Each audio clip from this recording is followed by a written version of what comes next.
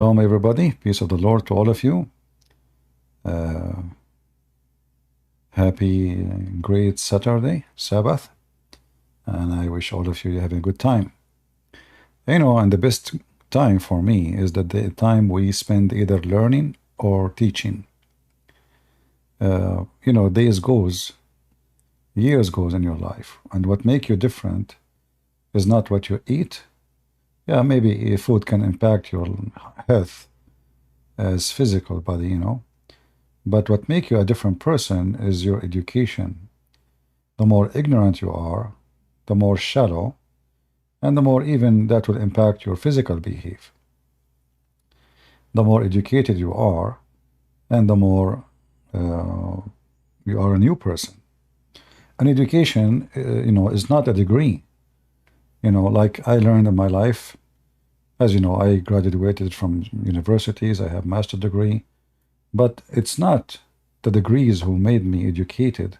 In fact, all university education is mostly the purpose of it is just to get a job. And maybe even these days, if you learn how to do plumbing better than having a degree, I mean, there's many degrees are useless these days. And the plumber, he will make 3, 4, 5 times from somebody have a bachelor degree. I'm not encouraging you not to study, but I'm trying to say to you that education, mistakenly, people think that a person is educated because he have a degree. So if somebody have a PhD or a master degree, people, they say he is educated. In fact, this is absolutely not true. It can be totally the opposite. In front of me, this is a video, and I don't look for them, they come in my way. The name of the video is How Do We Know Quran Was Sent by God? And if the Muslim, they say Quran was sent by Allah, then I'm not going to argue with it. But saying that Quran was sent by God, this is a big fat lie. If you watch the video, which is very funny and very silly, you will see here as an example, this guy, he says that Allah, he made eternal challenge. And what is the challenge? To make Quran like it.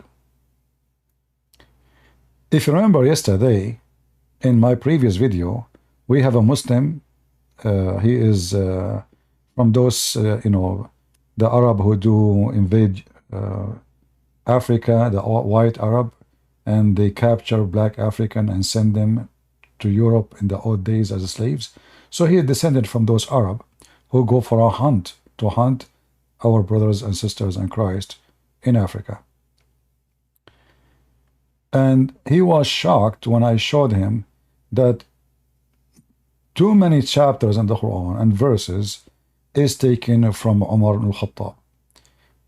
And they are the major things in Islam, including the hijab, including praying toward the Kaaba, including taking the location of Abraham to pray, which is a false. Abraham never been there. So many major things in Islam, it was Umar ibn Khattab who is the one who said, and Allah supposedly, he copied exactly what Umar said. And then those people, they come and they say to us that Allah, he made a challenge that nobody can make Quran like this. Isn't it silly to say to me that you have a God, he make a challenge to make a book like his book? Well, I wrote many books. Who can make a book like mine? A page like mine? And just to make it simple for you, if you make a page like mine, obviously you are copying me. So you lost already. It doesn't matter how good you are in the language. It doesn't matter. It doesn't matter really, because making a book like this is just a stupid idea. So eternal challenge. And what the challenge? The Quran incapacitates creation from producing anything like it.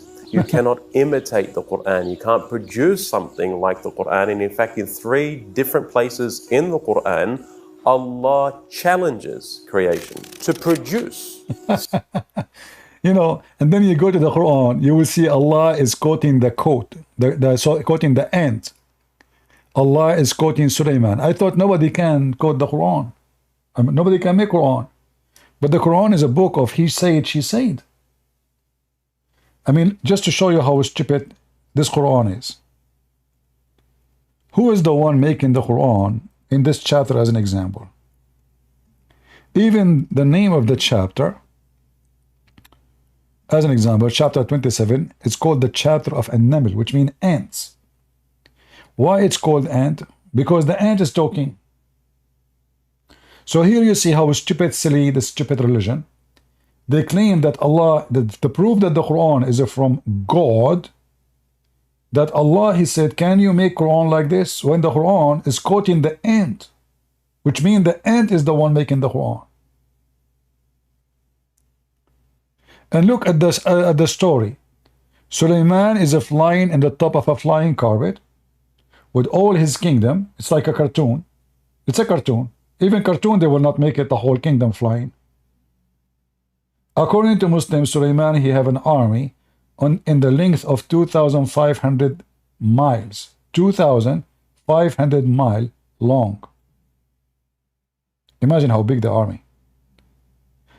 With their equipment and their animals and their horses, all of them, and his ministers and his slaves and his servants, all of them are in the top of one flying carpet.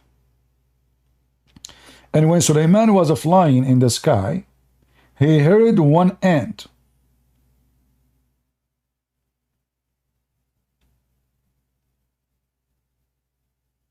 A Muslim in Discord saying to me, hey, hey, hey, the Jews, they killed the Messiah and you support them. Hey, Abdul, you see here, you see the stupidity of the Muhammadan.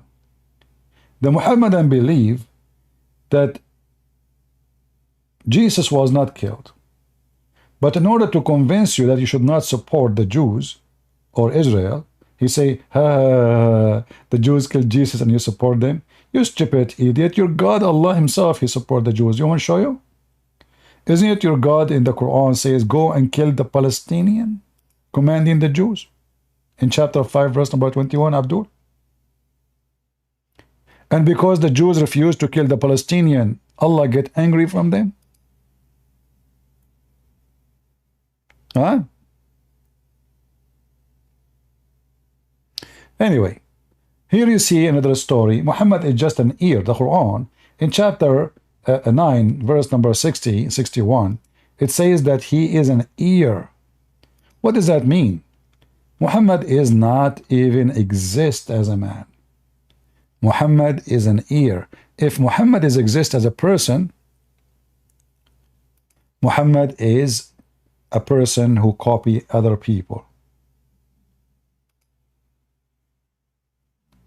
If Muhammad does not exist, the one who wrote the Quran, he is just copying other people. And here in the Quran it says, and the Quran saying, the Muslim says to you, who can make Quran like this? But look what the Arab they said about the Quran. The Arab who Allah challenging them to make Quran like this, they say he is an ear, which means he copy whatever he hear and he put it in his book. Here, when the Muslim they explain that in their interpretation, you will see a difference between the translation and the interpretation.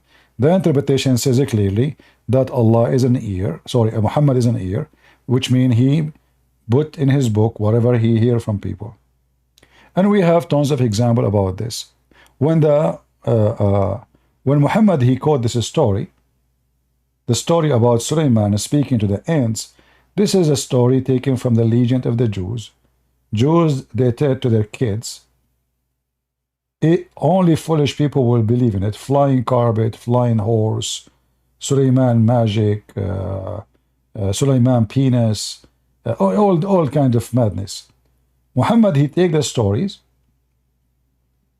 which is absolutely legend, and every Jew, he knew that, and he put it in his book, and he claimed that the one who mentioned this story to him is his God, Allah. The Muslim, they are talking about that this Quran, nobody can make like it. In the same video, I'm not going to play the video, you know, because you know them. But if you go here, you will see this Abdul here as an example. He said, when the Prophet was reciting the chapter of An-Najm, they were saying in the video that when you hear the Quran, they say there is a Christian minister, he heard the Quran and he said, this cannot be a book made by man, this is made by God. When I heard somebody, a child, he is singing the Quran, they brought a child, he have a nice voice, singing the Quran, he said my body was shivering. And here we ask the Muslims, I have a challenge for you. What about you let somebody, he don't have a nice voice, singing the same verses?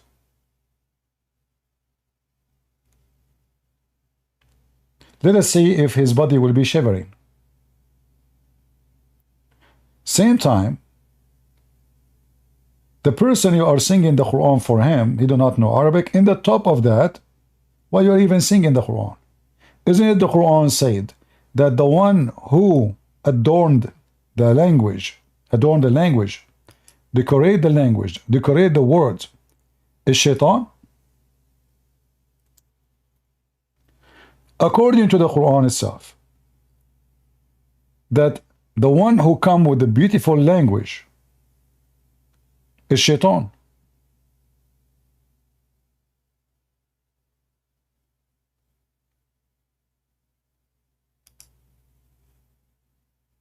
So if the Muslims saying that nothing like the Quran, and they claim it's beautiful, which is laughable, especially for the one who speak Arabic, the Quran itself saying that the one who come with decorative speeches, beautiful speeches, nice language, that is the shaitan.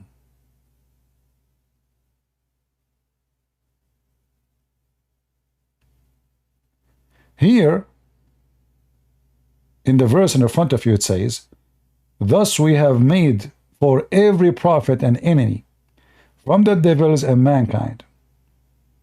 And those devils, the genie is a devil in Islam, inspire one another with decorative speeches, beautiful speeches. So according to the Quran, shaitan, he can make extremely beautiful speeches. And then the Muhammadan, they come to us and they say the Quran is a beautiful speech. But not for me. The second you know what you are reading, you will see how stupid the Quran is. If there is any Muslim would like to join us, yeah, and by the way, in the video, just to show you the deception of those people, this guy in the video, he said that the Quran is so beautiful to the point when he did recite the chapter of Al-Ahzab, sorry, Al-Najm, everyone was in the mosque. When he heard the verses of Muhammad, he bowed down, including the pagans. The believers with the Prophet ﷺ, with the mushrikeen that were opposed to him, they fell down in sujood before Allah subhanahu wa ta'ala. The liar, he did not tell the truth. The truth is that yes, the non-believers, they bow down, but not to Allah, to the three daughters of Allah. This is where Muhammad, he received the satanic verses, and I can show you the reference from their books. You can go, all of you right now, read the same chapter he is talking about, the chapter of An-Najm, and you will see where it says that the believers and non-believers, all of them, they bow down. Why? Because Muhammad, he praised the three daughters of Allah, which is the pagans, like Muhammad, the Arab, they worship them. This is why those pagans, they bow down, not because the Quran was nice. You see how they lie in the video? He said when the Prophet of Allah, he recited the chapter of An-Najm,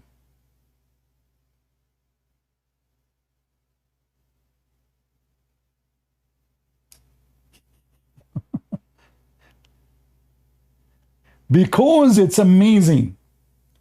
Those people, they bow down. It's a lie. Because shaitan gave Muhammad, according to Muslims and according to the Quran, he gave him satanic verses. Wasalam recited this verse. All of the people in the haram, the believers with the Prophet, فَاسْجُدُوا لِلَّهِ وَعْبُدُوا. The narration, it mentions that after the Prophet ﷺ recited this verse, all of the people in the haram, the believers, with the Prophet ﷺ. Which verse? The chapter of An-Najm. We go right now, we check the interpretation for the verse, you will die laughing. You will see how they lie. They don't want to tell you in the video that because the Prophet, he recited satanic verses, those people, they bow down. They made it about something else. He said because the Quran was amazing. To the point even non-Muslims, they bow down to the Quran. So if we go right now to the Quran here, we will find the following verse. Just to show you how Muslims are satanic, there's no question about it. Because why this guy is lying about the reason for non-Muslims to bow down with Muhammad? Do you agree with me?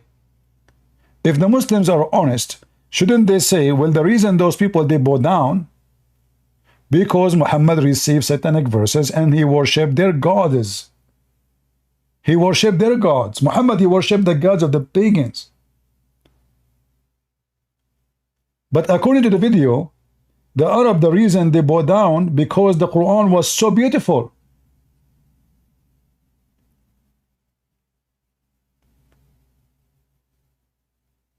Can you believe it, how those people, they have no dignity?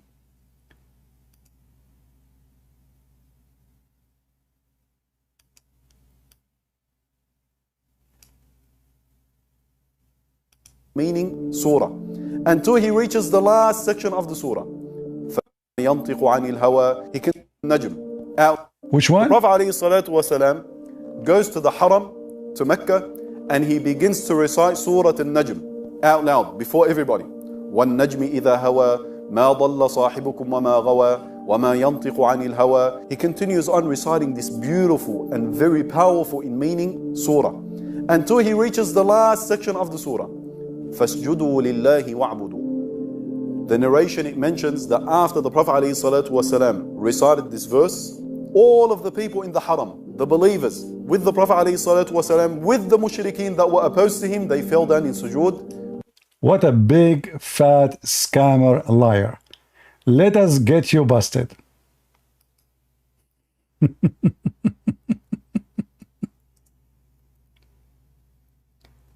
Here you ask yourself, those are religious people. If those are the religious Muslims, are a bunch of liars and they are fabricating story. Yes, the pagans, they bow down with Muhammad, but because Muhammad was worshipping their God. Their God, sorry, not God. Goddess. The female daughters of Allah. So here you will see that when he was reciting the Najm, Muhammad, he mentioned the three daughters of Allah. And he said, their intercession is a must. Their what? Their intercession is a must. And this is what the reason those people, they bow down. Not because they like the Quran, but because he just mentioned the names of their goddess. Can you believe how much hypocrite those Muhammadan? This is an Islamic center. They have a big center. I don't know where this one is in USA.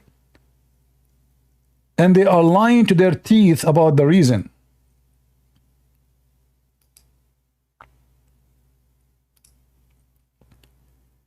No dignity whatsoever. No honesty whatsoever. So if we go right now and we check the verses he was saying, you will see the following. You see here we check facts. We don't make speeches like the Muhammadan lying. Here we prove what we say and we say what we prove. We don't make things up. Muhammadan, every Muhammadan is a liar until he proved the opposite. Butcher that in your mind. They lie with no shame. And the more the Muslim is religious, the more he is liar, which means the more he is close to Allah, the more his lies is skyrocketing. So this is the book of Ibn Kathir. This is the book of Ibn Kathir. Got this.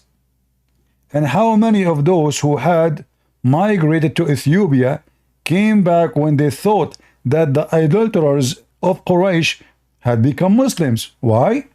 Because they heard that Muhammad and the pagans are praying together and they are bowing down together. But those reports come through Mursal chain, so it's not proven, by the way. But then he continues saying, in his recitation of the revelation, Shaitan, when he spoke, Shaitan throw some falsehood. So Muhammad recited falsehood from Shaitan. Imagine the Muslim, they say, nobody can make Quran like this Quran. And then the Quran itself says that Shaitan made Quran. And Muhammad recited the Shaitan of the Quran of Shaitan, and Muhammad did not even notice that this is not from Allah, this is from Shaitan. I mean, do you see the stupidity? How in one hand you challenge to make a book like this, and then you say to us that Muhammad himself, he received satanic verses, and Muhammad himself did not notice that those are satanic verses. And not only he did not notice them, but he published them, and he recited them, and he bowed down for them.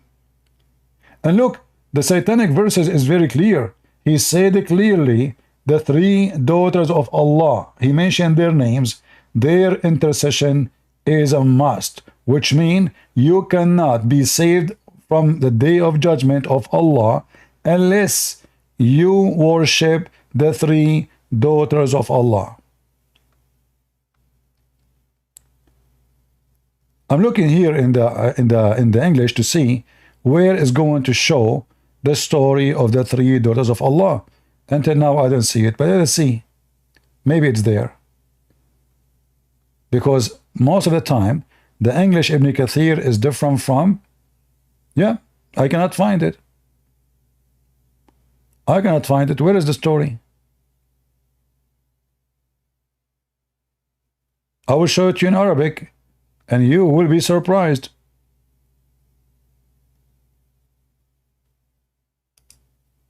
What is the story about the Muslims and Muhammad? They are bowing down together. It's not there.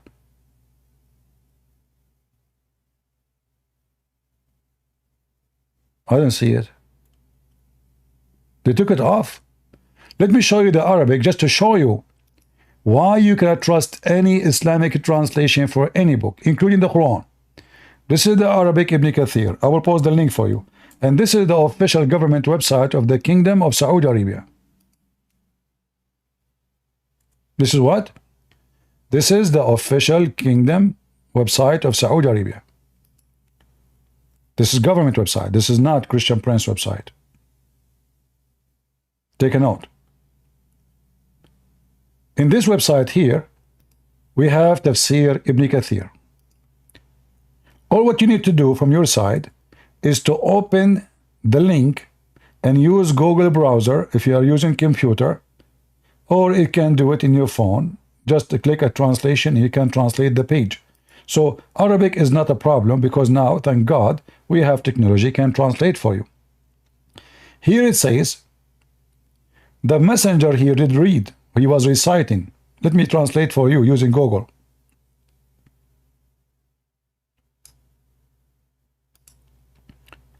Remember in the video he said that the reason those people they bowed down because the Quran was so amazing. But reality is the following. He said, the messenger of God, may God's prayers and peace be upon him, recited Al-Nam in Mecca, and when he reached this place, have you seen Al-Lat and Al-Uzza, and Manat, the other third, he said, then Satan put it on his tongue, those are the highest cranes, and their intercession is hoped for. They said, he did not mention our gods well before today. So they prostrated and they prostrated. Did you hear it? In the video they said they prostrated because the Quran was so beautiful. Are you with me? In their video, they said that the pagan Arab, they prostrated because the Quran is so beautiful. But the reason they prostrated because he is worshipping their gods, which means Muhammad is a fraud. He just mentioned the 3 daughters of Allah, the goddess, and he called them the high cranes, and he said their intercession is hoped for, is a wish, is a supplication. You pray that the daughter of Allah will intercede for you. And because of that, look what even the text is so clear. The pagan Arab, they said, he did not mention our gods well before today. Our gods, do you see it? What Muhammad just did? So they prostrated, and he did too. So now Muhammad and the pagan Arab, they are worshipping the 3 daughters of Allah. But in their lies videos, they claim that the reason those people, they bow down because the Quran was so beautiful.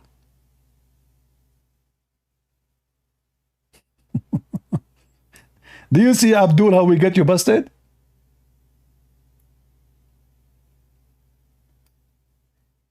Do you have a shame? A mosque is making a video like this, saying that people, they love the Quran because it's so beautiful, and this has always happened, to the point even in the time of Muhammad himself, the pagan, they bow down after they heard the Quran. So why did they not convert? And then when we check, we will find that this has happened because the pagan and Muhammad, both they worship the same God or gods, the 3 daughters of Allah. And this is nothing new. On one occasion, the Prophet ﷺ goes to the Haram, to Mecca, and he begins to recite Surah An-Najm out loud before everybody. وَالنَّجْمِ إِذَا هَوَى مَا ضَلَّ صَاحِبُكُمْ وَمَا غَوَى وَمَا يَنطِقُ عَنِ الْهَوَى. He continues. By the way, how come the Quran now is not beautiful? You are reading the Quran in Arabic. If it's a beautiful, should be beautiful anyway. You sing it, you don't sing it. With nice voice, without nice voice. Anyone sees something beautiful in what this guy is saying, he's reading Quran. What is the beauty of the Quran? A minute ago he said, when you hear it, your body will be shivering. Anyone, his body is shivering. Look, I will play it for you again. Sing it to us again. Recite Surah An-Najm out loud before everybody. وَالنَّجْمِ إِذَا هَوَى مَا ضَلَّ صَاحِبُكُمْ وَمَا غَوَى وَمَا يَنطِقُ عَنِ الْهَوَى. He continues on reciting this beautiful and very powerful in meaning. Beautiful? There's a God, he swear by the foreign stars. If there's foreign stars, I mean, your God, he is so stupid to the point he think that the stars, the meteor we see in the sky, they are foreign stars. Have you ever heard of a God, he swear by a foreign star? Who is greater? Who is greater? Your God or the stars? I swear by something is greater than me. So when somebody swear by God, because God is, is God. When somebody swear by his mother, because he's born of her, he love her, he adore her. Allah swear by the stars for what reason? And since when the meteor are foreign stars? And look at this amazing, beautiful, powerful. By the star as goes down, your friend has not gone astray, nor has erred, nor he does speak of his own desire. But we just found that this is a story about where Muhammad received satanic verses. How he is not misguided, how he is not speaking from a desire, when you in the Quran saying that Shaitan made him speak satanic verses. Are you following with me, guys? Are you connecting the dot? The same chapter saying this is amazing by the foreign stars, which is stupid. Your friend, which is Muhammad, has not gone astray. Are you sure? But here it says when he was reciting this chapter, he received satanic verses. Potato Abdul, how he is not gone astray, and now he is worshipping the three daughters of Allah.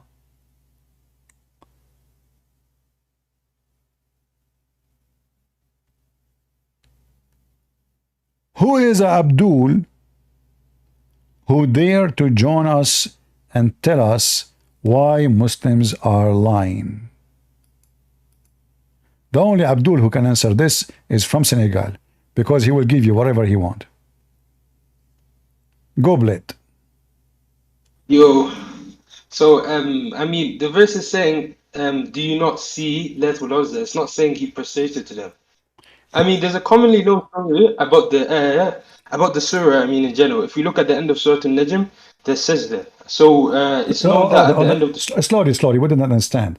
So he said, "Don't you see Allat and Al-Uzza?" And what he said after? أفرأيتم اللات والعزى. Yeah. Do you not? No, tell me know them? Why you stop? Why you stop? Tell me what he said after. Did you see Allat Al-Uzza and what he said? Continue. ومنات ذلك. I want to pull up the. Did he say? Properly. Did he say? And their intercession is hoped for? Wait, what's the verse number again? You do not know which verse we are talking about? Yeah, no, I know the verse, but I don't know the number, so I want to open it in my Quran. Which verse you want to talk about? I don't know, because they are connected. Yeah, Here we are reciting chapter of An-Najm. Muhammad was reciting the chapter of An-Najm. He received satanic verses. Okay. Yeah, what verse number, so I can look it up as well. You want the verse? You want where the interpretation appear for this story, or where Allah will cancel it? Huh? Just the number for this verse. What just this verse number, so I can look at it in my Quran as well. This is, you will find not in this verse. You will find interpretation in chapter 22, verse number 52. Oh, verse number 52. Wait. Wait, give me a sec to open it. Oh my day. Yeah, but what I was saying is that the verse is saying, do you not know? And the next one, let me also what I was saying, you don't have to open it as well.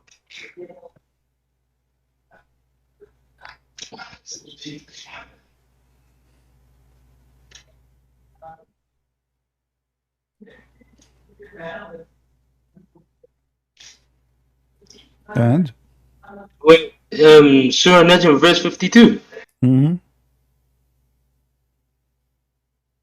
Wait, let me do this. You're a prophet. And you know why the Muslim line in the video saying that the kuffar, the pagans, they bow down with Muhammad because the Quran is so beautiful, when the story is saying they bow down because Muhammad worshipped their goddess. Why you Muslim lie in the video? This video we are playing for you. Hold up, what kind of religious people those lying that those people they bow down and they worship Allah because the Quran was so beautiful, when in fact the reason they bow down, as you see, and this is Ibn Kathir, and we can show At-Tabari and other interpretation saying it clearly, they bow down because Muhammad was worshipping the three daughters of Allah, not the opposite. It was Muhammad. They don't say that, because I'm looking at, we know at the end of the surah, there's a, look, I'm looking at the tafsir. Read with me. And when Muhammad he said, and their intercession is hoped for, they said he did not mention, they said he did not mention our gods well like this before today. So they bow down and he bow down with them. So because Muhammad worshipping the gods, the goddess, the female goddess of the Arab, they bow down and they appreciate Muhammad worshipping their God. This is why it says in front of you. This is Ibn Kathir. It's not my statement. I'm looking at Ibn Kathir right now, and it's not saying that. No, it says that. It says that. You are reading Ibn Kathir in English, correct? Well, I'm looking at. Well, hold up, but let me switch to English. No. Are you Yeah, I'm looking at are you reading Ibn Kathir in English? Yes. No, yeah, now I am. No. Yeah. What? In English or Arabic you're reading? But at first I was looking at Tabari for where he's saying this, that he was worshipping them. And at Tabari he's not saying that. I want you to answer me. Why a Muslim can't answer? Does it say that in Ibn Kathir? Yes or no? In Ibn Kathir, right now, it's not saying that Muhammad sallallahu alaihi wasallam. No, it says that. Here we go. This is Ibn Kathir in front of your eyes. This is the official government website of the Kingdom of Saudi Arabia. You see it? And this is Ibn Kathir. The English translation is false. They cut it off. They took it off. Here Ibn Kathir says, قال قرأ رسول الله صلى الله عليه وسلم بمكة النجم فلما بلغ هذا الموضع. When he arrived to this point, he said, did you see اللات العزى المناة الثالث الأخرى? Then Shaitan he throw in his tongue, this is the three daughters, the grains, the high, the holy, their intercession is a must. They said, he never mentioned our gods in such good way before. So they bow down and he bow down. And this is Ibn Kathir in front of you. Do you know Arabic? Yeah, I'm reading it as well. It's all not, right. It's not as long you know Arabic, hold on. As long you know Arabic, can you read and translate? Because maybe I'm lying. Can you read what you in the screen and translate to everybody? قال رسول الله صلى الله عليه وسلم حكم اللجن فلما بلغ قوته انسلست قال الشيطان ما ذكر الحياة بخير فسجدوا أذني سجود وما أرسلنا من قبلك. Yeah, that's what it's saying on there. So why in the video they are lying, saying because the Quran was so beautiful, the pagan Arab, they bow down worshipping Allah, when in fact it was Muhammad bowing down with them worshipping the three daughters of Allah.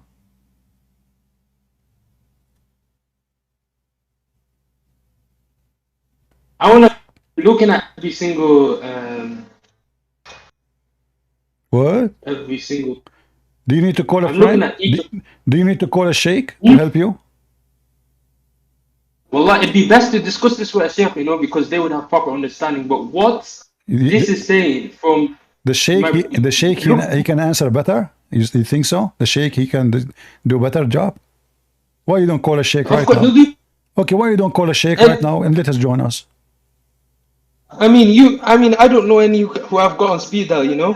But I'm speaking like this. Okay, but my friend, listen. So the Arabic in the front of you, you speak Arabic, I speak Arabic, and you agree with me. This is what it says, that Muhammad, he bowed down to the three daughters of Allah, and the pagans, they bow down with him, saying, Muhammad never praised our gods like this today, as he did today. So they bow down, he bowed down, and they bow down. So Muhammad now, based on what we read, you and me, and we agree, Muhammad now is worshipping the goddess of the Arab. How you explain that Muhammad is a prophet of Allah, and you Muslim, you keep saying Muhammad, he was teaching monotheism, and now Allah today, Muhammad, prophet, your prophet, worshipping three daughters of Allah plus Allah. So where is the monotheism of Muhammad at that moment? What I'm saying is that at the end of the surah, it literally says the sajda at the end of the surah. Says what? What is agreed upon? A sajda, like you know, parts in the Quran where you have to do sujood when you read at the end of Najm. Yeah, so he bowed down to the three daughters of Allah. Who care? He just bowed down. He just bowed down to the three daughters of Allah. You're a prophet who you claim that he is monotheist. Is it true that he did just a second ago worship the three goddess, the three female goddess? Yes or no? No, brother. To worship them, this ayah is saying is a remembrance verse. It's a reminder for us that remember when they worshipped it. There is sajda at the end of the surah, and it is known that you perform sajda whenever you reach these parts. No. Don't mix things. Don't mix things. It says that you're a prophet. Okay, listen, let us repeat again. You're a prophet, and you agree with me. He says, those goddess al-Gharaniq, the highest, he called them the highest, their intercession is a must is a wished for. So when you're a prophet saying the goddess, the high goddess, the three daughters of Allah, and he mentioned their name. He said Allah, Al-Uzza, Wait, and hold on. Why Manat. are you saying intercession? Wait, hold on. You're saying they made intercession. Reading from, going a few pages back, he's saying, أفرأيتم اللات والعزى. Do you not remember اللات والعزى? ومناة الثالثة الأخرى, and the third one. ألكم الذكر ولا أنثى. He's not saying anything about. Hold on. Don't mix. You are taking now those verses, the Muslim, they took it from the Quran. They don't exist no more. Those verses, تلك الغرانيق العلا, تلك الغرانيق العلا is not exist in the Quran no more. This is supposedly what Shaitan. Right now, wait, I'm reading the Quran, Surah Al-Najm, ayah 19 to 20. Okay. أفرأيتم اللات والعزى ومناة الثالثة ألكم الذكر والأنثى. Exactly. Okay, but where is the sentence in that verse where it says إن شفاعتهن لا ترتجى? What? In the Shafa'atu what? In the next verse. Wait, hold on. Maybe I'm where we can find this part. In the screen, I'm showing you. Wait. شفاعتهن. Yeah. شفاعتهن, which mean they are females. Turtaja. Where in the chapter you are reading it says this line? It's gone. You Muslim took it off. No, my brother. He's explaining about them instead. He's not. You can see in the part before, in the brackets, that's the ayah. He's explained what? He's not saying this. The green is part of the Quran. You can see on top. He said Shaitan. He throw on his tongue. Shaitan. Do you know?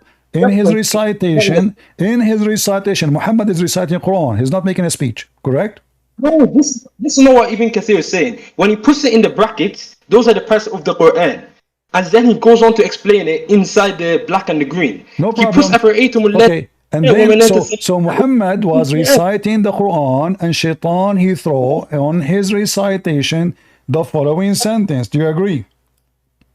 That is not what it's saying. I'm looking at it. It says, read it carefully. فَأَلْقَى الشَّيْطَانُ عَلَى لِسَانِهِ. Translate. My guy, I'm reading from every single. No. It's in front of you. Don't make me, don't make a drama. It's in front of you. I'm highlighting for you. Read and translate to people. Does it say Shaitan, he throw in his recitation, in his tongue, those three daughters of Allah, their intercession is hoped for? Does it say Shaitan will throw on his tongue? Yes or no? Wait, hold on. I want to solidify on three things. You said that they will call for intercession. Before you go anywhere, why you are not answering me? Does it say in Ibn Kathir in Arabic, in the front of your eyes, Shaitan he throw on his tongue to worship the three daughters of Allah? Yes or no?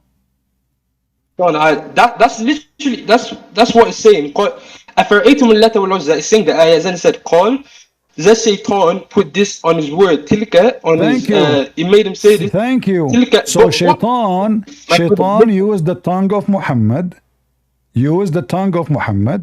making him worshipping the three daughters of Allah, claiming that they are the high goddess, and their intercession is hoped for, which means make supplication for them to intercede for you.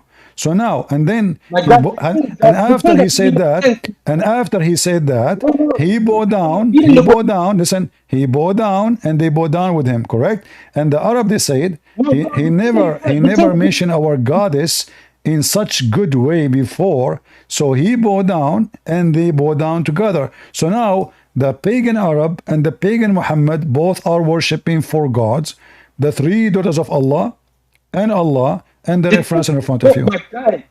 My guy, you're ignoring the fact that in this whole page, it's not saying anything about intercessions. It's saying it says that. Here we go. I mean, what's wrong with you? He say, look, I mean, even Google got you busted. Here we go. This is Google translation. Here it says their intercession is hoped for. Which ayah number is it saying intercessions? The next ayah in Listen. I don't know what are you eating. This is it not ayah no more, because supposedly this is what Shaitan he made Muhammad say. So this is the satanic verses. Their intercession is hoped for is the satanic verses which your prophet received. So now, did your prophet say, and their intercession is hoped for, yes or no? Brother, because the Quran does not look things I want to solidify with you. Man and You can explain as you wish. Does Ibn Kathir says that Muhammad, when he was reciting the Quran, he said the three high grants of Allah, the three daughters, Manat and Allat al-Uzza, three, all of those, their intercession is hoped for. Does it say that or no? Brother, Ibn Kathir is not the only one. I'm looking at all of them. Don't jump. See, guys, the Muslims are Muslim. There's no decent Muslim ever exist. A decent Muslim is an ex-Muslim. Why you keep avoiding my question? How many times I need to repeat the same question? Did Ibn Kathir says that your prophet said their intercession is hoped for? Yes or no? Guy, because you're trying to single out, you have to look. Every single sheikh does this. Whatever I have the right to single out, because I'm asking you why you don't say yes. Say yes. If it's there, say yes. But look, you don't want to say yes. Listen. You don't want to say yes because this is a proof that your prophet is a false prophet and he worshipped three daughters of Allah and he bowed down to them. This is why you refuse to say yes. It's in front of you. You speak Arabic. I'm showing you even Google translation, and you did read it for us already. But now you are saying to me where it says their intercession is hoped for. It's in front of you.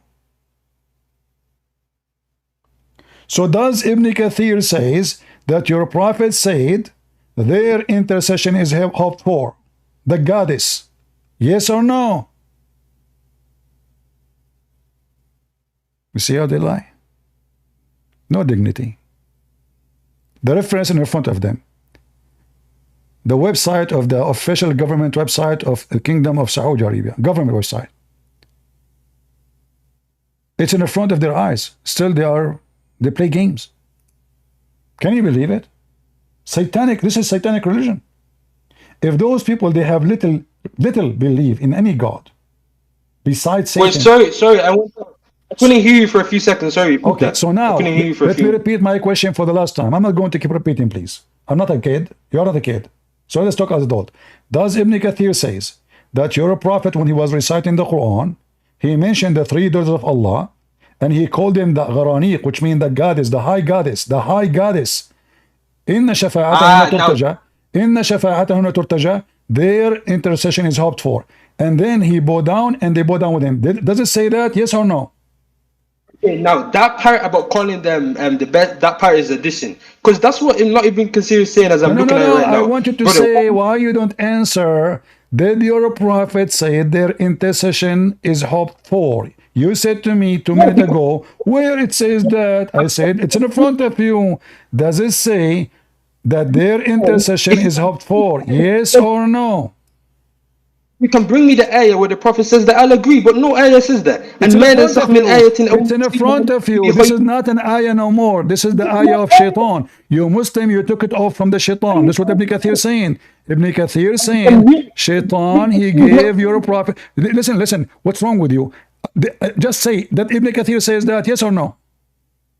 Okay, my brother, there's two sides to this. Ibn Kathir says that, yes or no?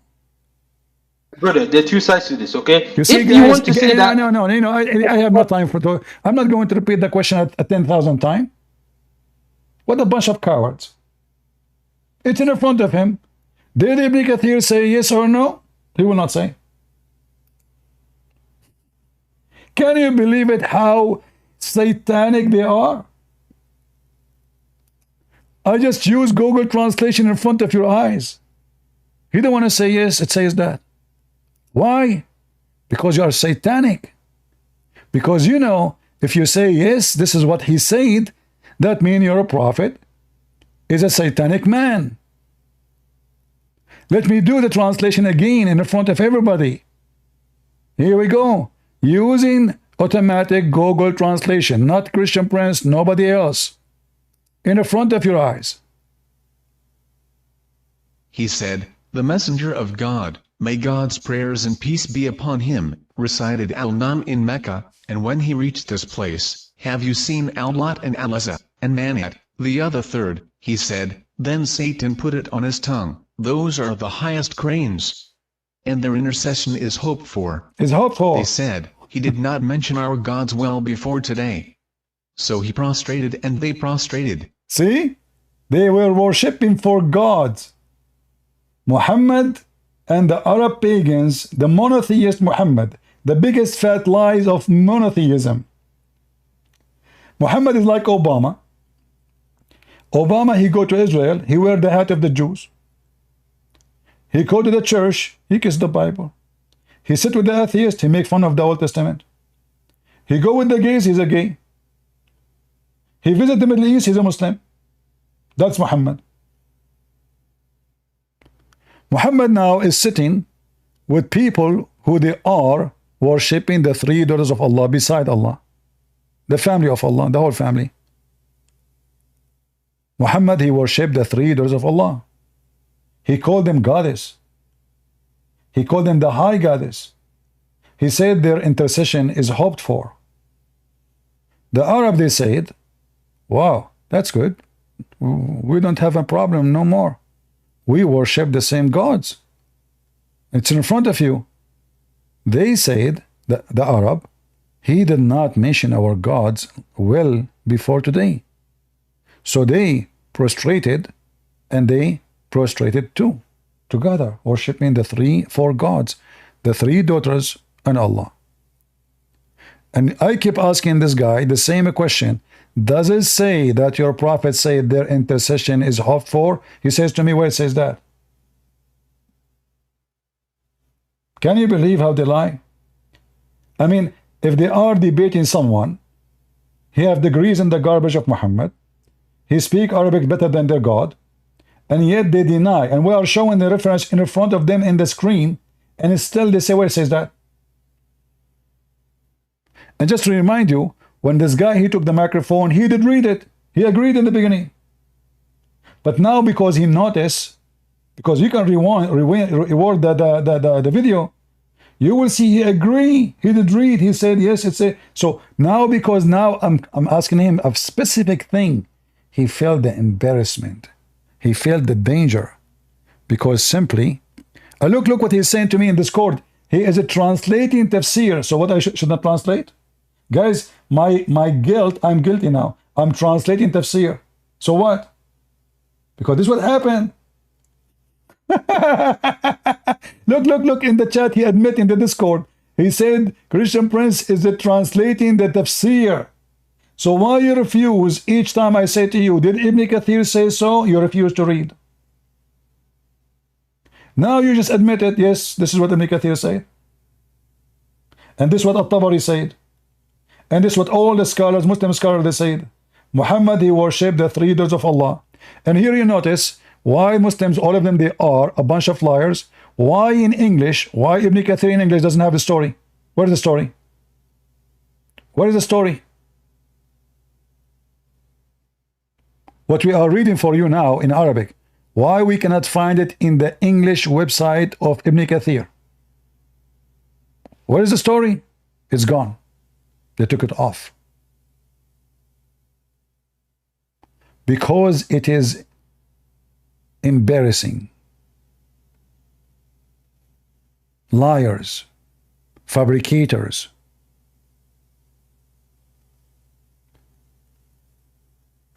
You cannot find it in Ibn Kathir in English. I have Ibn Kathir in Arabic. Ibn Kathir in English is not even 1% of Ibn Kathir in Arabic. From all the books. Any story which is an embarrassing, the Muslim, they took it off.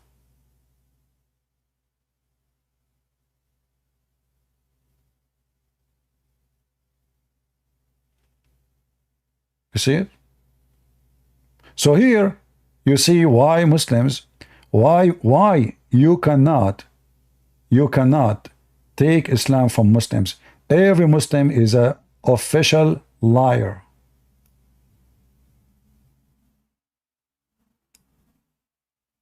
until he proved the opposite for you.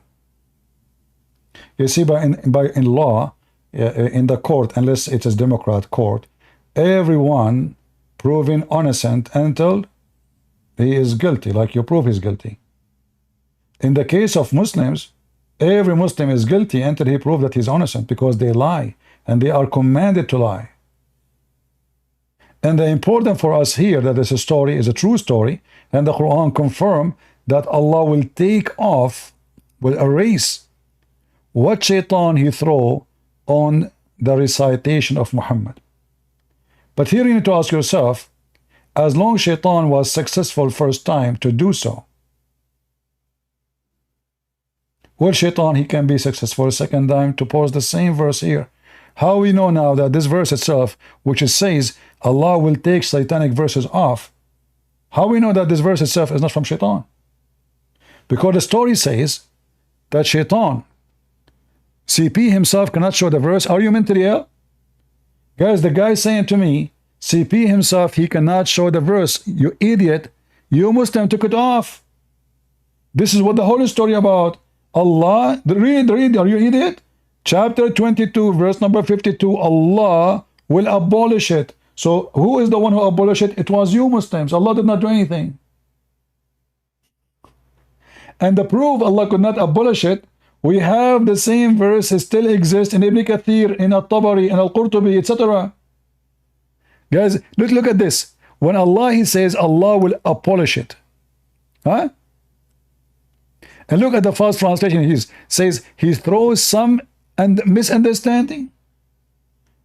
He said worship the three words of Allah, and this is some misunderstanding. Are you sure? Why Muhammad was explaining the Quran then? Or he was reciting the Quran?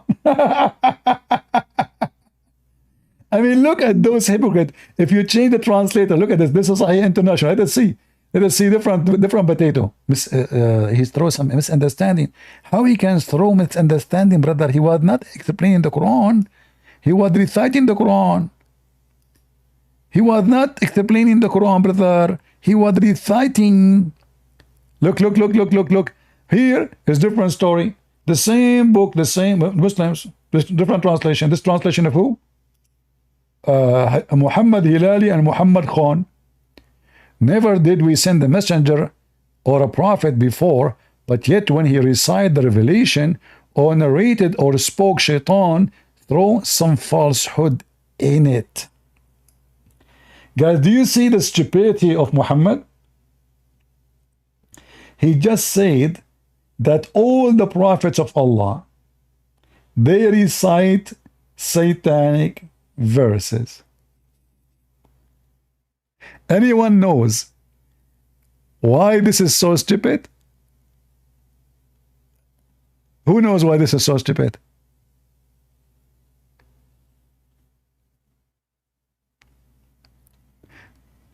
The reason this is so stupid, when the Muslim they say that Allah he protected Muhammad regarding the religion is not true. As you see, Allah he failed to protect any of his prophet to recite his revelation without the Quran or even the books before it involve recitation of shaitan.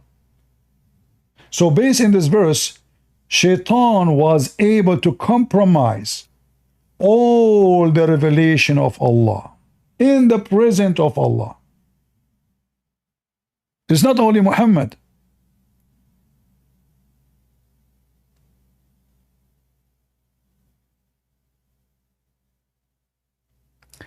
Ahmad saying to me, I am quoting a weak hadith.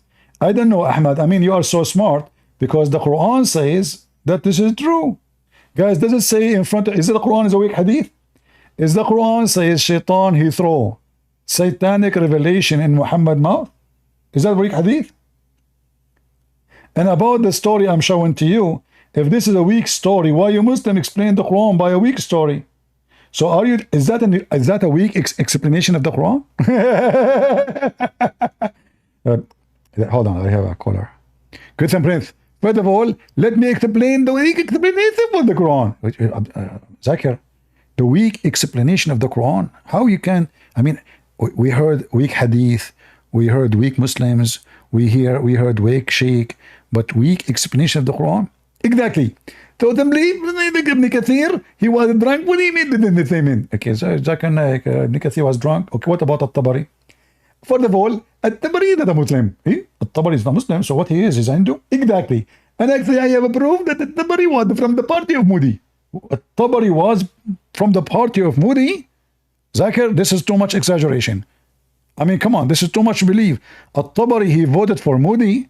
I mean, At-Tabari was exist long time ago. Before Modi was born.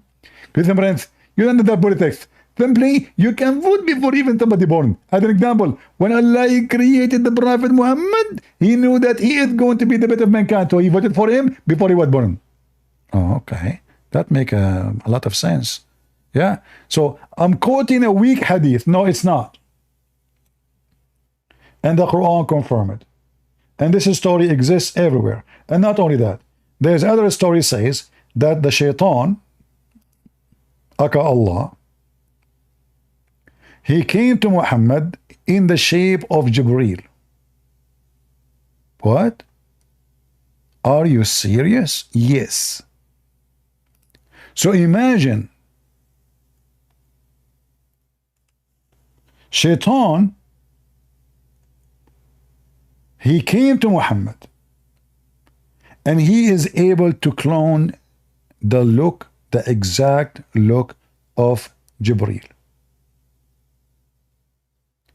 Here, there is something very dangerous in this story. If Shaitan was able to clone Jibreel, that means Shaitan always cloned Jibreel. Do you think Shaitan, he will do it only once? Why he will do it twice, 3 times, 5 times, if he can do it? Are you with me?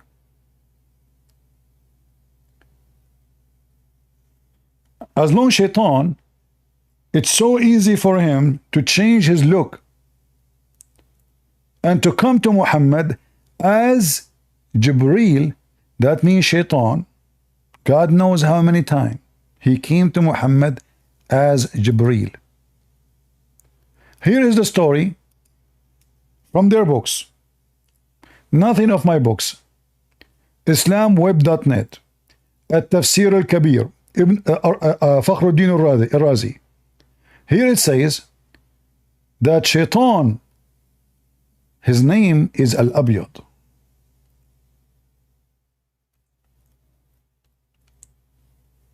Read carefully.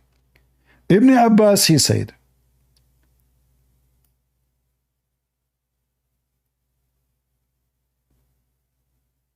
and here the Muslim, by the way, they are reporting stories, and here the story before it, they don't like it, the story after it, this is the true story.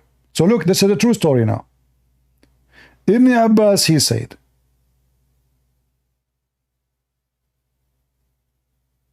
let us see.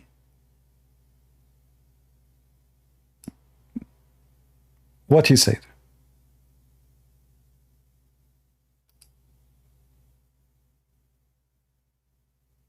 Ibn Abbas, may God be pleased with them both, said in the narration of Ada, a devil called the White One came to him in the form of Gabriel, peace be upon him, and gave him this word, so he recited it. When the polytheists heard that, they liked it, so Gabriel, peace be upon him, came and looked at him, so he recited it. When he reached that word, Gabriel, peace be upon him, said, I didn't bring you this.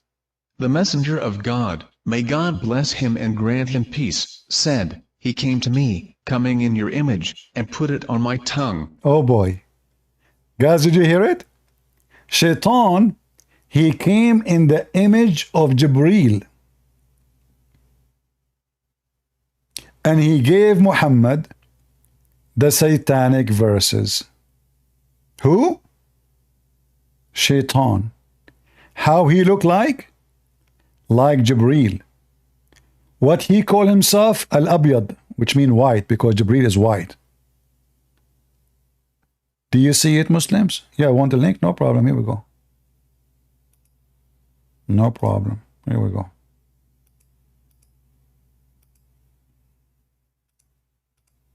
Somebody post the link, please, in YouTube. I don't know if this link can go in YouTube, but I think it can go in Rumble, because Rumble allowed long link, but YouTube does not. Guys, in Rumble, is the link working? Let me know if you can open it.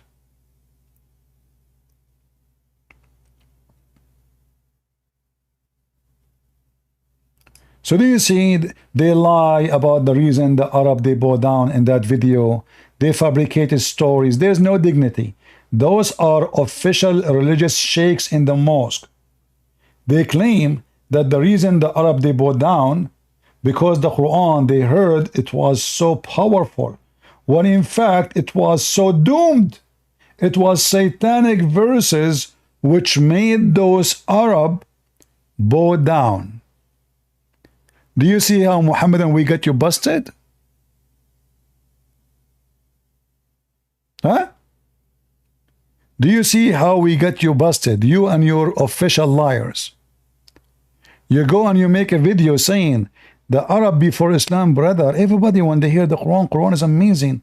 Even the Arab, there's a story where the Arab when they heard this they bowed down. What a big fat liar. They bow down for the satanic verses. And here, by the way, as long if a book is the book of God, and that what make people believe in it, well, that mean the book of the Hindus is a book of God too. I mean, look how stupid it is. Look at the silly logic. But even that reason, when they quote the story, I was watching the video, I could not believe how big fat liars they are. Because that is the same chapter where the reason is so clear why those Arab they bow down. Not because the Quran is so beautiful, but because Muhammad, he worshiped the three daughters of Allah.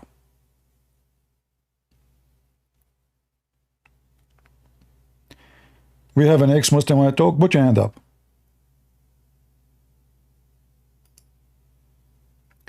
And you notice I keep asking this guy the same question and he refused to answer. Hello, CB, and hello to the audience who are listening. Ironically, I was watching a video with in Britain, someone who's a Muslim and someone who's not a Muslim, and they are talking. And the Muslim was like more elusive than the guy who were you talking to, right? And like you can't pin him on anything. And every time they tell him about how the demonstration that's happening in Britain is about like if they killed the Jews and stuff like this, he says no, it didn't happen. And then I go to that chat and I see everybody in the comments, saying that it's impossible to talk with Muslims. They never answer a question. They always deflect. Right? And like any let's say intellectual person, when you talk to him, you have to take the responsibility a little bit, just a little, at least a little bit. Right? But to always deflect, it just doesn't mean anything. And I honestly called to ask you this. There is 4.5 million Muslims in Britain. What do you think the solution is? Like, I don't think these people are willing to integrate. Looks like people in Britain, they understood all right, that. Option. This is not my topic for now. We are changing topic. You know, what happened in Britain, whatever happened to Britain, people deserve what will happen to them. At the end of the day, it's you who made it happen. It's you who allow it. And if the Christians in Britain, they were asleep, nobody can cry for them. You slept, you snore, you get screwed. So good for the Muslims. I don't blame the Muslims. I don't blame any nation to go and take over any other place, especially if they are satanic. Blame those who allow it to happen. If a fire starts in your home and you give the matches to a kid, that means you are the kid, not the kid. So the British people, they were so stupid for a long time. Those Christians, you know, many of them, they are Christian by name, and they spend their day just going like every Saturday going, most of them, they are atheists actually. They go to the bar, dancing, music. This is what they care for. So the foreigners, they came and take over the country. Good for them. It's not their fault. Crying, those who cry, I don't respect them. You want to fix it? Fix it. It's easy. Muslims are not even 7% of the country. Stop the immigration. Don't allow anyone, and anyone he says something wrong, he betrayed the country, he put other flag, strip him from citizenship. You can change the law. You can strip anyone. Like now I am a nationalized citizen as USA citizen. By USA law, if somebody betray the country, is not born in the country, you can strip him from a citizen. You can make a law that even if you are born and you betray the country, they can strip you from your citizen and throw you out. Do it. And then everybody will behave. This is an easy solution. Not my topic. So sorry, I will disconnect you to go back to my topic. I don't like crying people who cry about this and that. Just fix it. You can fix it. Always you can fix it. Always you can fix things. But people in disability, they cannot fix anything. And disabled person is not a person who have in a wheelchair, no. Is a person who decide to be disabled. So now, like today, we saw a lot of people who love England, but not too many, 500,000 going in the street. This is nothing still. How many millions they went to the bar yesterday and today they will go? Millions. So still the nation is asleep. 500,000 in the street, that means there's 99% of the country is asleep. Stupid people, what you can do? Let them be screwed. I cry for nobody. It's against my belief to cry for the fools. Here we have an example of how amazing the Quran. This is a sheikh, his name is Al-Urayfi. Very well known. He have a conference in France or Belgium, I'm not sure. They brought in the stage a person who don't speak Arabic. And now the Muslim want to show you how your heart will tell you which one is the true Quran. So the sheikh, he will recite two kind of Quran. One he just fabricated, and one is from the Quran, the true Quran. And he will ask this French boy, which one you like more? And look what happened. فارسي ما يقدر يفرق ذكر رحمة ربك عبده زكريا.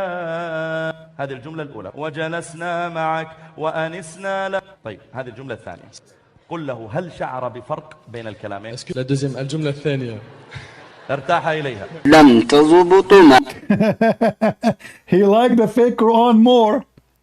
What happened here, guys, I don't know, like the video somebody played with it. The guy, he liked the fake Quran. Supposedly, after he sang the Quran, he made two Quran. Fake one and true one. And he asked the guy who is not a Muslim, he do not know Arabic. He don't know what he just said. He said to him, which one you like more?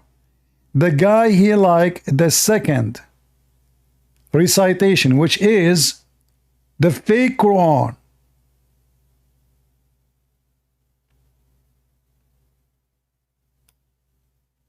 Do you see how stupidity work?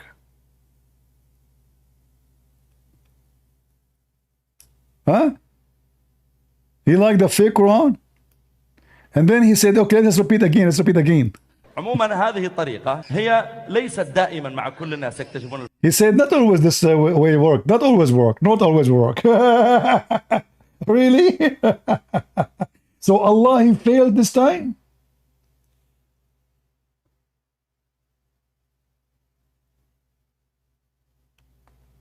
Not always work, not always work, he said. Not always work. So it works sometime, doesn't work sometime. I can tell. Yeah. The chapter of the apple he make. And here, by the way, you see how easy to make Quran. The guy, he knew how to make Quran. How he knew, what I mean by knew. You know, the Quran have a, you know, there's a way to learn how to sing it. So like you double a sound, you extend the sound, you extend the letter. So he made the two sentences or two verses of our statement look exactly the same, but they are different words. So he sang both of them, and both of them they sound like Quran. And the guy, he liked the fake Quran. And maybe this is why Muhammad, are you sure he is not reading two different ayah? No, I am sure, yeah. He was reading the chapter of At-Tufaha, my friend. Do you have a chapter in the Quran? It's called the chapter of the apple. The chapter of the apple. Can you read? People are laughing at you. Those are the atheists posting this thing. The chapter of At-Tufaha, Surah At-Tufaha. Do you see it? The chapter of the apple. The guy, he created a new Quran called the chapter of At-Tufaha. You know Arabic, you can read Arabic. And look, guys, look what he said. He said to me, are you sure they are not two the same? So now he did not notice that this is not Quran. He thought, even this guy, he thought it's Quran. He just said, Christian Prince, the guy who was speaking to me, who knows Arabic, I just hang up on him. He said to me, look at the text. He said, are you sure this is not both Quran? Which means he really believed that the guy he made Quran now is a true Quran. Even the guy who speaks Arabic, he thought this is Quran too. And now he is like trying to cover it. He says, I haven't heard it before. He still thinks there's a chapter in the Quran called the chapter of the apple, because he liked what the guy said. There is a chapter of the orange. I mean, what you can say, your Quran is like a zoo. There's all kinds of names, weird names. Yeah. So he invited this guy on the stage, and supposedly his trick will work. The guy, he will like the Quran more. And then what an embarrassment, he starts saying, well, you know, this is not all the time work. Sometimes it works, sometimes it doesn't, you know. Yeah. Sometimes it works. What an embarrassment. Here, hold on.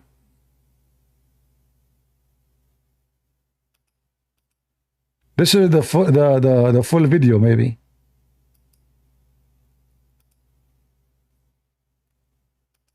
The chapter of At-Tufaha. شنو هذا؟ تفاحة عيني؟ أنا ودي توقف وأنت تترجم، وش رأيك؟ نعم إن شاء الله، فقط يعني إن شاء الله فيه خبر يسركم. يسرنا. طيب الآن أو بعدما تترجم؟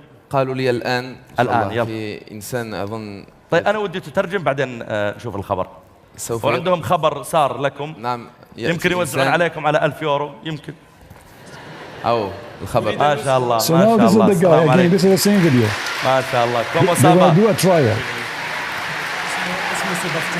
Sebastian. They ask for a volunteer, a person who is not a Muslim, who don't know Arabic. Can you come to the stage? This guy, I think he said his name is Sebastian. Can you speak English? Bismillah. A little. Okay, come. Allahu Akbar. Allahu Akbar. Allahu Akbar. Allahu Akbar. ما شاء الله. ما شاء الله. ما شاء الله. I'm very happy to meet you. I'm very happy for this news, ما شاء الله. Alhamdulillah. Il est heureux que tu aies pris cette décision aujourd'hui. C'est une bonne nouvelle pour lui. طيب شيخ حاوره ونحن طيب هو ايش اسمه؟ سيباستيان. سيباستيان. طيب اسأله هو كم عمره ما شاء الله؟ T'as quel âge Sébastien? J'ai 26 ans. 26 سنة. 26 سنة. 26 years old. طيب هو جاء إلى هنا لأجل ماذا؟ ما الذي جعله يأتي هنا؟ Anyway, just to go. Let us go to إيش the part. الأشياء أحسن أشياء له؟ أنا هل يفهم العربية أو الفارسية أو يقدر يفرق؟ Est-ce que tu comprends les langues étrangères telles que l'arabe, le perse ou autre? No, he does not know Arabic. ما يقدر يفرق، يعني لو أتكلم مع عربي أو أردو أو فارسي ما يقدر يفرق. He said if I speak to him in Urdu or Persian or Arabic, he don't know the difference. Maintenant le cheikh parle avec toi en ourdou, en perse ou en arabe, tu peux pas faire la différence. لا يفرق. طيب قل له أنا سأعطيه جملتين أريده أن يحاول يكتشف الفرق بينهما. Là il va prononcer deux phrases et il veut que tu vois. I will give you two sentences and now it's your job to find if there is difference between them. Est-ce qu'il y a, ou plutôt tu lui fais ressentir ce que ces phrases ont fait sur toi. D'accord? Donc tu vas essayer de lui dire quelle est la différence entre ces deux phrases, que tu ne comprends bien sûr absolument pas. طيب. So, yeah, so now he will do the test of the truth, that this is the book by Allah. You will love it when you hear it, even though, look, he didn't know Arabic, he didn't know Persian, he didn't know the different. But now when I recite for him, I will recite two different things. One is a true Quran, and one is a fake Quran. And look what his heart will choose. طيب. اسمع الكلام الأول. Hey, Blight, listen to the Quran. This guy is making Quran, the chapter of the apple. Listen carefully.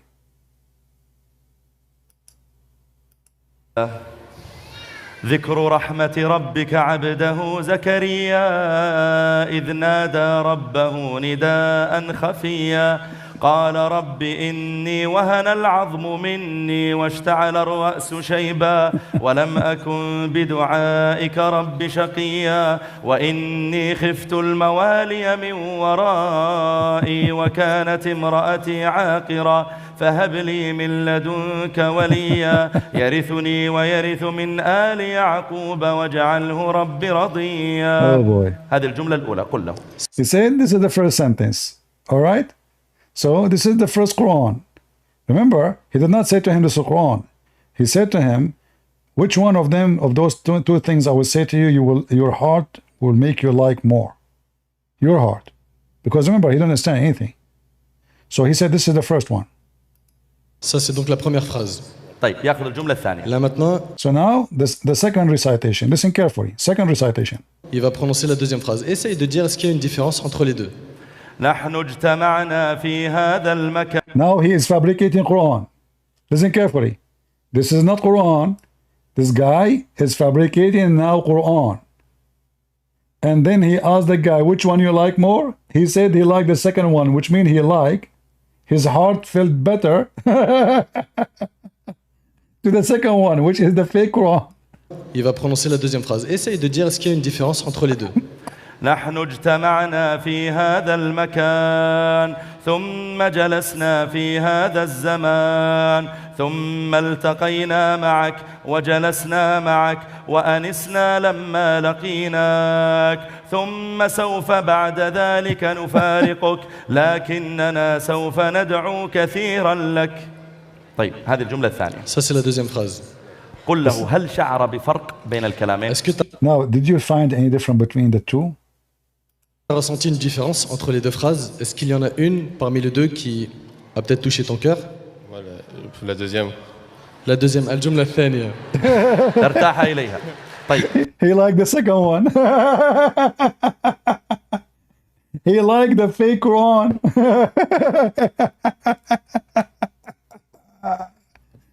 Imagine those Muslims, they brought thousands of people to show them how amazing the Quran. And here you see, by the way, how easy to fabricate in Arabic something sound like the Quran. So now, if I bring a Muslim here to the stage and I play for him this, he will not notice that's not the Quran. He will believe this is Quran. Even Blight, the one who called me, who speak Arabic, he said to me, are you sure this is not both Quran? Correct, guys? Did Blight, the one who called me 15 minutes ago, did he say in the chat in Discord, are you sure this is not both Quran? So even him, he speak Arabic, he thought that both are Quran. And this is telling you that the challenge of Allah to make Quran is a joke. This guy, he just make it up on the stage.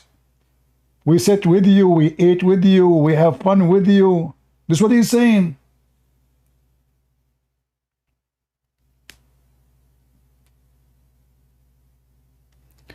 I'm asking because I never even heard the video. No. You said, are you sure? Because I played the video already. So what do you mean I'm asking? You heard the sentence both. You heard him speaking the Quran and you heard him to speak in the false Quran. And you said to me, are you sure that both are not Quran? Aren't you sure that both are not Quran? Or they are not Quran? Your text is there. So here you see how embarrassing. And now this guy, he started explaining, you know what, this is always, not always work, not always work. Look like his God, Allah, could not make his Quran work all the time. Sometimes it works, sometimes it does not. And here, by the way, you will notice how the same verses in the Quran, when they bring somebody have a nice voice, you know, a person with nice voice, if you sing anything, even if the song was about shit, people will like it, especially if it's a different language. Is that correct? If somebody have a nice voice, even if even what he is saying is so dirty, just because his voice is nice, and he have the skills to make it like, you know, a melody, people like it and sing it and copy it and remember it. I remember now a commercial which was played when I was a kid. Commercial. Since I was 6 years old.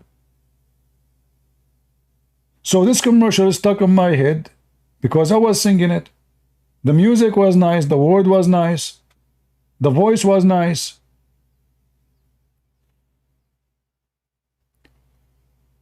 Here you see the stupidity. What about we focus on the meaning of the Quran, and then we will see how stupid this book is. So Shaitan, he throw in the mouths of all the prophet of Allah satanic verses. If we ask Blight, who is the one who caused this to happen? Is it Shaitan or Allah? Who is a Muslim can answer? Let us guess. Guys, who is the one who caused satanic verses to be thrown? Huh? Blight, he said Allah, of course. Huh?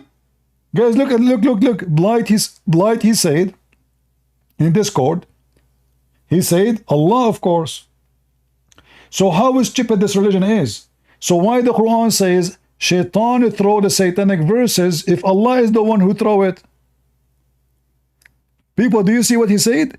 He says Allah, of course, is the one who throw the satanic verses in the Quran. So the conclusion, satanic verses is not satanic. It is from Satan. His name is Allah. Because both are one. As long as you agree that all the verses of Shaitan thrown into the revelation, it's Allah who made it happen, caused it to happen, that means Shaitan, he did nothing. This is satanic verses of Allah. He is the one who throw it. And why Allah want to do that? Who is a Muslim can tell me why Allah, he want to throw satanic verses in his book? What is your reason? Who is a Muhammadan have little intelligence can tell us why your God, as a Blight he agreed, why your God is throwing satanic verses in the Quran?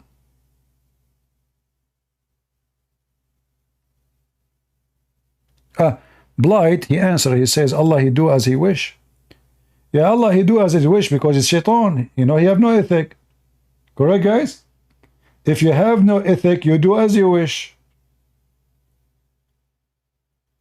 If you have ethic, you don't do as you wish, because your wish will not go against your ethic.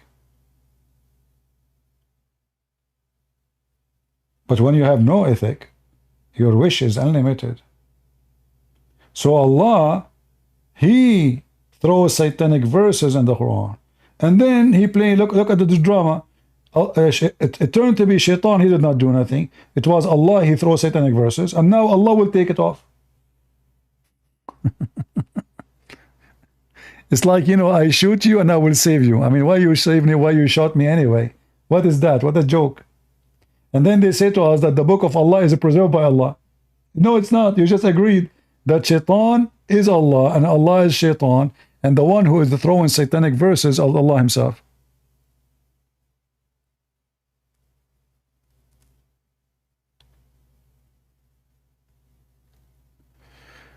there is no need to prove the Quran, like Muhammad is copying from false gospels. There's no false gospel. Those are false books. Those aren't gospels.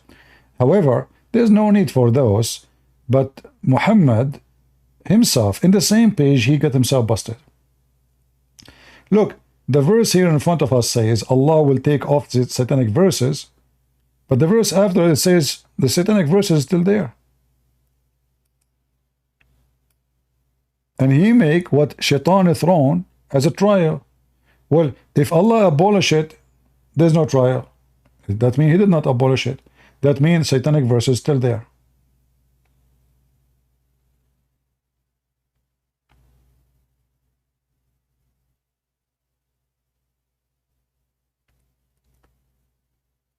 Guys, Blight, he said, after looking at many tafsir, he did not find one saying satanic verses. So when tafsir says, shaitan he gave Muhammad, and Quran says shaitan he throw in his recitation. Guys, read carefully. He throw in the revelation. Shaitan he throw in his revelation some falsehood. The Abdul, he says there's nowhere it says that. It's in front of you in the Quran. Shaitan he throw into his revelation. What? Revelation.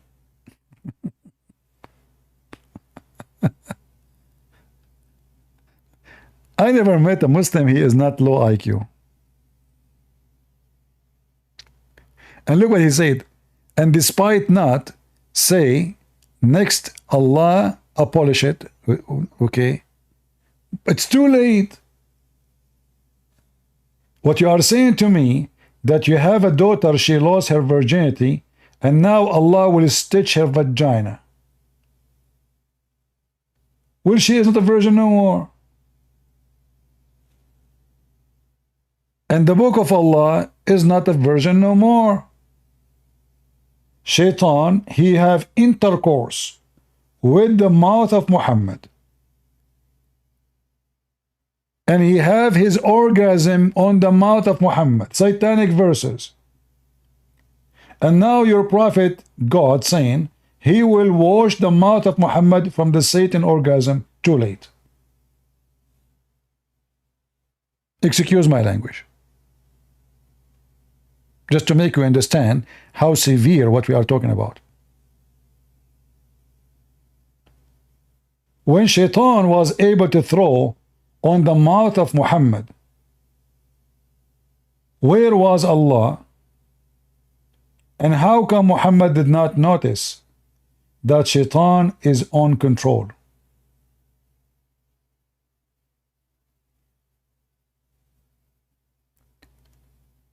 How come Muhammad did not notice that he is worshipping the three daughters of Allah? Right?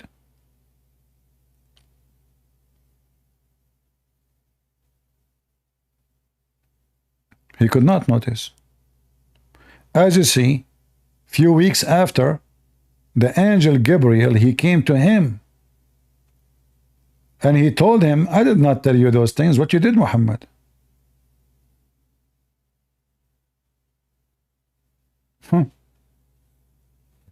I did not tell you this. So if Jibreel did not come to Muhammad, Muhammad will never notice that this is from Shaitan. Imagine all this time he is worshipping the three daughters of Allah.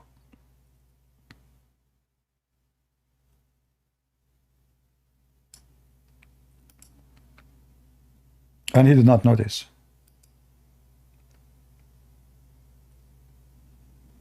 Ibn Abbas, may God be pleased with them both, said in the narration of Ada, a devil called the White One came to him in the form of Gabriel, peace be upon him, and gave him this word, so he recited it. When the polytheists heard that, they were impressed, so Gabriel, peace be upon him, came and looked at him, so he recited it. When he reached that word, Gabriel, peace be upon him, said, I didn't bring you this. The messenger of God, may God bless him and grant him peace, said, he came to me, coming in your image, and put it on my tongue. See? Shaitan, he come in my image. So if Jibreel did not come to Muhammad, until this time, Muhammad, he have no idea. The one who was saying to me that there's historic proof that the Messiah was crucified, there is no need for the historic proof to debunk Muslims.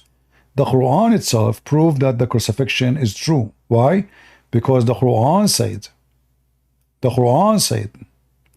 that Allah, he made someone look like Jesus. So what the Quran confirmed, that a human being, any human being, he will look at the crucifixion, he will see Jesus on the cross. So the stupid Muhammad, by confirming that what people saw on the cross was Jesus, he confirmed the crucifixion, claiming that this is someone Allah made look like. This is a joke. Hey guys, Trump, the one we saw yesterday in the court, that was not a Trump. And as you see, everybody clone everybody in Islam. Here we go. The angel Jibreel was a clone by Shaitan. So there is two Jibreel now. And Jibreel, he cloned the boyfriend of Muhammad. His name is Dihya al-Kalbi. So now we have three Jibreel. The real Jibreel, Dihya al-Kalbi, the boyfriend of Muhammad, the handsome boy. And because Jibreel, he come to Muhammad in the look of Dihya al-Kalbi. This is what the hadith says. And now Shaitan, his name is Al-Abyad, he came to Muhammad in the shape of Jibreel. So now we have three fake Jibreel. Everybody clone everybody in Islam. And we have two Isa.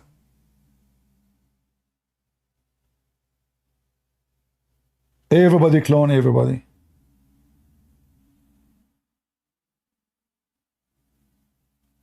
And we have two Allah. You remember the hadith where it says Allah, he come to them in an image other than the image which they saw first time? You know the hadith? So we have two Allah. We have a three Jibreel. We have two Isa.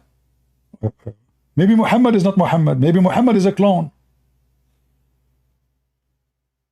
Maybe Allah himself is not Allah. This religion is based on Hindu belief.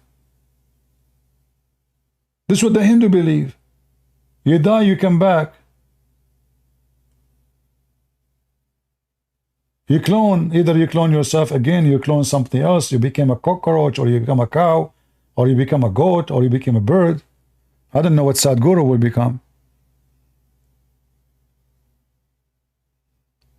I hope that Sadhguru, after he die, he come back as Happy Guru. I mean, this is a very boring life. He spent his life, his name is Sadhguru, and he want to teach you how to be happy. I mean, his name alone will give you depression.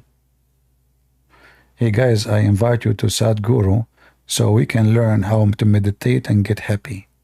What's his name? Sadhguru. His name is Sad.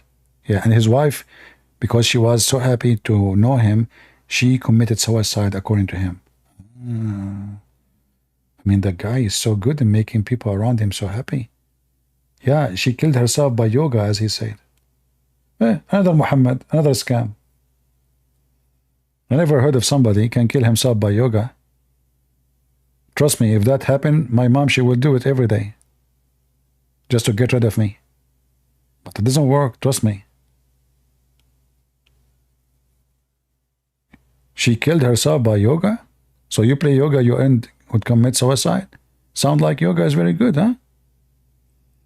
How many of you now will start asking your mother-in-law to start practicing yoga? Hey, mother-in-law, do you want to do yoga? I can pay for membership. Really? Where? For free? Yes, for free. Oh, my son-in-law has become so friendly these days. I wonder why. Yeah, I have one condition. You have to learn yoga from Sadhguru. Okay? Do it exactly like his wife. She was doing it. Oh, boy. Do we have any Abdul is willing to join us, and we will change topic. Forget about all those things we said. You gave me one reason to make me believe Islam is from true God. Who can do it? Forget about Shaitan cloning Jibreel. Forget about Shaitan giving satanic verses. Forget about Muhammad bowing down to Shaitan and bowing down to the three doors of Allah. Forget about all of this. Who is the Muhammadan would like to give me any proof of his choice? His choice, not my choice. That the book of Allah is not the book of Satan, is the book coming freely from true God.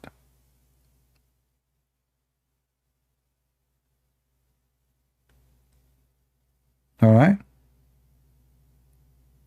Yeah, you know, for me, I believe that those yogas, most of them, they are just a scam. And actually, I see them as a kind of a sexual club. Women are naked in the, like, you cannot do yoga without showing your panties and your breast is coming off. I believe it's just for the hippie people who are stupid.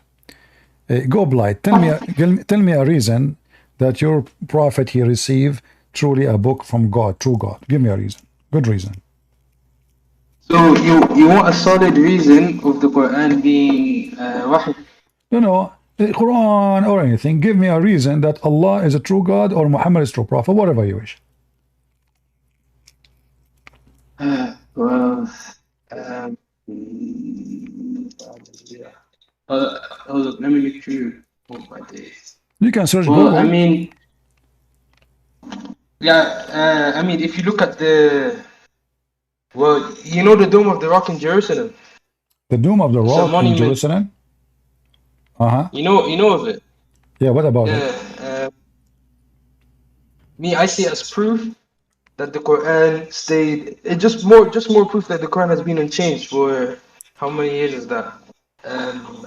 1K years. I mean, my friend, we just showed you that the Quran was delivered by Shaitan, and now you are coming to me with the proof that the Quran never changed.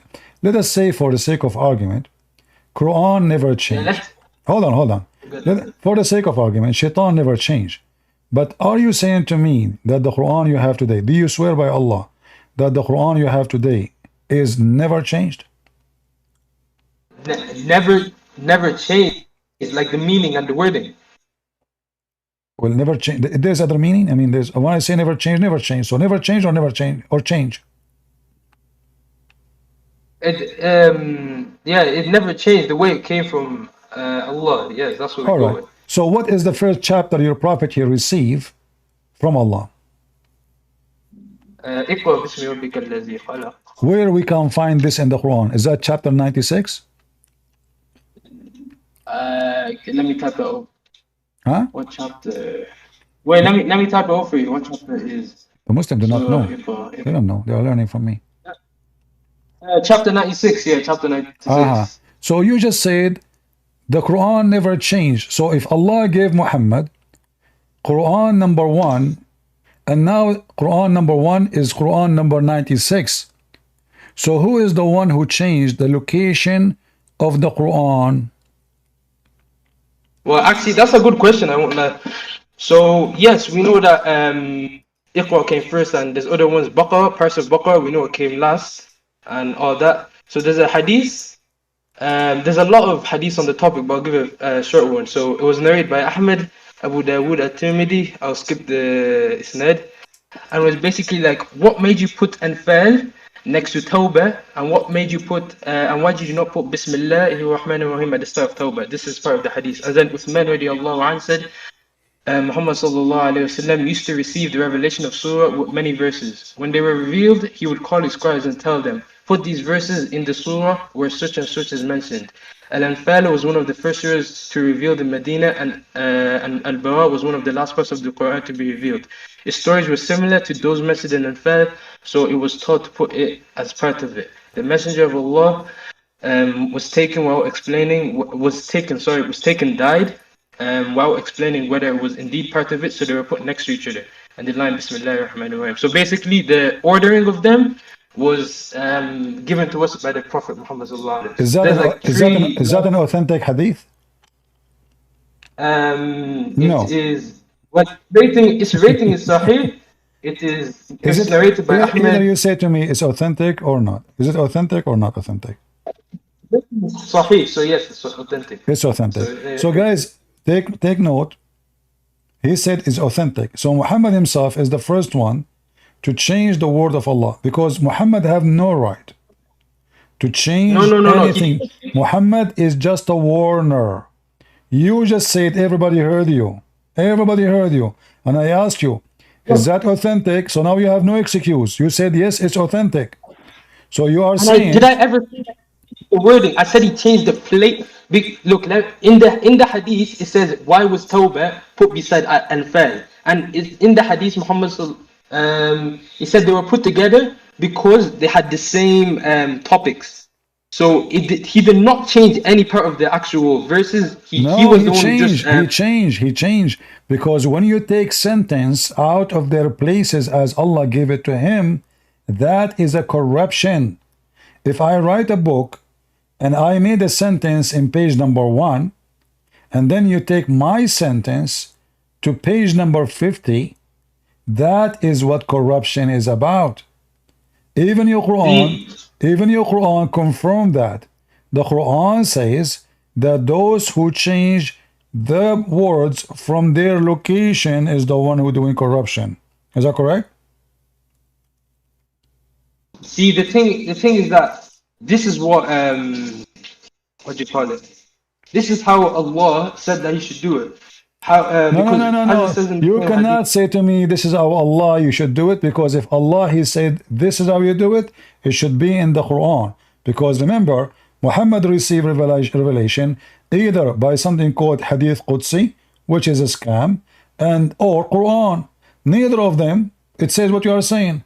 Can you show me where in the Quran it says that Allah told Muhammad to change location of verses? The Quran says the opposite. Those who change location of words from their location, you see the Muslim translation, they lie. They say they switch word or twist word from their context. It's a lie. The Quran saying يُحَرِّفُونَ الْكَلِمَ عَنْ مَوَاضِعِهِ, so they change the location of words from their places. In another way, they displace the words. Correct? So, okay, yes, but the thing is that, as I said the hadith, I said there are multiple. So there's another one by Al-Qadi Abu Bakr.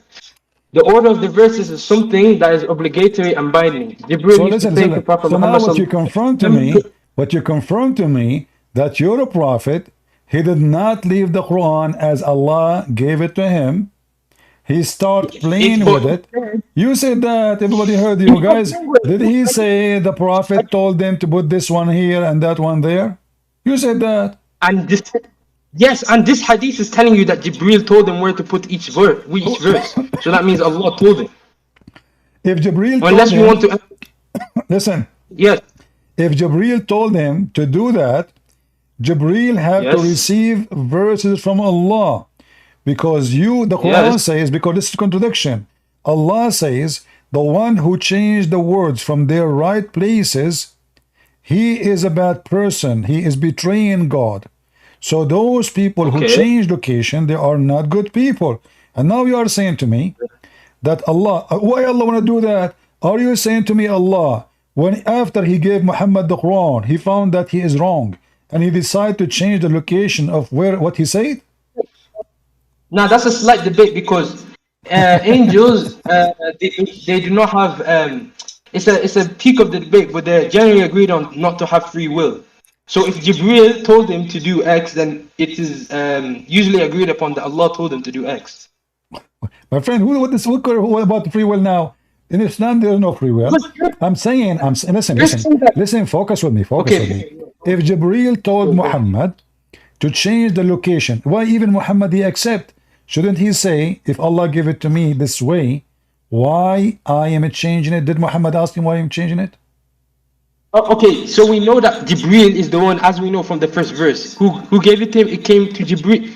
It was given to him from Jibril. So, and we know it's from Allah to Jibril to Muhammad. First of all, can you show me where the first verse it says that Jibril is the one who gave him what he gave him?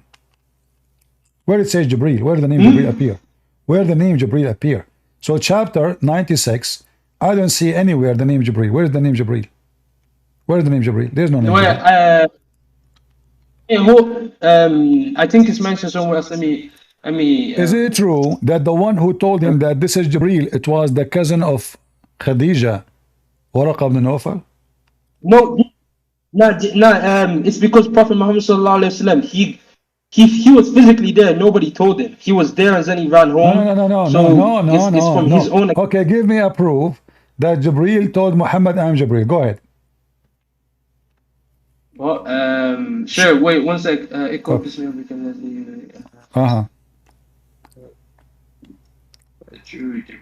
If you find me the proof, I will buy you a ticket, one-way ticket to Afghanistan for vacation in the beach. No need that become though, but no. I challenge you. You will not find such a thing. When Jibreel he came to Muhammad, you said that nobody told Muhammad. Jibreel told him, I'm Jibreel. Show me where it says that. He did not tell him anything. He said to him, just right away read. He did not say his name. He did not even say Assalamu alaikum. Yes, yeah, as you can see at the start of the verse. Why he did not say, why Jibreel did not say to Muhammad Assalamu alaikum, which means shalom to you? Why? Is that because he is the devil? No, simply because that's simply how Allah willed for him to start. So are you saying to me that this is how Allah delivered the Quran? So how come when the angel came to Mary, he said to her, peace unto you, Mary, shalom to you, Mary? So Gabriel, the one who came to Mary, he cannot be the same Gabriel, the one who came to Muhammad, because Gabriel who came to Mary, the first word he say, the greeting of peace. The one who came to Muhammad, he did not give him peace. He never mentioned the word peace. Muhammad started using the word peace later after he met with the Christian and the Jews, and he learned it from them. Is that correct? I think there's another hadith about the usage of salam. No. Don't tell me hadith. Hold on, just focus with me. You see, the first chapter Allah he gave to Muhammad, did even Allah mention his name? Mention whose name? Allah. Did he mention his name? In the beginning, like, as usual, we see here, in the name of Allah. Why here, there's no... Why did not say in the name of Allah? What do you mean? Iqra bismi rabbika allazi. Like, are you saying in Allah's name? In the top here, the Muslim, they added this because they are corrupt in the Quran. So I'm asking you now, why in the verses, why Jibreel, which is supposed to just say in the word of Allah, he's not saying his own words. Why Allah did not say to Muhammad, read in the name of Allah, the most beneficent, the most merciful? The next ayah is read in the name of Allah. Iqra bismi rabbika allazi khalaq. No, he did not say. He just say your Lord. He didn't say the name. What do you mean? He just said your name? Okay, just to make it simple for you. The word Rahman. When the first time the Muhammadan use it? Or Muhammad? When's the first time that the word Rahman was used? I don't know. As you see, it is not used. Wait, are you trying to say why the word Bismillah was not used in the actual revelation, but they added it? It's not. Is that what you're trying to say? Not only this. This is something later add to the names of your God. Muhammad, he learned about the word Rahman from a guy, his name is Rahman al-Yamama. Rahman al-Yamama, he sent him a letter saying in the name of Rahman al-Yamama. Muhammad, he wrote a letter back. He said, hold on. He says in the name of Allah ar-Rahman. The Arab, they said to Muhammad, Muhammad have a new God? Now he in the Quran.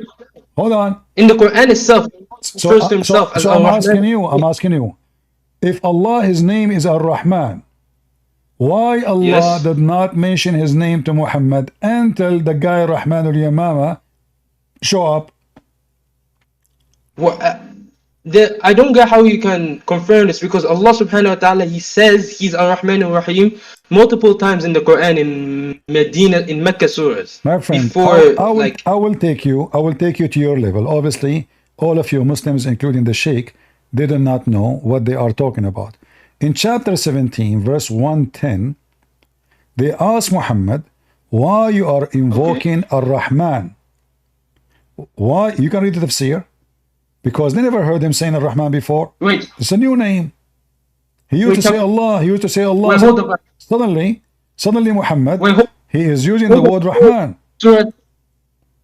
Wait, hold up. What verse number? What verse number? Chapter 17, verse 110. Okay, word. Yeah, with you. Yeah, continue. All right. So they said, oh, look now, Muhammad, he have two gods, Allah and Rahman, which mean Muhammad never ever used the word Rahman until he learned it from this guy. And suddenly he stuck with it. And this is why I'm saying to you, why when Allah, he sent Jibreel to Muhammad first time, he did not say in the name of Allah, the Rahman, Ar-Rahim. The reason is very simple. That name does not exist. Muhammad did not learn it yet. He was just using Allah. He learned from Rahman al-Yamama, Rahman, Rahim. So he add them now in his book. And this is why the Arab, they were wondering, the kuffar, they were saying, look, Muhammad, he used to call one God, now he's calling two, Allah and Rahman. So Muhammad now he wanna answer them. Look, hold on. Your prophet, he gave a very funny, silly answer. He said all good names belong to Allah. I'm going to call Allah Monica. Wait, hold up. When did the Arabs say this? In the previous verse? No, read the interpretation for it. The tafsir of the ayah. Yeah. Can I call Allah Hunter Biden? It's a good name. Wait, it's not. Can I call him Trump? Can I call Allah Trump? It says Ism al-Husna, yani. It's not saying simply good names. First, and read Arabic, good man. What Ism al-Husna? Al-Asma al-Husna. So all good names belong to Allah. So now Muhammad could not explain to them where this name is coming from. Shouldn't he say, this is a name Allah told me from before? No. Now he is claiming that all good names belong to Allah. Shushu, Tutu, Mumu, Susu, Fufu, Joe Biden, Obama, Christian Prince. I mean, everybody, call names. You can call Allah whatever you want. A fan, Tesla. Hey, God Tesla, peace upon him. So what? So he cannot explain where and suddenly how this name suddenly appear. And now listen carefully. Chapter 17 in the Quran. What is the real number for this chapter? I don't know. I won't know. Can you find me? According to Revelation. Huh? Because the order that was put, Jibreel told Muhammad this specific order. It's in the hadith. No problem. So can you tell me this chapter is where can be found? I mean, you can know whether the surah is Madani or not to judge where it's being revealed. Okay. So listen carefully. According to the books of the reason of Nuzul, or according to Revelation, this is a chapter number 50. Okay. 50. Yes, Meccan surah. Which means Muhammad, he was claiming to be a prophet of Allah, and he already received 50 chapter. Yet he never mentioned the name Rahman before. Ever. So what happened? Allah was playing hide and seek. He did not tell him that his name is Ar-Rahman, or Muhammad, he liked the name, he just added, and this is what happened. Look, it says it clearly, he added the name. All good names belong to Allah. This is not Allah name. This is not Allah name. This is not Allah name. This is not Allah name. Read it. Whatever name you invoke to him, whatever name, Allah, they ask him, why you are calling him Rahman? You have a new God now? He says, I call him Allah or I call him Ar-Rahman. It doesn't matter, for all names belong to Allah. All good names. So obviously, Muhammad, he just copied the name from the guy. 50 chapter he received, he never mentioned the word Rahman. And then if you go in the Quran If you go in the Quran, just to show you that this book is book of corruption, chapter 17, verse number 1. I want you to focus with me. This is very tough for you. Do you see here it says, in the name of Allah, the most beneficent, merciful? There's no Rahman. Even in the same chapter. That's not. Hold on. That's not part of. Hold on. Hold on. So now, chapter number 50, and yet Ar-Rahman is mentioned in verse 110. Is not even in the beginning. So now, if this is something very important for Allah, this is why later we find in the name of Allah, the most merciful, everywhere, Ar-Rahman Ar-Rahim. But then we will find that they are adding it. Look, guys, do you see? It's not verse number 1. It's a fabrication. If Allah did not say in the name of Allah, why the Muslim put in there Bismillah ar-Rahman ar-Rahim? The Quran does not have it. They added. Because hold on. And now let us go. Let us go to verse number 1. Let us go to verse number 1. Verse number 1.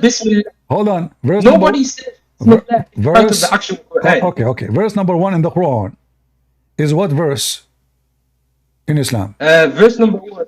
Yes, that one is what do you call it? There's a difference of opinion among scholars as to whether to cut the one for Bismillah. But for every other surah, it's agreed upon. You just say Bismillah because you're saying the same way you say Bismillah before you eat. But what I want to talk about is I'm asking you, according to Revelation, chapter of Al-Fatiha is what chapter? The first chapter. No, according to Revelation. I don't know again of the chapter. It says according to you, it's chapter number 5. According to you, to your scholars. According to your scholars, it's chapter number 5. Where are you getting that? Where are you getting this info from? Well, you can search right now any website. I know them by heart. Go to search Quran according to Revelation. Quran order according to Revelation. You will find it. Yeah. Okay. Did you find the website? Any website, open it. Muslim website, don't open the Christian website. They are kuffar. Okay, yeah, fair. I think I found. Okay. Wait. So does it say Al-Fatiha is number 5? Okay, fair. Yeah, it's going by Fatiha as number 5. All right. So guys, focus with me, and I want you to focus with me. We just killed your prophet. Look what happened. Guys, in chapter number 5, which is now number 1, does it say in the Quran, in verse number 1, in the name of Allah, Ar-Rahman Ar-Rahim? It says that. Ar-Rahman Ar-Rahim. But we just proved that the first time the word Ar-Rahman is used in chapter number 50, which is today 17. The scholars already agree. It's already a difference among scholars about whether Bismillah, that first Bismillah. What scholar, guys? Look at this. So are you saying to me the scholars? It's you who gave me the microphone, saying to me, "Okay, I will give you the reason. Quran never changed." It's you who mentioned the topic, and now you are saying to me, the Muslim scholar they differ if chapter of Al-Fatiha start with the name of Allah or not. But what we have now. There's more to this. Let me explain it to you. So basically the Sahaba themselves, they agreed upon that it must be written at the beginning of the surah, apart from Surah to Tawbah, yeah? But, mostly? You said what? Mostly agreed. You said mostly. No, I said, okay, the Sahaba, yeah, not the scholars. Sahaba, I mean companions. If the Sahaba is higher than the scholars, they are the companions. Okay, so now the companions of Muhammad, did they agree that Al-Fatiha start with the name of Allah Ar-Rahman Ar-Rahim or not? So the Sahabas agreed upon that every single surah starts with Bismillah except Tawbah. And the thing is that okay, hold on, guys. The Sahaba, they agree. Listen to this carefully. He just nailed his prophet. The Sahaba, the companion, they agree that every chapter in the Quran start with in the name of Allah Ar-Rahman Ar-Rahim. But we just showed you that the first time Muhammad, he mentioned the word Rahman, it was in chapter number 50, which is in the Quran today as 70. It's not part of the Quran. As you can see in Surah Al-Iqra itself, it says Bismillah, the top written, but it's not given a verse number.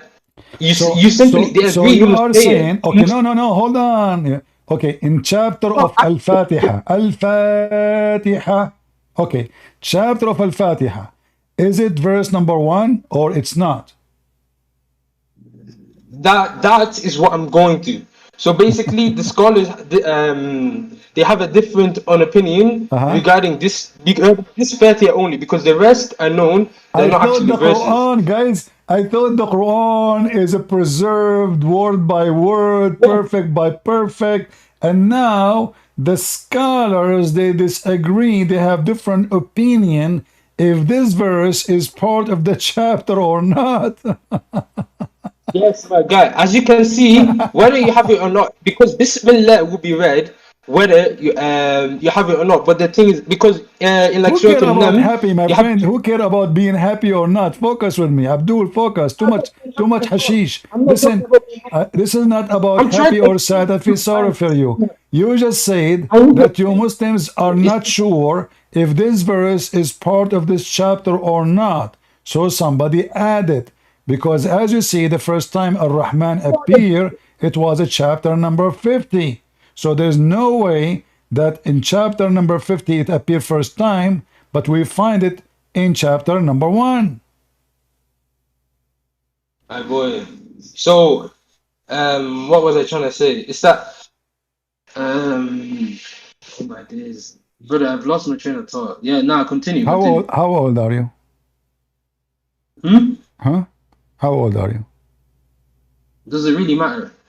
Well, you don't call a sheikh because, according to Islam, it's better if you have 2 witnesses. So if one of them forgot, the other one will remind her. Of course, I don't have a man with me. You don't know any good sheikh? Like someone smarter, he can beat me? Okay. I don't have them as speeder, bro. You do not what? I don't understand what? I don't have them to call. No, you can call them. I don't have. No, you can call them. Why not? I mean, sheikhs, I like sheikh. Like this guy Al-Arifi, the one who making chapter of the apple. Call him, tell him this guy, he claimed to be a scholar. He think he know Islam. Get him busted. Look, he is demolishing Islam wherever we go. So Ar-Rahman, obviously, is something being added to the Quran long after. And look, as long in chapter Ar-Rahman, chapter 17, which is 50 in the original Quran, and the first time Rahman appear, then here you see in that same Al-Fatiha, the word Rahman appear again in verse number 3. So now we have bigger problem because Rahman, Rahim appear twice in the chapter of Al-Fatiha, which means this verse and this verse is a fabrication, at least in one chapter, which is not even 7 verses. Bro, it's agreed upon that it's before every surah except Tawbah. So if it's agreed upon, okay, thank you guys. He said it's agreed upon that every chapter in the Quran except At-Tawbah, it says in the name of Allah Ar-Rahman Ar-Rahim. You just killed Muhammad again. Look what happened. I just told you, and I can show you the reference. The first time Muhammad mentioned the word Rahman is in chapter number 50. So how every chapter start with Bismillahir Rahmanir Rahim if Muhammad gave already 50 chapter, yet he never mentioned the word Rahman? Yes, I'm not saying that Bismillah was revealed before. What I said is that the Sahabas agree that Bismillah should be said. It should be written. Guys, see, the Quran is not, guys, did you hear? Now we understand what he is saying. Should be said. Should be said. Yeah. So Allah did not add this in the Quran. Muslim, they add it because we should say it. Nah, it was the Sahabas who said it first, and there's of course about it. Okay, And there was I want you to recite for me the 10-time breastfeeding for adult verses. I want you to recite for me the 10-time breastfeeding for adult verses. Wait, let's stay on the topic about Bismillah being. Yeah, it's the same, because when I do breastfeeding for adult, I like to say in the name of Allah to bless me with those breasts. So I mean, to start We with, prove already there. We prove it.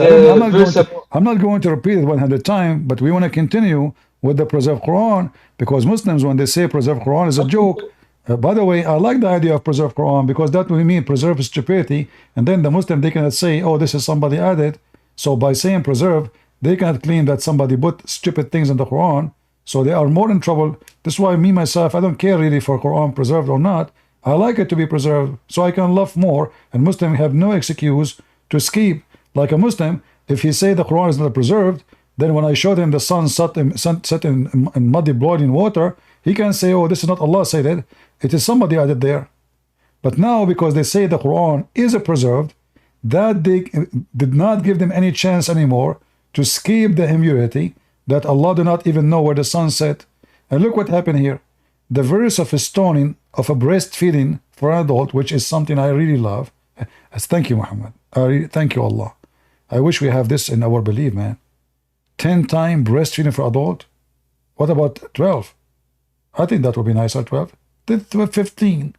And then the paper was with me under my pillow. When the messenger of Allah died, we were preoccupied with his death. And then a tame sheep came and ate it. All right. The goat ate the Quran specifically. I mean, it's agreed upon that the goat ate part is da'if.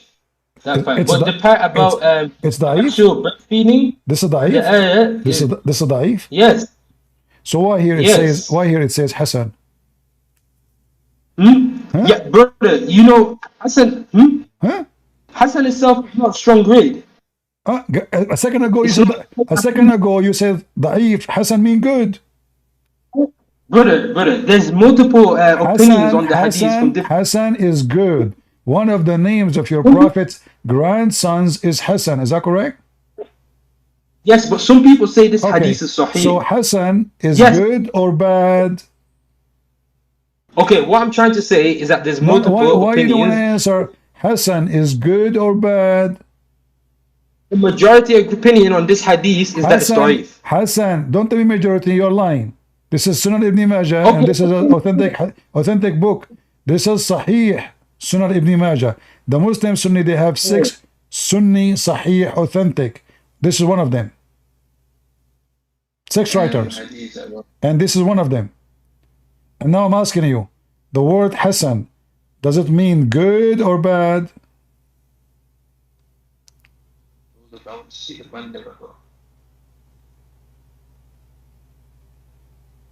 Why do you want to answer? Is the word Hassan good or bad? The word Hassan, does it mean good or mean bad? Hassan is it's strong enough that you can use it when you're in. The exact definition of it is for you can use it in. Is Hassan good or bad? Strong enough that you can use in. The word Hassan, is the word Hassan mean good or mean bad? But if in the tree, it's the second the word Hassan.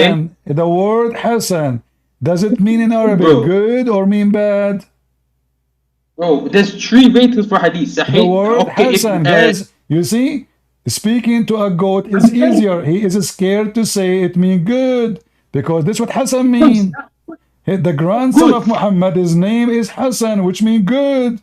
He don't want to say Hassan mean good. He want to explain. Don't explain. Because doesn't say it is good or it says it's bad. It says it's good. Brother, there's 3. Okay, Hassan is basically the middle. Da'if is the weakest, and Sahih is the strongest. Hassan is the middle. All right. Okay, hold on. Okay. So now, your prophet, did he receive 10-time breastfeeding for adult verses? Yes or no? The fact is, this hadith is not even strong enough to use. I'm not asking you about this hadith no more. I'm asking you, did your prophet receive 10-time breastfeeding for adult? Yes or no? What proof is there? Is this not the only proof, supposed proof that he did? This is not Is my there question. I'm another? asking you. You see, I'm just being so patient with you. Hold on. Don't play with me. Yeah, So now I'm not as well. I'm I'm trying. asking you. So now, did your prophet receive verses saying a man should do breastfeeding for adult from a woman, she is not his wife, 10 times? Either you say yes, he received such a thing, or you say never.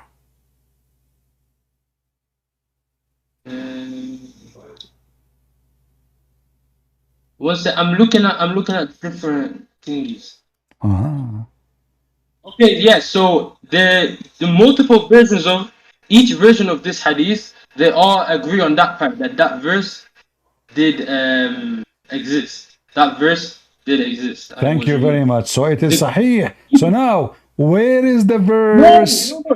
So hold on. You said this is true. Allah, He sent 10 times command, 10 times Muslim women, they have to give their boobs to stranger to suckle them. And you agreed. Where we can find the verse? Where we That can is not what the Arabic. In the same hadith, it says it was abrogated. That لا ننسخ من آية أو ننسيها نأتي بخير منها أو مثلها. Okay, In the same, you just gave another screwdriver to your God. Now, guys, did he say it says is abrogated by 5? Show me the verse of abrogated by 5. So now we have two missing. The one with 10 and the one with 5. You see, you are digging under your feet. So can you show me the verses which is abrogating the other verse? It was 10 times and now it is 5 times. All right. Can you show me the verses? It's not saying that's abrogated 5. It's saying other hadiths establish the number for fosterers to be 5. It's you who said the word abrogated, not me. Yes, and that's what. But I want you to. All right. The other verse. So hold on. Who is the one who command you to abrogate the verses and take it off from the Quran? Can you show me reference that your prophet said, don't write those verses in the Quran because they are shameful? Wait, what? What? No, it's simply what do you call it? What are you saying again? What are you saying again? Muslim, he cannot focus. Abdul, look at my finger here. Focus. So now, your God, he sent verse of 10 times breastfeeding for adult. You said Allah abrogated by 5, which is very silly to believe, because why Allah will make it 5? It was 10. Like Allah, he found himself mistaken with the number. 10 is not necessarily to make it 5. Is that a joke? And what 5 can do and what 10 can do, and they have to be in different time. But this is another question. Allah, he abrogated the 10 by 5. Where is the 5 verse? And where is the command of abrogation to 5? Can you show it to me? In this, okay, so one thing I want to agree on, that you can see in the hadith, it says that the number is for fosterage to be 5. No, it's not saying for adult. No, this is not for fostery. What fostery? This is for adult, not for kid. It says it literally there. Okay, let's see in Arabic. Read it. Here we go. رضاعة الكبير رضاعة الكبير الكبير adult. And then look at what it's saying about it's not saying it in Arabic, but it says in the English. Because simply there's no such a thing. This is additional. Here, this part here in English is a note. This is not in the hadith. This is your funny, silly Muslim website. Adding stupid things is not part of the hadith. So now I'm asking you, 10 times adult breastfeeding. What is the verse? And you can literally see them explaining that it's for fosterage. Where is the verse? Okay, listen. They can add many explanations as they want. Do you have a proof that this verse is taken for a reason beside the goat ate it? The goat eating part is agreed upon to be da'if. That is, my friend, that's a lie, because simply If it's daif, why it says there it is Hasan? Because you know each hadith is there's not a single narration of a hadith. Multiple people, there will be multiple narrations of a hadith. So the hadith is said by multiple people on a Hassan rating, I mean Sahih rating, up to the goat eating part.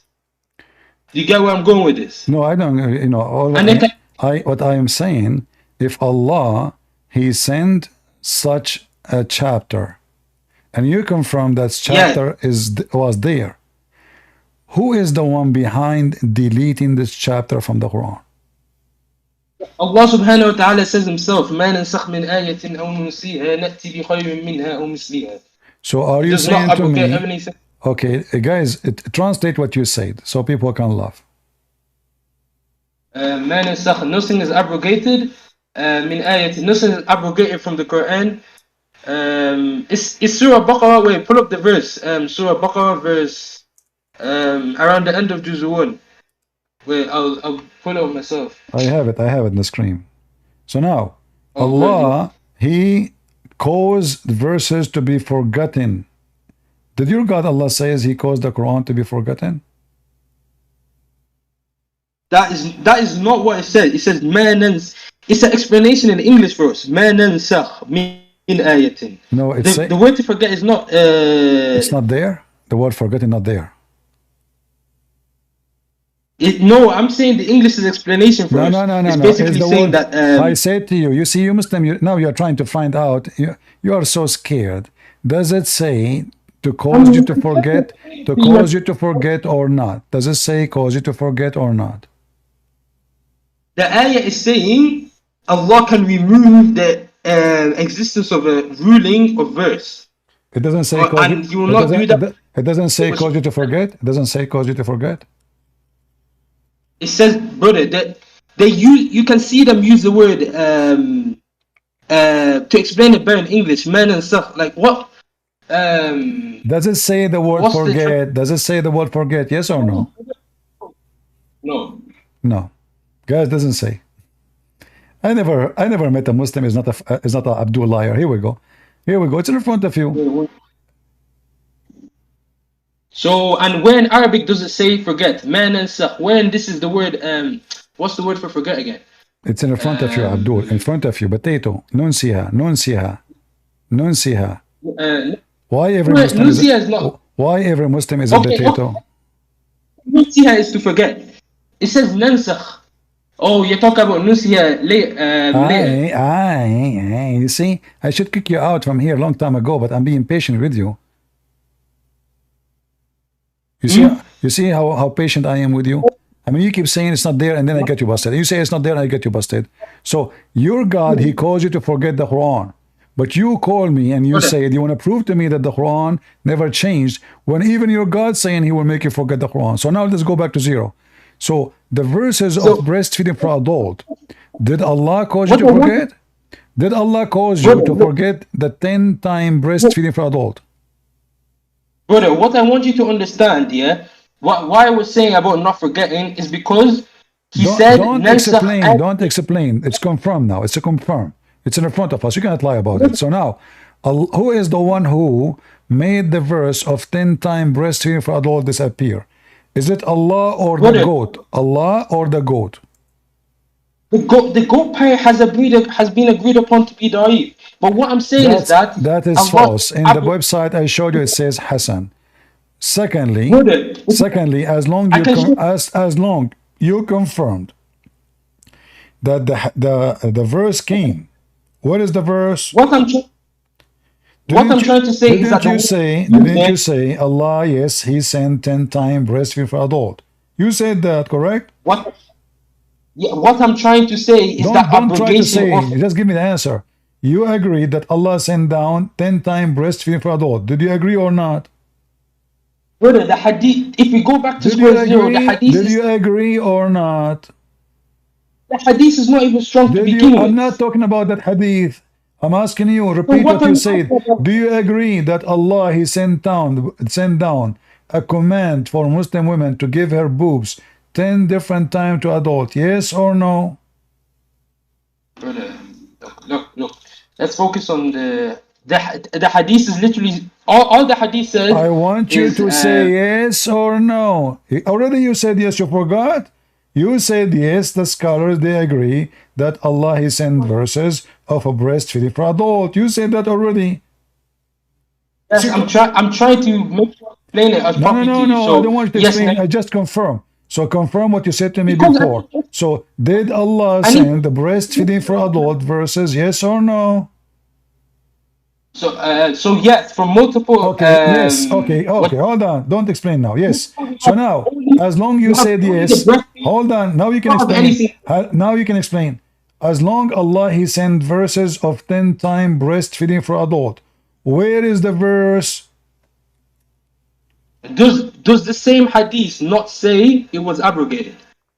If it's abrogated, that means now we have two verses missing, not only one. Where is the one for 10? No. Where is the one for 10 and where is the one for 5? Brother, you can see to overrule. This is why I'm saying we should look at the tafsir of this. Why I'm Don't give saying I me need to explain tafsir this. because tafsir have to give reference who is the one who deleted those verses. Give me the reason. Where is the verses? You can read any tafsir you want. Who is the one who deleted? Who is the one who took those verses from the Quran? So now we have two problems instead of one. One verse was 10-time breastfeeding for adult. The second verse was 5-time for adult. Where we can find the 10 time? Where we can find the 10 and where we can find the 5? They are gone. Okay. Look, let me read out these hadiths. Okay, that hadith itself, it has part that is da'if and part that is sahih. One hadith that is sahih, Imam Malik says that among the revealed of the Quran, 10 definite breastfeedings are required to establish the relationship of mahram.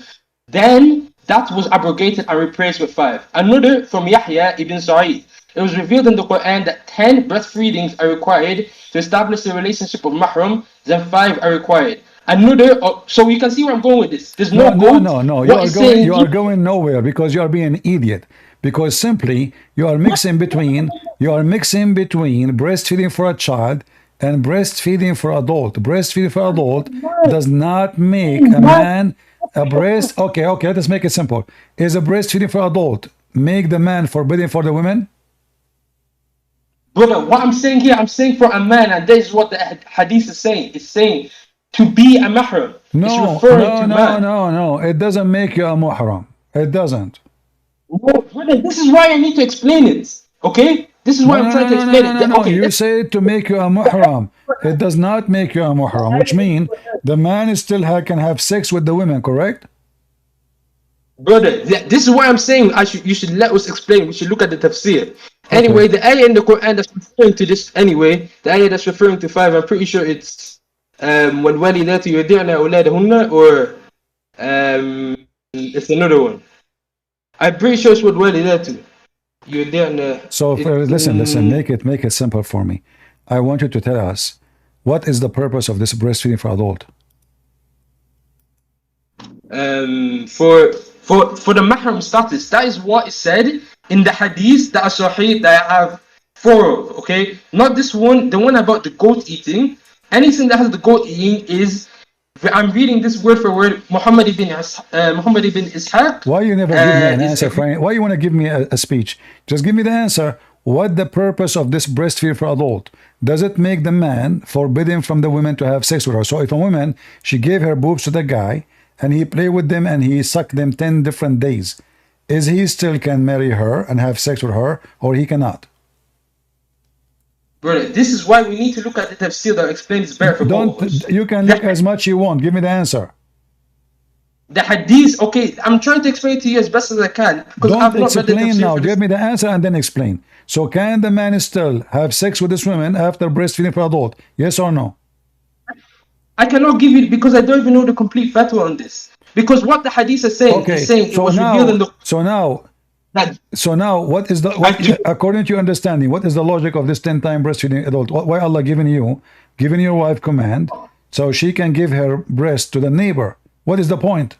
That's not what the hadith is saying. All the hadith say, it was revealed in the Quran, different wording, that the Quran ruling was 10 definite breastfeedings to establish the relationship of mahram. This is what all of them are saying. Then all of them say this was abrogated and replaced with 5. So For what the mahram. It's not purpose? saying, What is the purpose? So explain to the audience. Either your God is satanic, commanding Muslim women to cover their hair, but to show their boobs and suckle it. Like there's a guy in YouTube, his name is Muhammad Hijab, and there's a guy in YouTube, his name is Shamsi. Shamsi, he will suck the boobs of Muhammad Hijab wife, and this is lawful in Islam. But what is the purpose of this? What is the logic of this?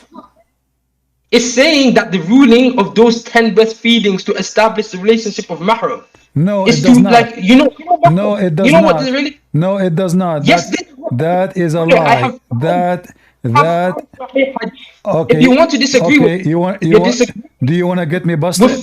Do you want to get me busted? Here we go. This is your Islamic website, and this is the fatwa says that breastfeeding for adult 10 times does not make a muhram, does not make the man forbidden for the women to have sex with her. I'm not saying it's 10 either. I'm trying to explain to you. No. You said that it make him muhram. You lied.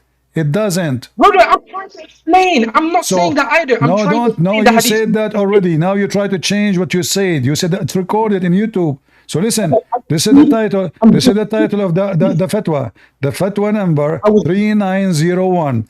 The breastfeeding for adult does not make it forbidden for the man to have sex with her. So now, as long as we confirm that does not make the man forbidden for the women. So what's the purpose of it? Brother, I'm trying to what is the purpose? What is the purpose of it if it's still the man can have sex with the women?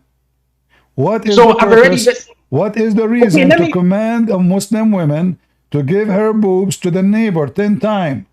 10 different days.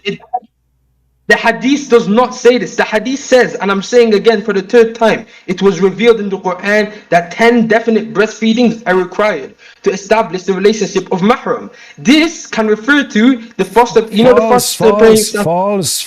false. It says, read carefully, you speak Arabic, you read Arabic. Does it say Arda'ul Kabir?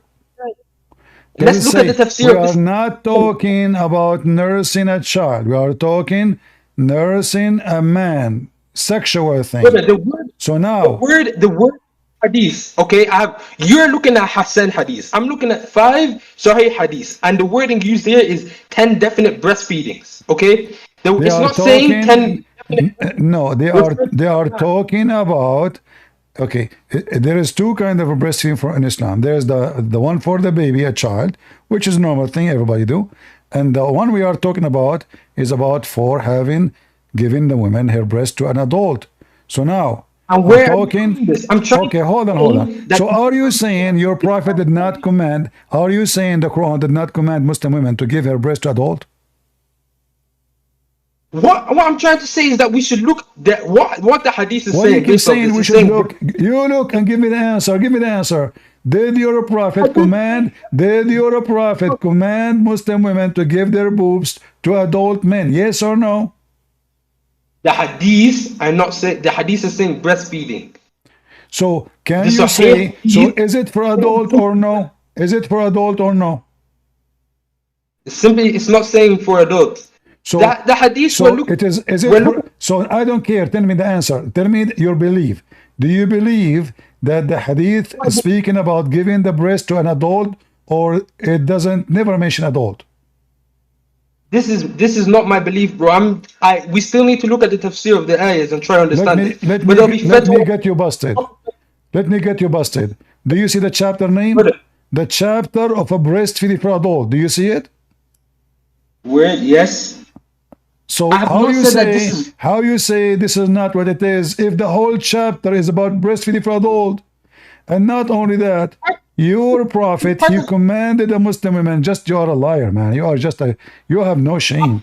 Your prophet, he commanded the women, okay. Did your prophet command a Muslim woman to give her breast to a stranger? And she said he is a grown man. The prophet, he said, I know he's a grown man. So have you switched hadith? Huh? You've totally switched hadith now. You switched to a different hadith. Are you saying to me that Muhammad is a Moody, the guy in India, when he say commanding Muslim women to give their breast, he have no base. He is lying. He is making fabricating. So either breastfeeding for adult. So what I'm using, I'm not switching hadith. I showed you the first one. Aisha, she said that. It says Hassan. And now I'm showing you your prophet is speaking to a growing woman and a growing man. He commanded her. He commanded her to do breastfeeding for the guy. She said, how I'm going to do that to him when he is a growing man? Your prophet, he said, I know he's a growing man. So my guy, so can we agree on one thing, okay? The hadith with the what do you call it? The hadith with the eating and the hadith with the goat eating the thing, the hadith with it referencing a man, that one, it has parts that are da'if, parts of it Hassan, that one is all over the place. Looking so at the hadith. So you Muslim, one place you say is da'if, one place you say is Hassan. This is how corrupt Islam. But this is not our topic. My topic now, listen carefully. People are dying laughing at your garbage cult. Why your prophet command the women to give her boobs to a stranger? But my guy, have we looked at the, what do you call it, the final fatwa on the breastfeeding thing, bro? Yeah, it says it make no difference. It make no difference. It does. No, it does not. It will, because no, it does not. Here we go. Read it. Don't lie. Read it. Read it. Here we go in front of you. This is the question for the fatwa. Does it make it forbidden for the man if he do breastfeeding from adult? The answer, no. No. And this is according to all Islamic Sunni sect. فمذهب الجمهور والأئمة الأربعة وغيرهم أن رضاع الكبير لا يحرم. You see it? Apologize for lying. Apologize right now. The doctrine of the majority, the four imams and others, is that breastfeeding. Apologize for lying. Did I show the proof? Did I show the proof of what I am saying, or you are the liar? Okay, brother, what you're showing right now is showing that this hadith that you showed, the first one, that one is just agreeing that it's da'if. Now what we have to look at now, they are saying that this act will not make the man forbidden. They are not even talking about the goat hadith. Don't fabricate. Don't fabricate. I'm not fabricating. Okay. Because the hadith, the no, for stupid idiot. We are not talking about the goat no more. We are talking about, you said if a man suckle the women boobs 10 different times, he will become forbidden. Now I'm showing you that this is not true. I said breastfeeding every single time. I said it revealed in the Quran 10 different times that 10 definite breastfeedings. I said breastfeeding. No, I never said it says for adult. It says for adult. The hadith, okay, the one you're looking at is a bundle because a part of it da'if. Listen. Why you cannot be honest for a second? Does it say in front of you that the imams, they said breastfeeding for adult does not make the man forbidden? Does it say that or not? So, like, is that disagreeing with these hadiths I'm reading? If the man breastfeeds from a woman, I'm losing my voice with you. Does your imam says, because I said to you, what is the purpose of this 10 times? You said the man will become muhram, which means forbidden for him to sleep with her, which is a lie. It does not. It does not stop. Get out of here, you coward liar. You have no dignity. I'm not going to speak to you anymore. What a trashy person. I'm showing a reference in the front of your eyes. We show him the hadith, breastfeeding for adult, eaten by the goat. He say it's da'if. The website said it's Hassan, which means good. He say that breastfeeding for adult make the man forbidden for the women. We show him the fatwa. Here we go. The fatwa in the front of your eyes. Let me translate the whole page. The whole page.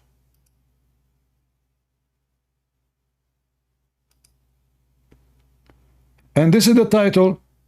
Breastfeeding for adult will not make it forbidden, which means the man still can have sexual intercourse with the women. This is the title. And here is the question. If an elder man, he breastfeeding a woman, does that make him forbidden for her?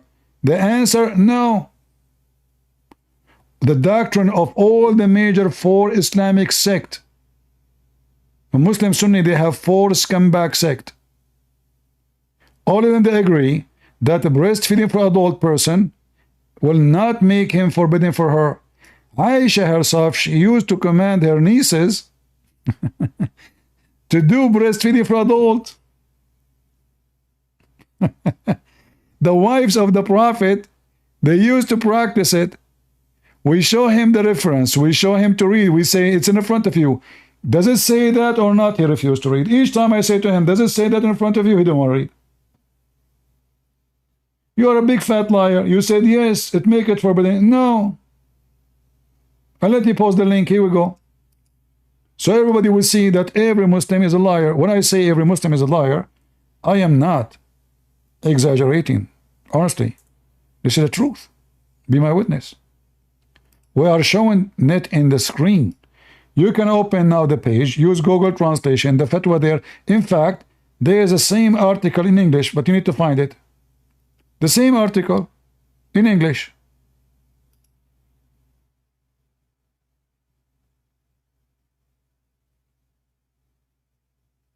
No dignity, no honesty.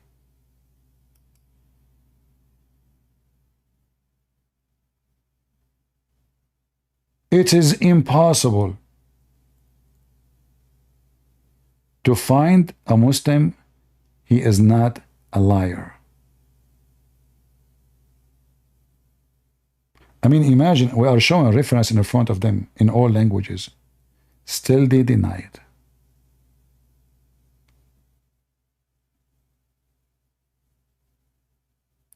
And Aisha, the wife of Muhammad,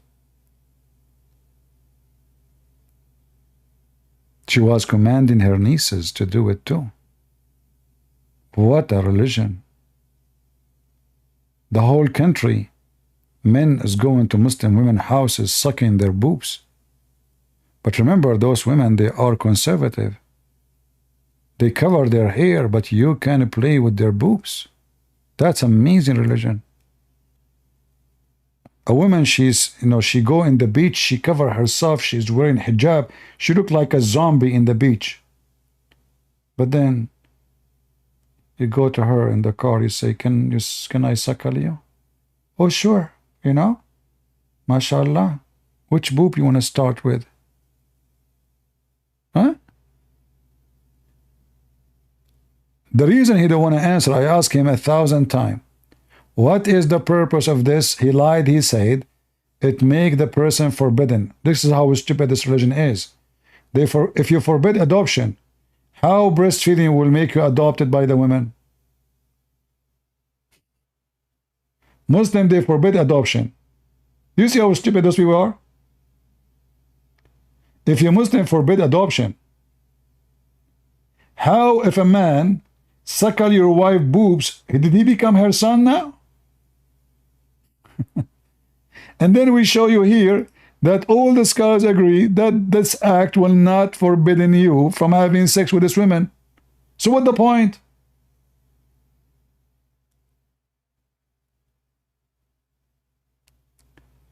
This is how stupid garbage this cult is. And look, after all the time I gave him repeating my question, he says I kick him out. I am muting him. Do you see the coward? I repeat the same question 1,000 times, losing my voice, and now he's complaining. Kick, mute, speak over.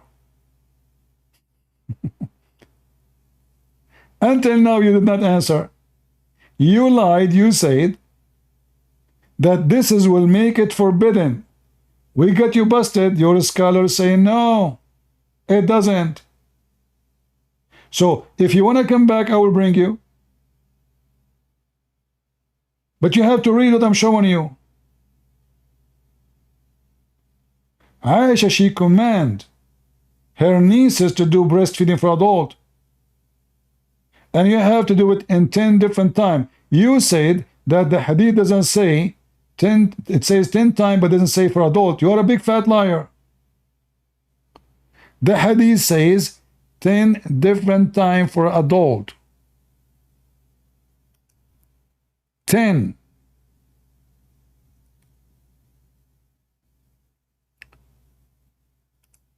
It is impossible to find a Muslim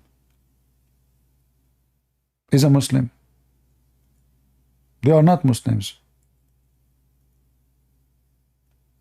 They are Muhammadan.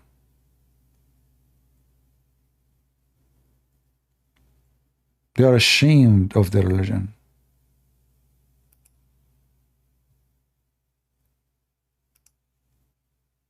They deny what is in the Quran. They deny what is in the Hadith.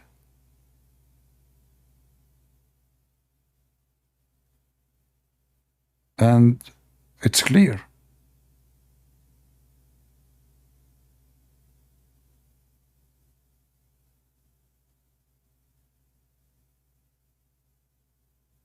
And just to show you that the hadith I just showed, someone is adult, not stupid kid, he can say whatever he wants.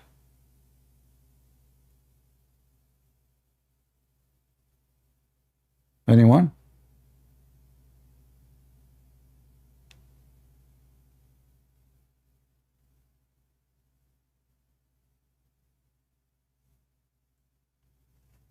Any sheikh, big sheikh? Do we have Mufti Mink here?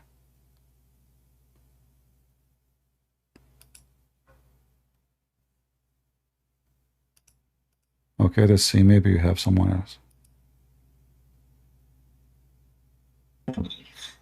What's up, CP? How are you doing, my friend? Are you a Muslim? I'm not. Oh, so why you are here? Not religious. Well, you know, I found your channel shortly in November, December this year, and I've become a real fan. Really appreciate what you're doing. Very much respect. Well, you're welcome, my friend. You like our channel? Very much. Yeah, I've never been real keen on religion. You know, my folks, they sent me to the Jewish schools here in the U.S., and I've got to tell you, you know, you see the crazies there at the protests. They're just like that in the schools too. Leftist craziness. It really put me off of anything religious for much of my life. Yeah, well, it's normal. I mean, those kids in USA, most of them, they grow in liberal school, and liberal school are they teach them how to be a revolutionary in a stupid way. So I'm not surprised if your teacher is a stupid. So what is the student will be? Clearly. Yeah. This is why, I mean, the easiest proof that they are a bunch of stupid. A homosexual is defending Hamas, which kill homosexual. This is how stupid they are. If those people, they go to Gaza, they will rape them literally and they will kill them. But not before raping them, by the way. I assure you, because all of Hamas is homosexual too. But those stupid people, if they go there, those women wearing short bikini in the street, free Palestine, free Palestine. If she go to Gaza, she will lose her vagina in 2 seconds. In 2 seconds. That was one of the really craziest things that I've learned from you in the past few months is just how perverted the Quran is. Yeah, well, what you can do. Stupidity is amazing. Hey, we have Muslim here, Blight. Hey, Blight, is homosexuality is forbidden in Islam? Homosexuality, there are a few hadiths on it, so yes, agreed upon that is. So what is the punishment for homosexual in Islam? Wallahi, that one I haven't been able to find a proper, because there's one hadith, I'm pretty sure you might know it, about the supposed burning. Yeah. But really? I've seen some scholars simply say that because you know, I've seen some scholars say different things, wallahi, so I'm not sure. So like those people who they are defending Palestine, if we send them to Gaza, you Muslim, you will burn them? Nah, not necessarily, because Allah subhanahu wa ta'ala says in Surah Luqman, you treat even the non-Muslims, you treat them as kindly as you treat your brothers. You just said to me you burn them. You just said to me a second ago you burn them. No, I said it's not an agree. Okay, this one thing I can agree on, yeah. Zina, the punishment for zina is that you burn them, yeah. But the punishment for fornication, you burn them? No, not burning, stoning, no. What's wrong with you? You don't know the difference between burning and stoning? Is it burning or stoning? I said the either is fairly unacceptable in 2024, but what? You're confused. He is asking you, is it burning or stoning? Now, what I was trying to get with anyway is that Allah subhanahu wa ta'ala says you should live calmly with even the non-believers. So if they came to Gaza, going out of your way to burn them, I don't think that is in line with Islam. Because shirk is a worse sin than... Your God in the Quran, he said, treat the homosexual kindly. See, in Islam, we agree that shirk is worse than... Shirk is the worst sin you can do in Islam. Exactly. That's agreed upon. So who is worse? Yes, so... who is worse in Islam? Two men having sex together and believe in Allah, or a man who never had sex even with the women and he don't believe in Allah? Who is the worst according to you? The man who never had sex, correct? Of course, yeah. So, and in Islam says you treat the guy who doesn't doesn't believe in Allah, right? So there is no punishment in Islam in the Quran for somebody is a homosexual. Is that true? See, I know verses that people have used to reference. So I heard. So a few months ago, it says beaten with sandals. Come on now. Yeah, but I heard that, I don't know if this is true. I heard, because I don't know much about Islam, I'm learning. I heard that if someone he is a gay, you beat him with the sandal. Okay. Is that true? I've heard that as well, brother. In Islam, we can agree upon that somebody who leaves Islam, apostate is... Why you never answer any question? I ask you about hummus, you answer me about falafel. Did I ask you about somebody leaving Islam? What's wrong with you? Each time you do that to me, I'm asking you. Is it, I heard, focus with me, Abdul, focus. I heard that if somebody is a homosexual and he found doing the act, you have to spank him with the sandal.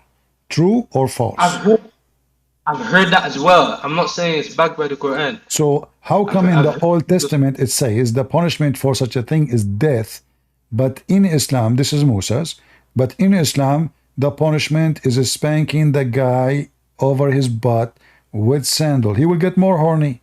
He's a gay. Are you really punishing the guy or having sex with the guy? Well, I don't know the proper... Here, I'll check up even now. Okay, hold on. Can you, in Islam, in Christianity, we hear some, false Christians, they say, you can be a Christian going to church and you are homosexual, which is not true.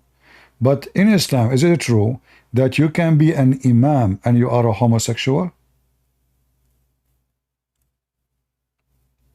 Allah, I have no right to judge. My understanding of Islam... You have what? I have no right to judge is what I'm saying, but my understanding of Islam is that somebody, it'd be like having a killer as a president, it's not a good example. Is it understanding or misunderstanding? Because there's a lot you seem to know. What? He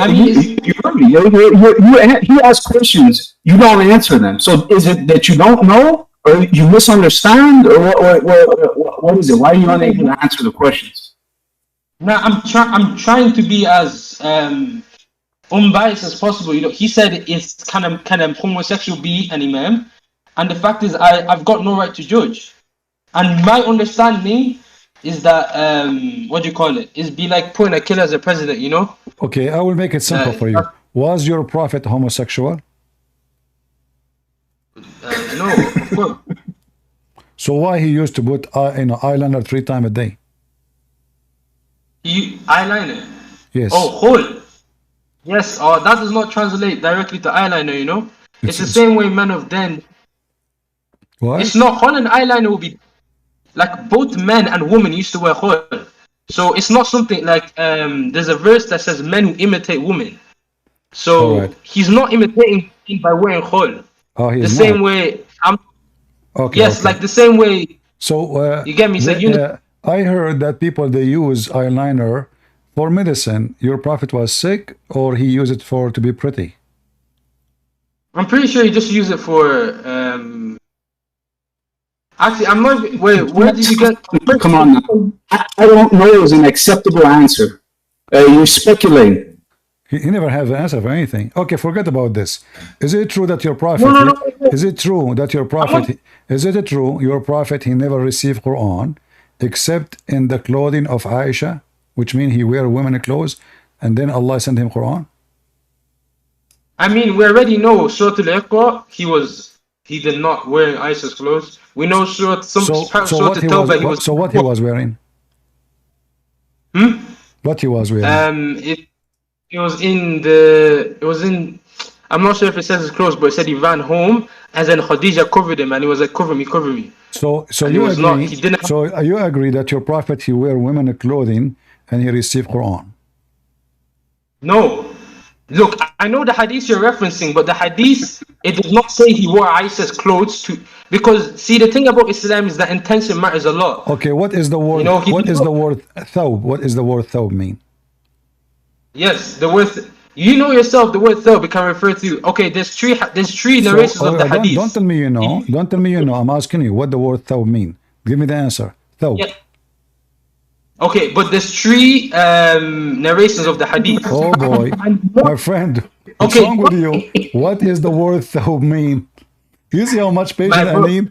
What is the word thawb mean? Thawb. Don't tell me the three. I'm not asking you the 3 narration, 5 narration. The word thawb. What the word thawb mean? The fact is, there's 3 narrations of the hadith, and not all of them use the word thawb. One uses the word for towel. One uses the word for, I think it was mata or matal, something like. Okay. So you are saying nobody used the word thawb. So what the word thawb mean? Oh no. No, one of the narrations uses the word thawb. Okay. But the fact is, so what the word thawb mean? My brother, what I'm trying to get through is that what is the word thawb mean? Okay, look, brother. What is the word thawb mean? Why you don't want to tell? So word thawb mean dress. Do we agree? Do we agree? Dress. No. Because you know in Arabic, a jilbab can refer to thawb. You know, jeans can refer to thawb. In Arabic, thawb is a vague word. That's why I'm saying the previous hadith. Because one says towel, one says something like I think it was scarf, and then one says soap. So you can either see as he was wearing let us examine the story together, me and you, because you are the smartest between all the girls in the house. So now, when Muhammad he said, I never received Quran except in the thawb of Aisha, what he meant? No, wait, pull up the actual hadith, because I know there's multiple versions. Pull up the one we're looking at, because I know one of them says, I know there's 3 versions, Shah. One of them says towel, one of them says something else, and then one of them says thawb. I just quoted this one. Okay, explain to me this one I just gave you. Open it like I never received Quran except in the thawb of Aisha. Explain the hadith for me. Go ahead. Brother, drop the hadith in chat or something. I forget its name. But we know in Arabic, thawb does not refer to dress. I thawb just can told mean you anything. what the hadith says. Tell me now, what is the meaning of that? I never received Quran except in the thawb of Aisha. You translate, no problem. What that mean? No. Wait 1 second. Somebody dropped the hadith name, I think. Sunan Abi Dawood 5. It seems to be a recurring theme whereby anything, whatever it means at the moment, and then it means something else the next moment, whatever is convenient. I'm saying, oh, they dropped the wrong hadith. But I'm saying that, what do you call it? So the word thawb does not translate to dress in Arabic, and this is my friend. You know. Okay, don't worry about the dress. Tell me what the hadith mean. I never received Quran except in the thawb. I did not say thawb mean a dress yet. I did not say that. I'm saying what that mean. Muhammad said, I never received Quran except in the thawb of Aisha. What does that mean? This is why I'm trying to bring the hadith, because there might have been more said I just told you the hadith. I just told you the hadith. It's one sentence. So what that means? I know that, no, the hadith is very long. The hadith is long a bit. I know there's more to it. Oh, the hadith is long, really? Yeah, I know it's at least like 5 lines in Arabic. When I was looking at Arabic, it's not simply one line. Okay. And Pete, how many times have you read the various Islamic texts? Hmm.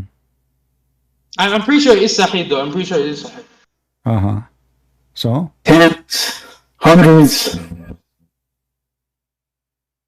The chain was probably the longer part. But what I'm trying to get to, some man them has probably explained the meaning of him wearing the dress of Aisha. Me personally, I don't understand that, because we know when he first revealed the Quran.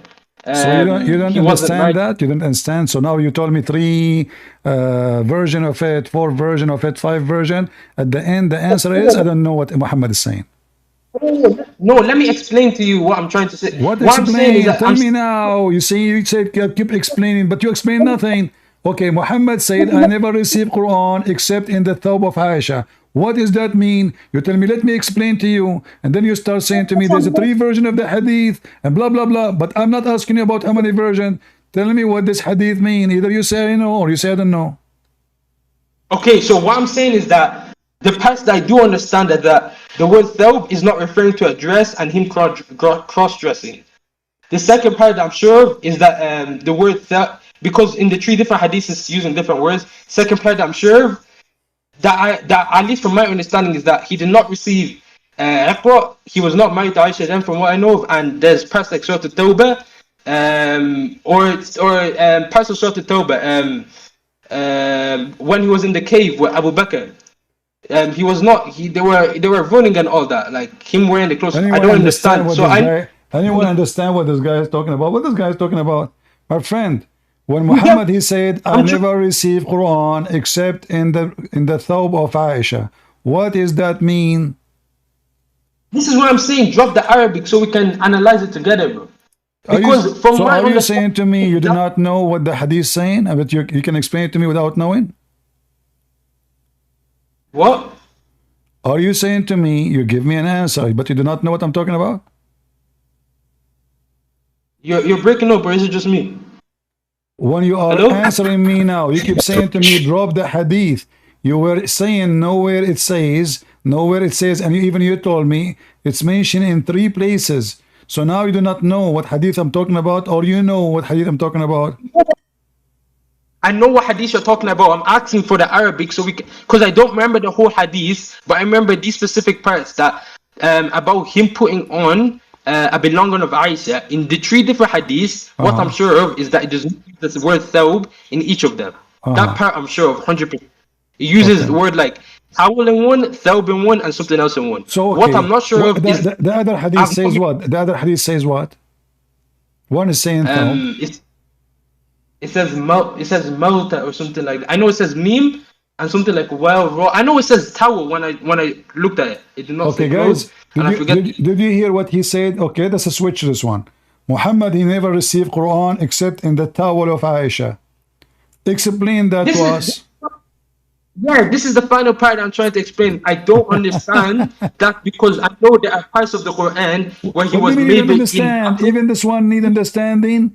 I mean, Muhammad said he never received Quran except in the towel of Aisha. So are you saying that your prophet, in order to receive Quran from Allah, he have to put the towel of Aisha on him? Brother, this is what I'm saying. We should look at the Arabic. Stop saying we should look. If you are the Arab, you speak Arabic. Give me the answer. We should look. Guys, we should look. We should look. Bring the Arabic and both analyze it then. Listen, because both of us. I'm asking you. Okay, now it's you who mentioned towel, not me. Yes, whether it's towel, fish, or banana, it doesn't matter. What I'm saying is that it matter. What is the connection between the towel and the revelation of Allah? That's what I'm saying. I don't that we should both look at the Arabic together or look at what Sheikhs have said on this. This is what I'm saying. Okay. This is what I've been saying Okay, since listen. the hadith. Okay, listen. So, doesn't matter. You mentioned to me 3 versions of the hadith. One said the blanket, Yes. one said the blanket according to you, one said towel, and the other one said thawb, which means dress. Now, whatever of them you choose. Why Muhammad never received any Quran except with the fabric of Aisha? Because the blanket of Aisha, or the dress of Aisha, or the towel of Aisha, what the connection of Aisha and her furniture and the revelation of Allah? We know if we're taking this word for word, we know that isn't strictly true unless there's parts that I've forgotten.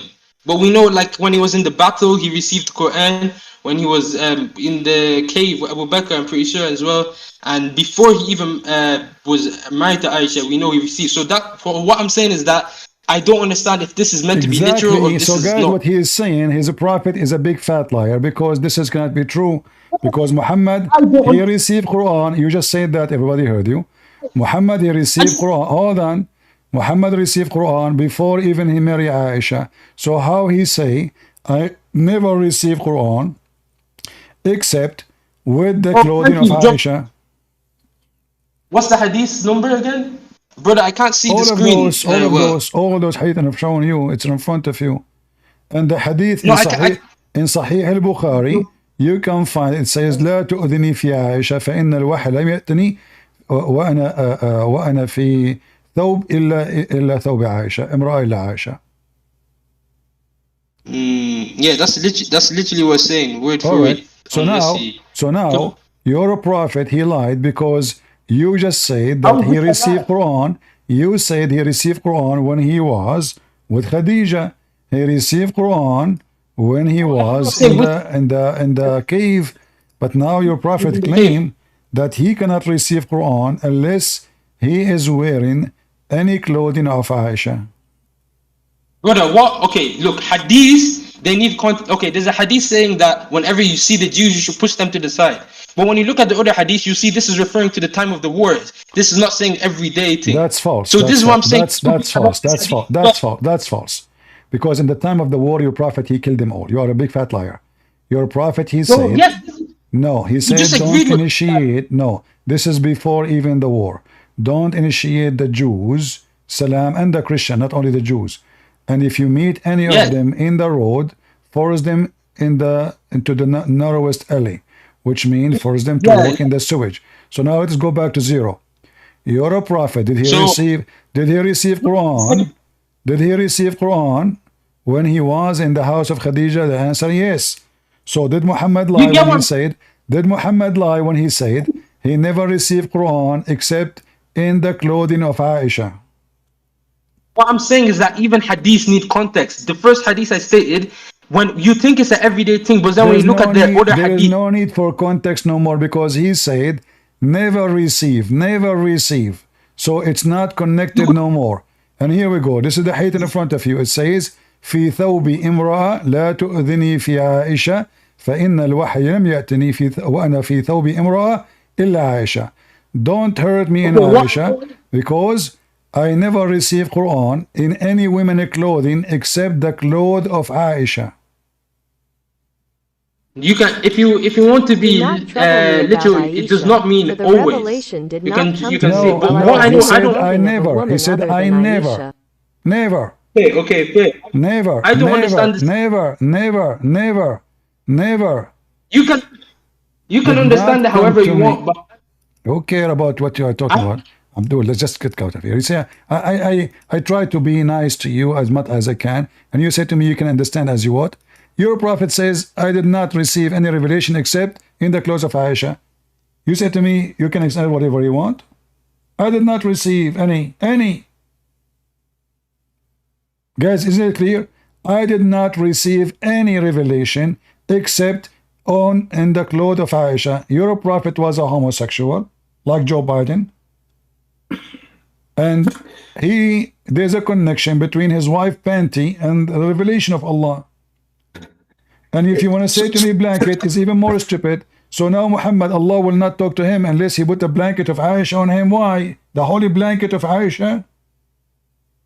And then so is clothing or it's blanket or what? You know, it's true. It's true. There's other hadith. It's used the word lihaf. This is true. Here it says thawb. Here it says thawb. Thawb in Arabic mean dress. So it doesn't matter really. Thawb, blanket. He said towel. He can say whatever he wants. But this is showing us that Muhammad is a mentally ill person and he's a liar because he received Quran when he was with Khadijah. A lot of Quran he received until Khadijah she died, because Muhammad never married any women until Khadijah died. She is the big boss, she is the rich, she will kick him out. She died, he start using her money to have sex with everybody. So now Muhammad, when he say I never received Quran except in the clothing of Aisha, as you see in this Sahih Bukhari here, hadith number 2581, that proves that Muhammad is a fraud, because Muhammad supposedly he received Quran when he was in a trip. He received Quran when he was in Ethiopia. He received Quran when he was in the mountain. He received Quran when he was in the house of Khadijah. Here, he never received any Quran except in the clothing of Aisha.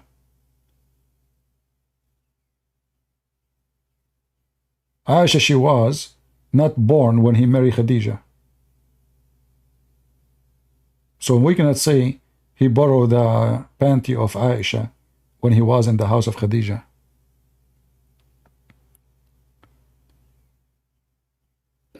Another perverted tale to add to the collection, huh? Yeah, and you know, the towel of Aisha, the holy towel of Aisha. You know? And I noticed, by the way, like me myself, like when I wrote my books, I could not write my book wearing my shoes. I took my neighbor's shoes. I put them, revelation come. Right away. Inspiration come from every place. I put my shoes on, I cannot write anything. Why? I don't know. There is something fishy, you know. So Muhammad, obviously, he have the same issue like me. He have to have the book of the clothes of Aisha, so he can do so. There is something very strong, you know. Yeah, true story, you know. The thawb of Aisha, the clothes of Aisha. What a homosexual, you know. All of them they are gays. If you type the word mukhannath here in the hadith, search, which mean homosexual or feminine. The greetings, hugging, the kissing is a bit bizarre. Every house in Mecca, if you read my book, Season Allah, you will see that all of them, including Muhammad, they have homosexual living with them in their houses. So look, Muhammad, he commanded the companion to kick all the homosexual from their houses. He told Umar to kick the homosexual from his house, and he kicked the homosexual from his house. Every house in Mecca have a homosexual, including the house of Muhammad. This is the hadith here, and this is a homosexual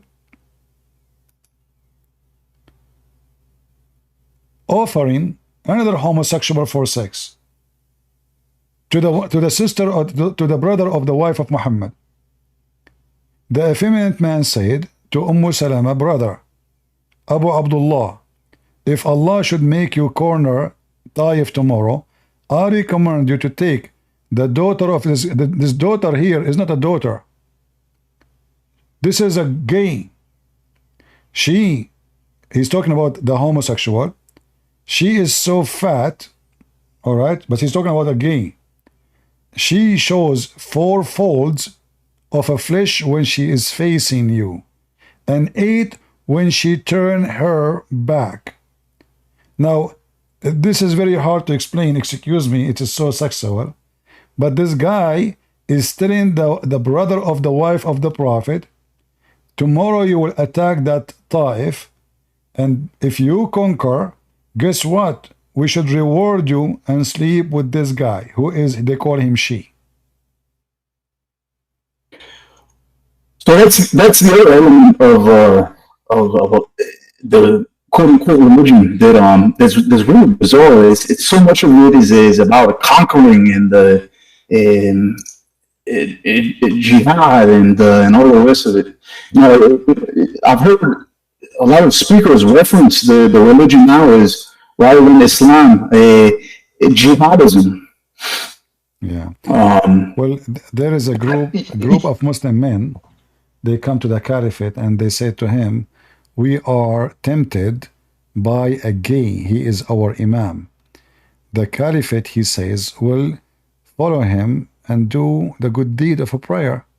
So here you ask yourself, if the Muslims are not a bunch of gays, why and how in the world they are being tempted by a guy who bent down in front of them, unless they are gays? Right? If I say to you, I am tempted by this guy, that means I'm thinking about him sexually. This is the Muslims. Let us see if we have a Muslim. If they're following clearly rational people, if somebody were to say that, would rational men would go the other way, but they follow him instead. Yeah. Well, this is a very funny religion. Harami, how are you doing, Harami? You are Harami? Christian friends, how are you doing? I'm fine. Are you a Muslim? No, not really. I left religion a few years ago. You left what? Islam. You left Islam a few years ago? Why you left Islam? Because I found something so disgusting and untrue about Islam that I just couldn't accept it. What you found disgusting? Such as the marriage at 6 and the consummation at 9. Yeah, well, but you know, in case you do not know, girls at that time, they used to be very hot at the age of 6. Definitely. Yeah, I remember when I was in the Middle East, there's a girl at the age of 4, she tried to rape me. I was 30 years old at that time. She was 4 years old. She chased me and she cornered me in the corner, you know, there's nobody, it was dark. And but thanks to Allah, she don't like cockroaches. So a cockroach came in the wall and she started running. I don't know, I thought Jibril saved me. It was a cockroach. So obviously girls at the Middle East, they are different, not like any girls in the world. At the age of 4, and I, if you believe me or not, she brought with her handcuffs, and you know, she was going to do all kind of bad things to me, including breastfeeding for adult. You know, so yeah, definitely you should be scared of such women. We can do anything. Yeah, those Middle Eastern girls, they are, you know, I heard that even Aisha at the age of 4, she was dating and she was engaged. This is what the Muslims say. At the age of 4. You got your neighbor at Sandals over there creating stories, or is that the phone helping you to gain revelations? Christian friends, I just heard you talking with this other caller and condescending your voice is Bozar. I don't know, your voice is too loud for some reason. It's not clear. Can you fix your microphone? Is it better now? It's too loud to the point it's not clear, you know. Is it better now? It's better now. Okay, go ahead. Okay. So, Christian friends, I wanted to say that just right before I joined, you were talking about evolution, one of the basic tenets of science, and how you were saying that's a stupid idea. I don't think that's true. What is a stupid idea again? Evolution. Evolution? You believe in evolution? Yes. What does evolution mean? Yeah, definitely. What does that word mean? Evolution is, as defined by scientists, a change in allele frequencies or genetic mutations in a population over time. Well, if this is the case, I believe in it then, because, you know, when I was a kid, my mom, she used to call me Genie, and now I am not Genie no more, you know. I used to break mirrors, glasses, everything in my way. Take my dad gun, steal his car. So they call me Genie. So yeah, I'm not a Genie no more. My friend, Evolution does not work the that evolution way. you are talking Christian about means in science, they believe that everything is not created by God, right? And those creatures, they evaluate, or let us say, they used to be something and they become something else by time, correct? no, not really. So what is the original of Evolutionists what is say, the evolutionists say origin of a human according to your science? humans from single-celled animals This is what I'm like saying. Then amoeba, you and over used to be a time single became you used to multi-celled. be a single cells, and then you by millions of years you became a human. But this is a very stupid idea. We can debunk it in 2 seconds, because this is assuming that you can plan for your body to change what's going to be after 10 million years, as an example. So the reason for a change is adoption, correct? Adopting a situation. Is that true? Evolution only works on the level of reproduction. It does not work on a human Okay. level. If the Like you reason just is said that you were the different when you reproduction, were young. no. If the reason is reproduction, this is false, because already they are reproducing. Because if these cells took it 10 million years to be something else, well, already obviously they can survive without any of those. There is no need to make a penis and vagina to be able to reproduce, because already you are reproducing. No, we So don't there is no become need for. something else. Huh? We are still cells. No. You said one cells. You used to be one cell. Did you say that? We came from cells. No. It was one cell or many cells? Single cells, definitely. Okay. But still, Single even if cells. we are Okay. multicellular, So now the we're single cell, animals, a we single are cell. still Just wait. cells. Single cells, like as an example, the paramecium, it's a single cells, do not need sexual organs to do reproduce. It just split itself. It'll grow until it's reach a certain size and split itself. So there is no need to make a penis and make a vagina. So if this is the scenario, there's no need for all of this male and female, because how in the world you can design yourself to be 10 million years from now? You design that after 10 million years I will keep changing until I create male and female, and then the male private part should be fit perfectly and do certain functions to make the women able to have reproduction. There's no need of this. Already they are reproducing, and the proof of that, according to your science, they are already surviving for millions of years. So this is just a dumb, stupid theory. And I like to fly. Can I grow myself feather after 10 years from now or million year?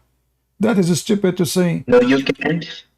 You cannot, because there's two elements to the argument, though, right? Which is that through selection, through intercourse, yeah, there are certain traits that are bred that become more predominant than other traits. But the assertion and the belief that you go from single cell into very complex creatures, animals, plants, all the rest of it, it's bullshit.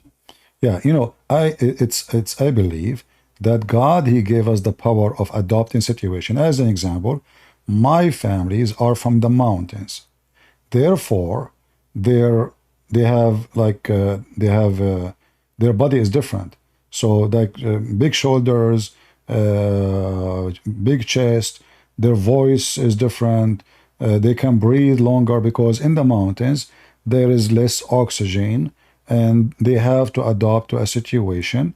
Therefore, because they live there, they are born there, family after family, God gave them the ability to adopt such a place to live in.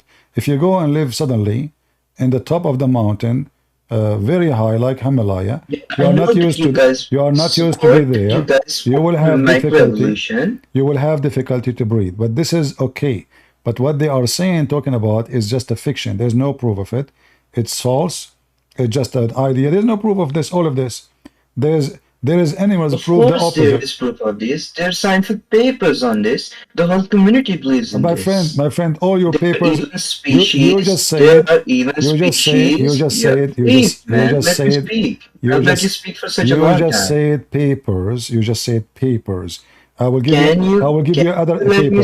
We have videos of the Big Bang. It turned to be there's no Big Bang. So how many schools been taught in and teaching the Big Bang for the last 50, 60 years? It turned to be a joke. It's a lie. There's no Big Bang. And now the biggest scientists who came with this theory, they are saying we have to rewrite all the theory of the Big Bang because obviously we were wrong. So what they were teaching us to be fact, it turned to be fiction. So can I say something? Yeah, you can. I ask something? You said paper. Do you have a proof beside the paper? Of course, I have proofs. What is the proof? What is the proof? Like the examples of Australopithecus. It's a species that is has halfway characteristics between humans and apes. It walks on 2 feet, but it looks like an ape. It has hair like an ape, and it has face characteristics like the nose sticking up, but just like an ape. Okay, but you see, you just prove that you are not thinking right. I'm trying not to be rude, because as long we still have the monkey still is a monkey. So if you are saying to me we used to be monkeys before, as an example, well, no, I didn't say that we are monkeys before. No problem. Because you said, that is what you're saying, though. No, that's essentially what you're saying. You are saying I am saying monkeys and humans are both cousins of the same ancestor. Let me explain to you. All what you are saying, Mr. Confused. I'm not saying that. Oh, Mr. Confused. All what you are saying, that there's one creator, and this is why all the creation, they share many things. As an example, we share DNA of the banana, but is banana a human? No. So we have share with the banana. Banana, it's a fruit. So there's one creator, and the creator is like an artist. When he make an art, right away they know this is Picasso. This guy is the one who made the Da Vinci. This is, so they have a signature. Signature is not necessarily their name. No, it is the way they do things. So all the creatures, they share things, yes, but this is not because of the evolution. This is because there's one creator. So the fish have a heart, I have a heart, but doesn't mean I was a fish. The bird have a heart, I have a heart. The bird have a blood, I have a blood.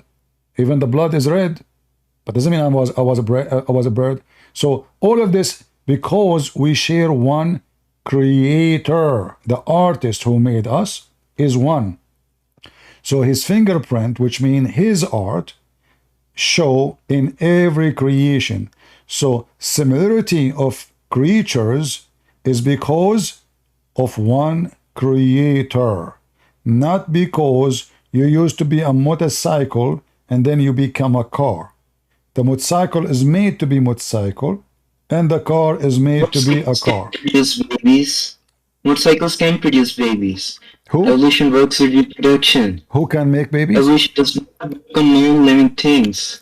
Who can make babies? It's an interesting. Hold on. Evolution is an interesting theory. Evolution is an interesting theory. There are lots of scientific theories. Wait, get your facts straight first. Theories are not a fact. It's a theory. All right. Bizarre. This is not my topic. I don't care really, Mr. Atheist. Okay, I agree with you. You used to be chimpanzee and now you are a human. But I think you're still chimpanzee. But stay away from my banana, please. You get close to it, I will shoot you in your ass. I'm warning you. I have a sign in the front of my house. No trespassing. Somebody go there?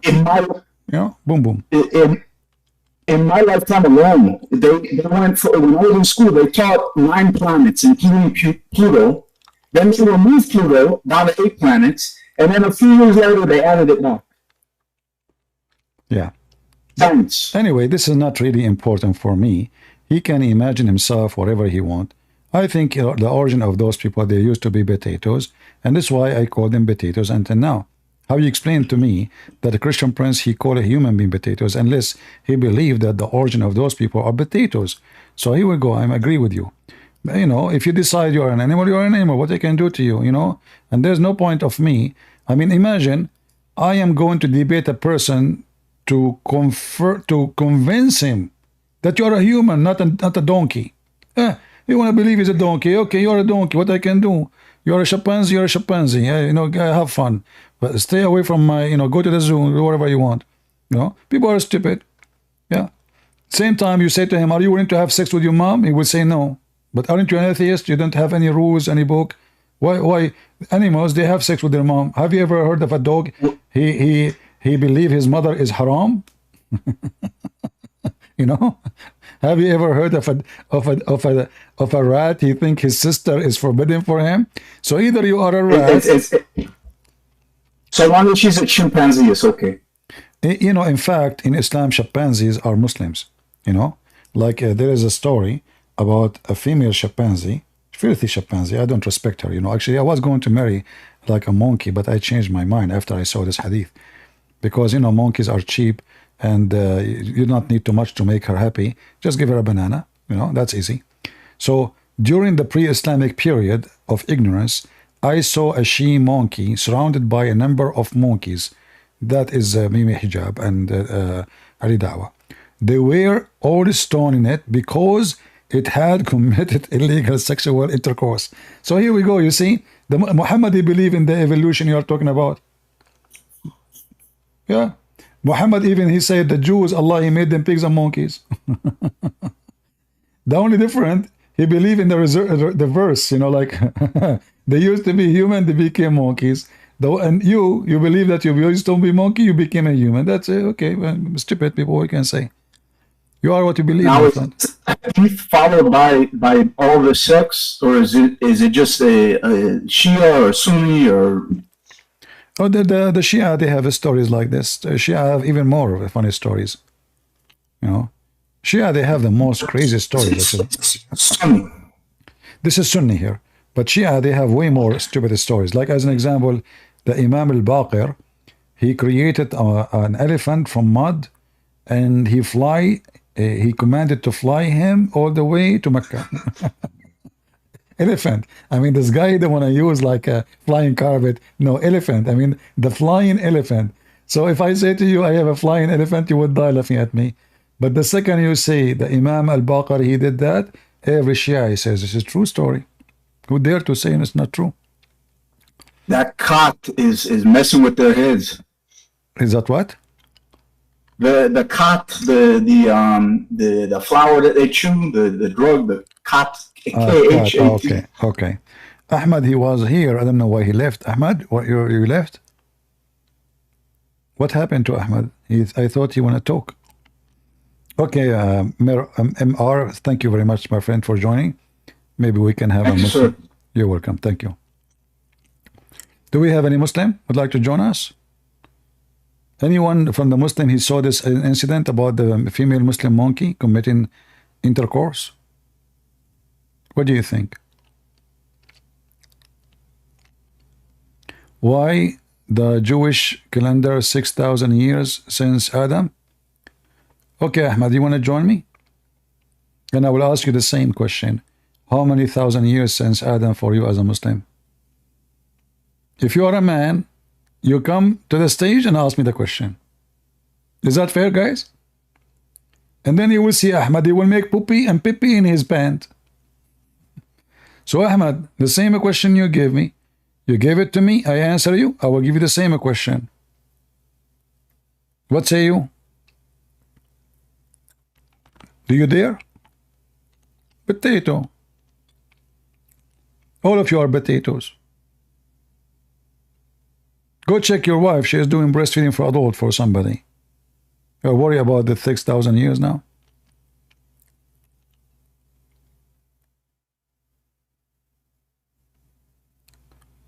All right. Are we having good time, guys? Do we have enough for today? I think we have enough for today. Did Momo say that about the she-monkey? No, this is not Muhammad. This is a companion of Muhammad. He witnessed female Muslim women committing adultery. Obviously, this woman, she is not a good, respected female monkey. Trust me, not all Muslim female monkeys do that, okay? They are very conservative. They are from very good family. They stay virgin. All right. It's true they don't wear a panty, but they cover their hair, and their ass is red. I'm not sure why.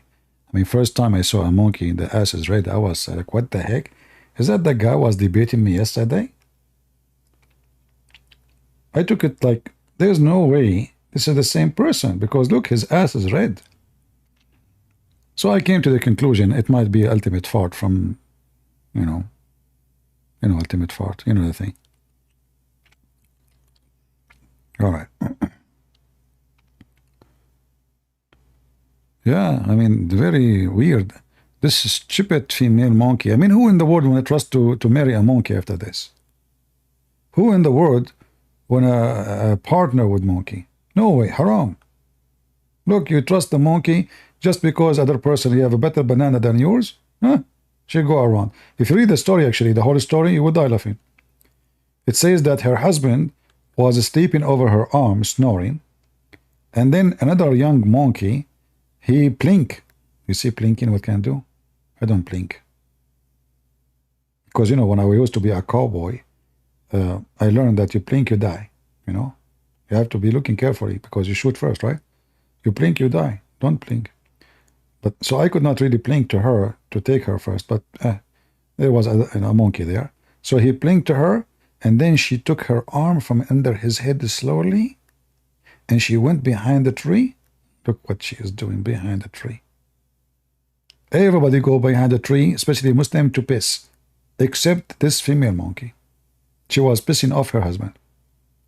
She did boom boom with the guy, and then she came back acting as nothing happened. Look how evil she is.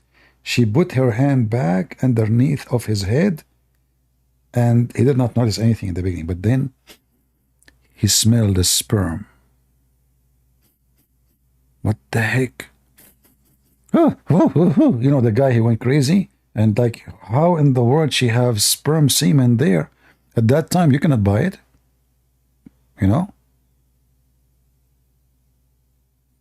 You cannot buy it at that time. You have to do it for real. Now you can buy it. There's a bank for a sperm. You make deposit there. You can catch it anytime. So at that time, there's no way. So he, in the beginning, he thought maybe there's a bank of sperm, no, it's not it's not advanced yet. So he was thinking about it seriously, and then he decided, that this must be fornication. He starts screaming. All the community came, the LGBTQ, and they started stoning, and drama happened.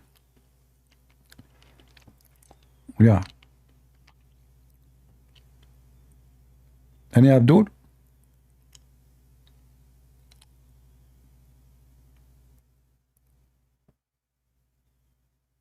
I don't know why people, they keep saying, you guys, why you keep changing my name? I say my name is Christian Prince, you say you are hilarious.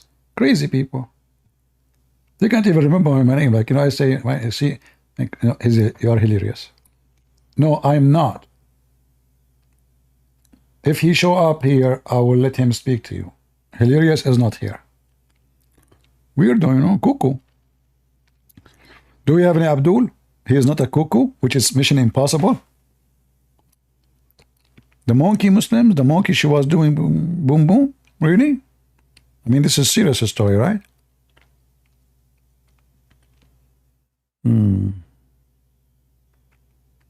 True story. Sahih. Look, Sahih Bukhari. This is Sahih Bukhari. Yeah. All right.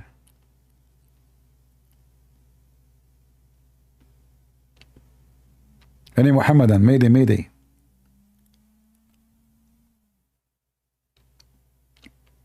The Muslims can answer anything as long as it's not the question.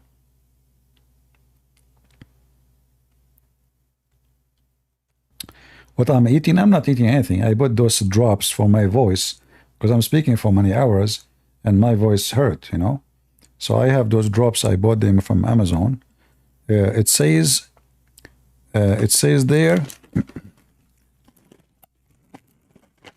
no pork. The second I said there's no pork, I said, oh, okay, that's perfect. You know, you guys, you can hear it in my mouth? Really? Sorry for that. I hope I'm not hurting your feeling. But it's just, you know, to help my throat not to go dry. But I never thought you can hear me. You guys have a very sensitive hearing, huh? Oh boy. Any Muhammadan?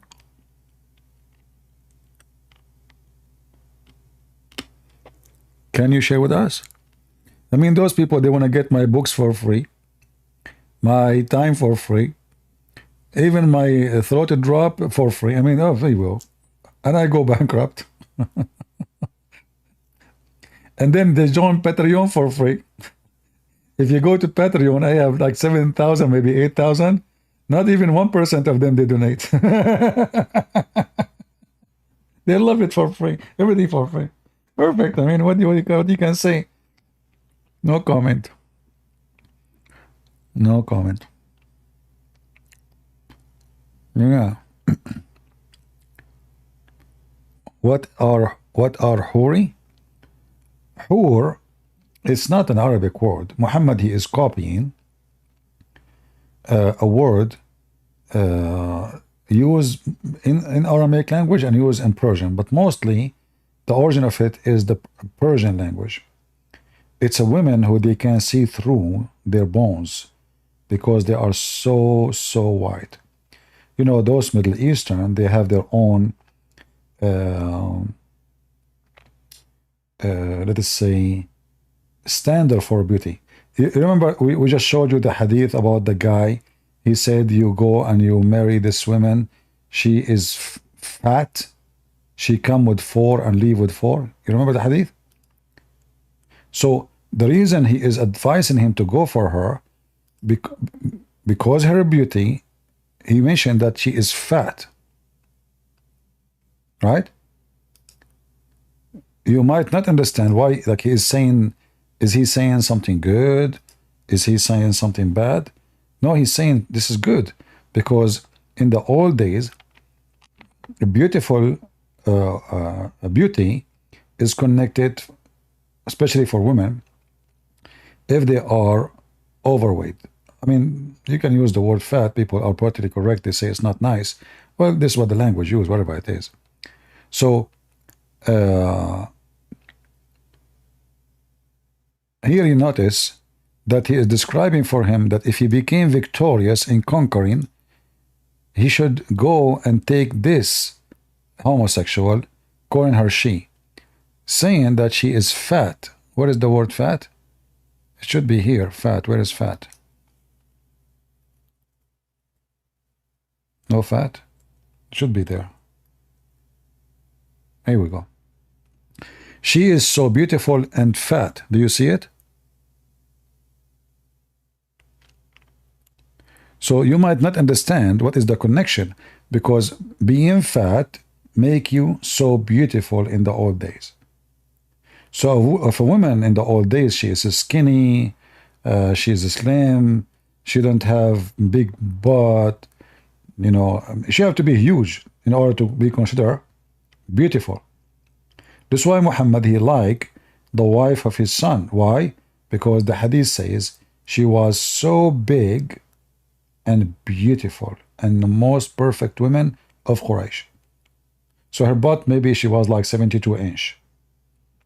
So here you see the standard of a beauty, it changed now, like, you know, things changing. So the women now, women, they spend a lot of money to lose weight. At that time, in order to be qualified even to be a wife, you have to be fat. You are not fat to believe that a woman, she is skinny, she will not give good babies. You know, she cannot make good babies. The bigger you are, you know, the nicer. Yeah. That's why in the Middle East we have a song. I could not understand it really when I was a kid.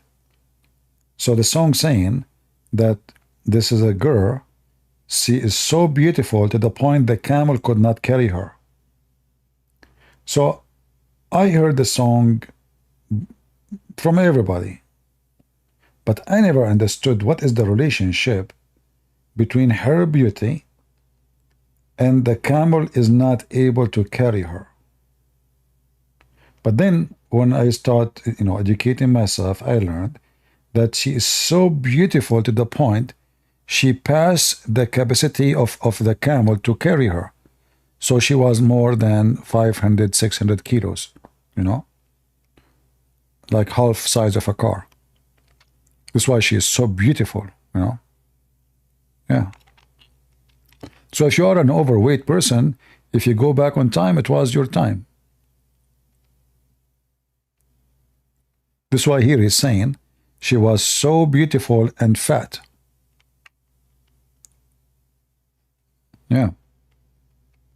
The more fat she is, the more beautiful. This is why Aisha, if you remember, her mother, she was feeding her to make her fat. She was so small, and that made her not qualified to go to the house of the husband, which is Muhammad. So she was getting into in 5 into 6 years old, and she is not good to go. Why? Because she is slim, skinny. If she is fat, she is ready, according to their understanding, for sex, because she is fat.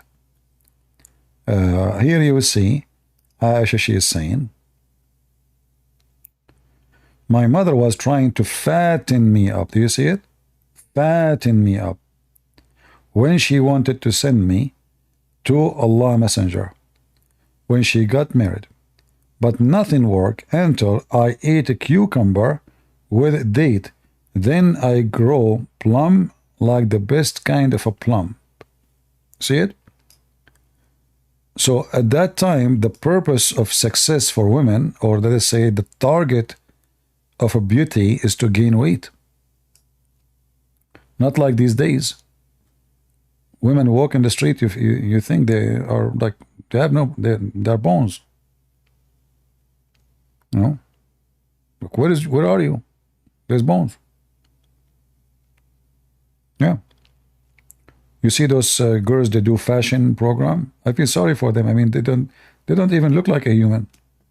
They look like ghosts. Those are supermodel. I know, for me, they look super ugly. Yeah. If they get married, I feel sorry for their husband. Instead of kissing lips, he will kiss bones. A skull. Anyway, do we have any Muhammadan? Customer is waiting to come to the stage. I didn't see any customer. Where is the customer? Where is the customer?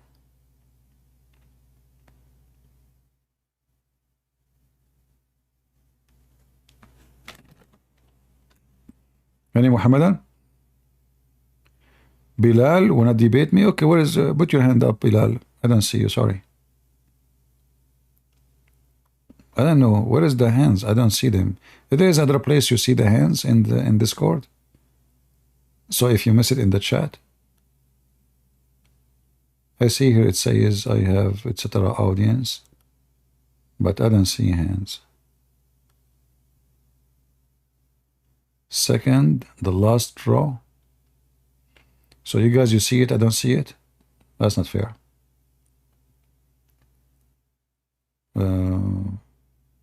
I see how many audience, but I don't see anyone want to come.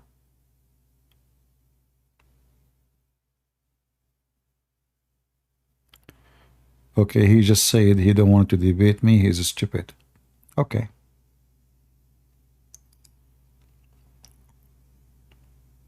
If you are stupid, you better join the Democratic Party. You can get a job with Joe Biden. He will make you a minister. Trust me, I mean, you're perfect. Just go join the Democratic Party. They will give you a good job. You make good money, good salary. And all what you do is shout free Palestine. You do not need to free Palestine anyway. Just to stay here. But just shout. You know? And then the Jews, by the way, they are in the heart, from yesterday actually, they are in the middle of Rafah. And those silly people in New York, in Chicago, they are shouting, "Free, free Palestine." I mean, their voice is the most annoying, stupid voice ever. Free Palestine, huh? That's it. You were able to free it. Any Abdul? Why those people don't go and join Hamas to defend the Palestinian?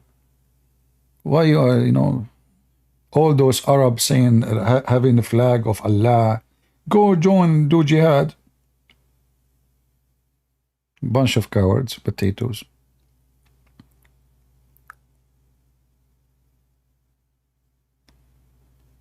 Karen? You know, first time I heard about this Karen, I thought it's like a person, her name is Karen. But it turned to be in the American culture or English culture, Karen present a woman, she is angry. Or like not right in her anger. But then I thought about it, I feel sorry for any woman, her name really is Karen. Does anybody call his daughter Karen these days? Because anyone do something crazy, they say the angry Karen or something. I don't think anybody is calling his daughter Karen anymore. Any Abdul?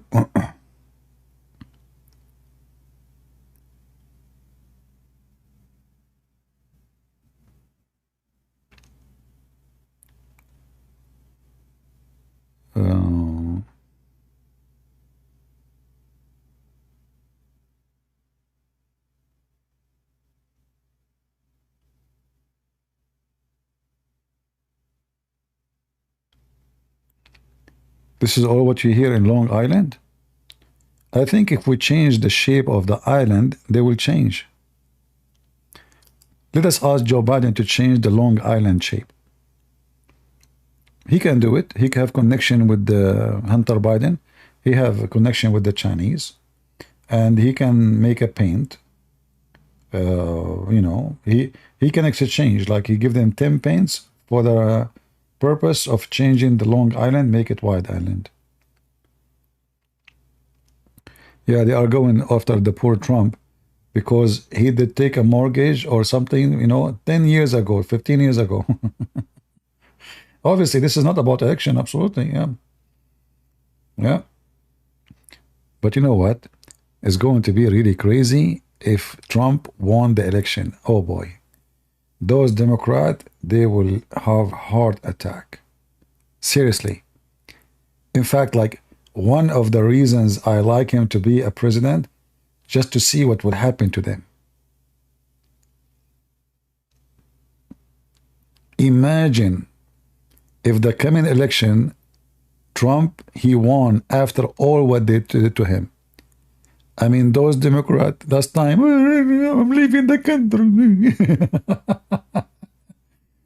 I want to see what would happen to this guy. What's his name? Donero. I mean, this guy is really mentally ill. Unbelievable. Stupid idiot. He lost respect to himself. Already he is a pervert. You know, he keeps saying the F word. He have, I don't know, 5, 6 wives, kids everywhere.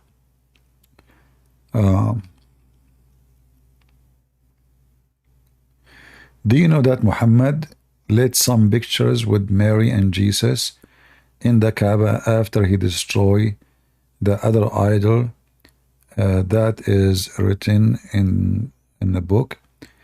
Yeah. We don't care about the book. It's called The Life of Muhammad, but there is many reference about those things. But what does have to do with anything?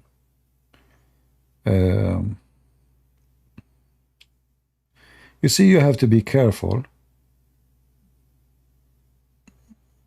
People, they say, and they don't recognize that something they say supposedly to prove a point can be harmful. So are you saying that Muhammad, he liked Jesus?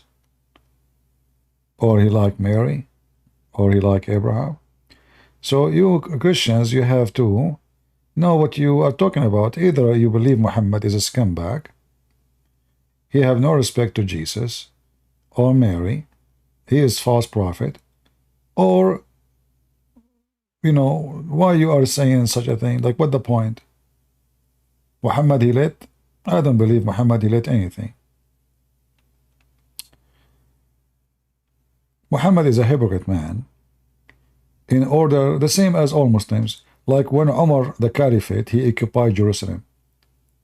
The Muslim, they will say to you, Umar, he refused to pray inside our holy church, where the empty tomb of Jesus. And they say because he's a good man. But the fact he did not do that, for he is being smart.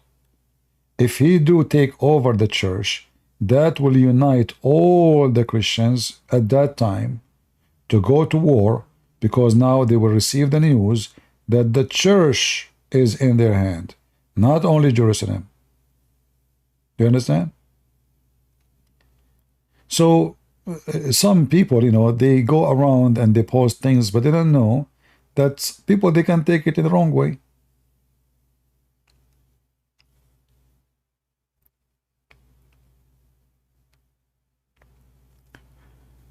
So Muhammad, he have no pictures of Mary and Jesus, and I believe that Muhammad, he never heard of Jesus, period.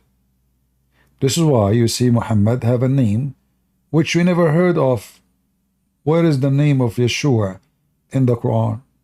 Nowhere to be found. They have other guy, his name is Isa. In the Quran, Moses was exist in the time of the Samaritan. In the Quran, Mary, she is the sister of Aaron. There is no way the person they are talking about, they call him Muhammad.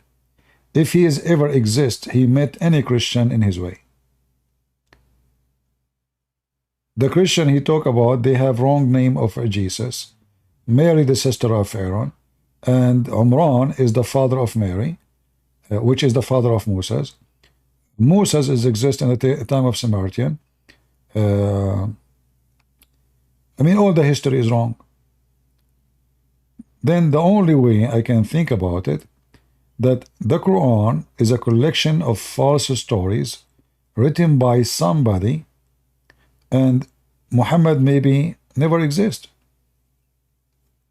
as a person, because Muhammad is not a name, for sure. Muhammad means the praised one. But what the name of this person, the praised one, we do not know. Until now, we do not know.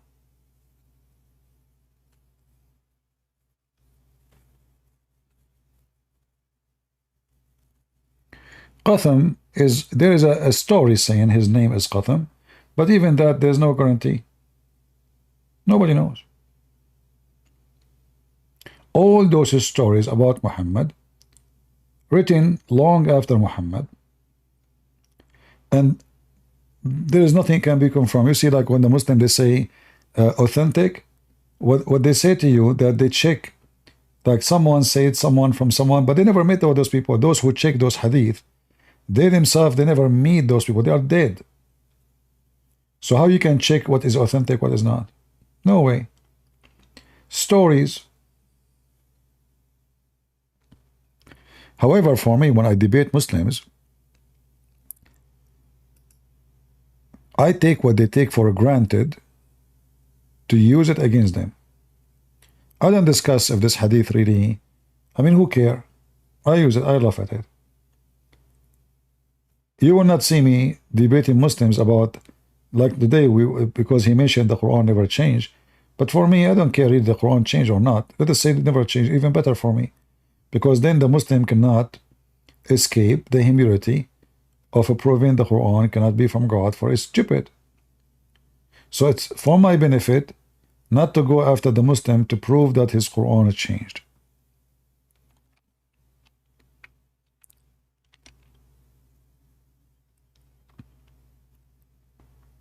We do not know anything about Muhammad. Nobody knows anything.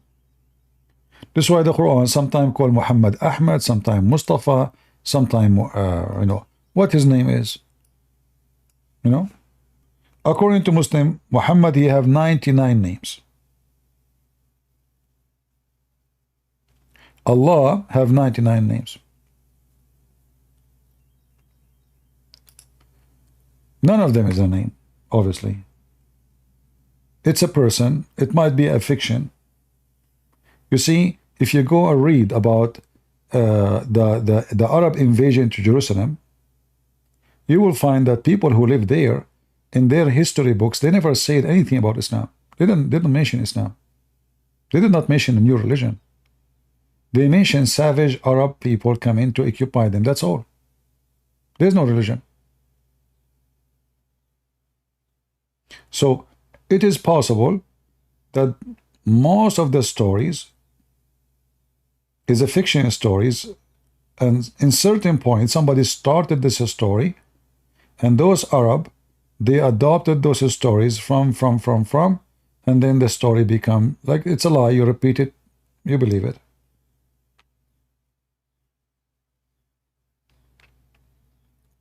Like, you know, if we go by the books of Muslims, Muhammad was born 4 years after his father's death. How that is possible? If the uncle and the grandfather, they married in the same day. The same day. Then the father of Muhammad, he passed away a few months after. So how they marry in the same day, and then Muhammad was born 4 years after his father's death? So there is nothing can be confirmed about this man, nothing. His birth, his year, his name, his family, anything. No.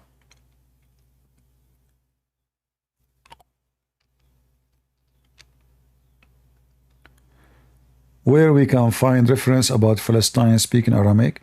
Well, isn't it Jesus, he spoke to the Aramaic women? Aramaic is the language for everybody at that time. Everybody. The women Jesus, he, you know, the Canaanite. The women, he met her. Palestinians are not exist no more. There's no Palestinians. But there is local who live there who they are not Jews. Many origin, many nations, they used to live in that area. So there is the Jews and there is other groups, but they are small in size. That's why the land is always considered the land of the Jews, because the rest are minority.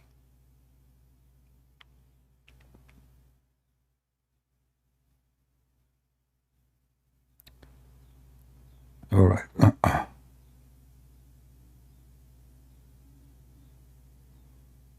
All right. Anything else?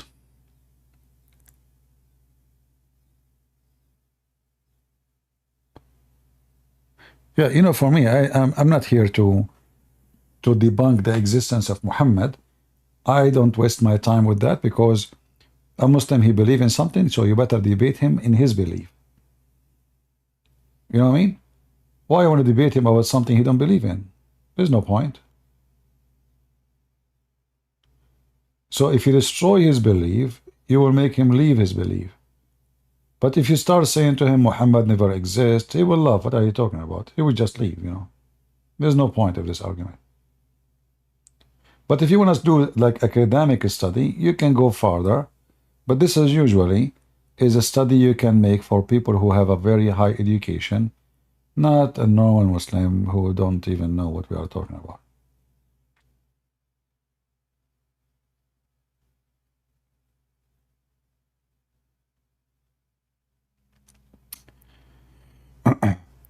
You know, there is somebody saying they found the Christian coins. There is a prophet, or a person who claimed to be a prophet. He called himself Mani. Anyone heard of him? Prophet Mani. This guy became very, very popular, you know, and his religion spread, widespread. And actually, I believe until now, there is a good size of people, I don't know how many thousands, but not like millions, they still believe in Prophet Mani. Prophet Mani, who is obviously a false prophet, when you see the character of him, they are trying to make him like Jesus. And he is the praised one too.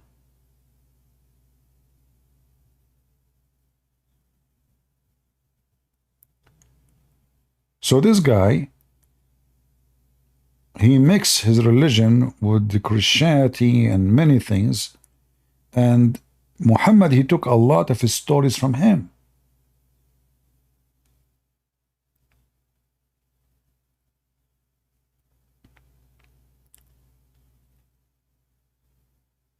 A lot of his stories, like the trip to heaven, many things, you know. So if you read about him, you can go and take a study and search about him and read if you have time to read, and then you will learn more that there is a lot of his stories fit almost perfectly with Muhammad. And Mani, obviously, is just a character. It's just maybe another name of Muhammad. The difference is, Mani did not say do jihad, etc. No. But there is a lot of things they share. Tons of things.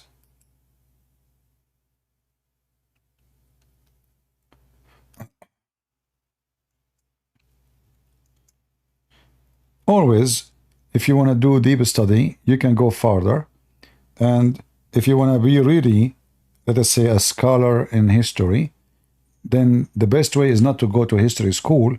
The best way first to do, or first step, is to learn languages. Languages open a lot of keys. So now, like, I know Arabic, I know little Aramaic, little Hebrew, but I cannot say I know the language, but I know Arabic very well. It's my first language.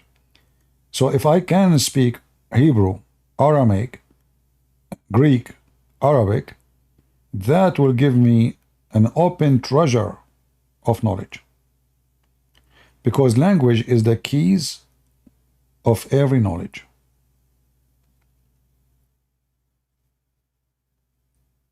Like, you know, when you study the Quran, you will find that the Quran is not based on Arabic. This is not Arabic. Rahman is not an Arabic word. Rahim is not an Arabic word. Quran is not an Arabic word. Isra is not Arabic word. Everything around you is not Arabic word. Even Muhammad is not Arabic word. Tawheed is not Arabic word. So if you go around it and you check the language, you will find a lot of secret behind. As an example, when the Muslim, they say to you, if you ask them about Allah is one, they will say to you,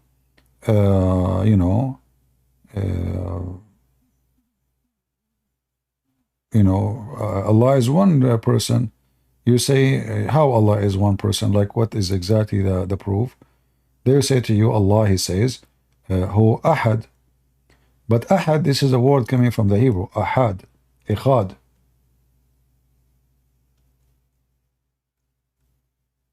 And this is not one. This is one unit. The word Samad is an Aramaic word.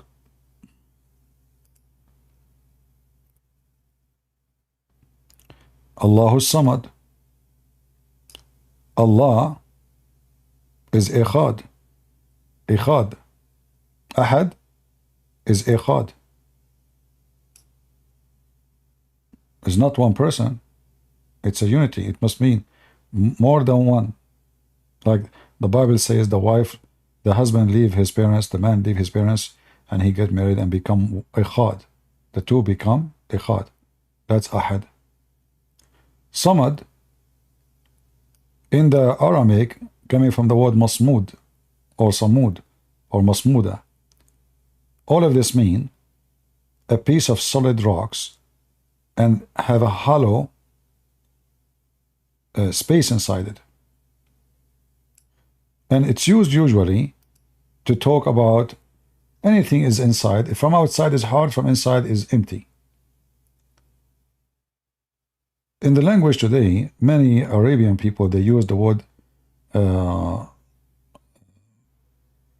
for like You know what they call them? They look like a pig, have a hole in it. You put coins when you are a kid.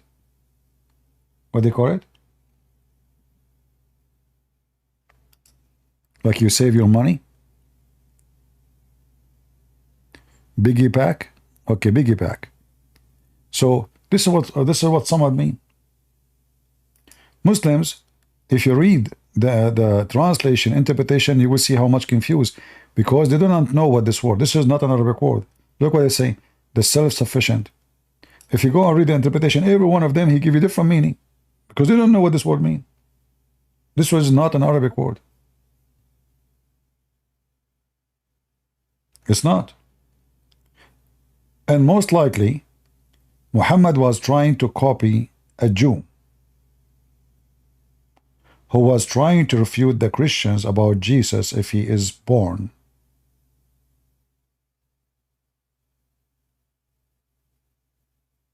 So, say, O Israel, your God is Echad. Anyone know which verse this is in the Bible? O Israel, your God is one. This is from the Bible. And then Muhammad, he says, Allah is the Samad. Because obviously, they were debating him about who is Allah. There is an idol around the Kaaba. His name is Samad. Allah is the Samad. So Muhammad is trying to unite the pagan gods and make them one God. So now Allah and the Samad is one. And he begotten not, nor was begotten. And nobody equal to him.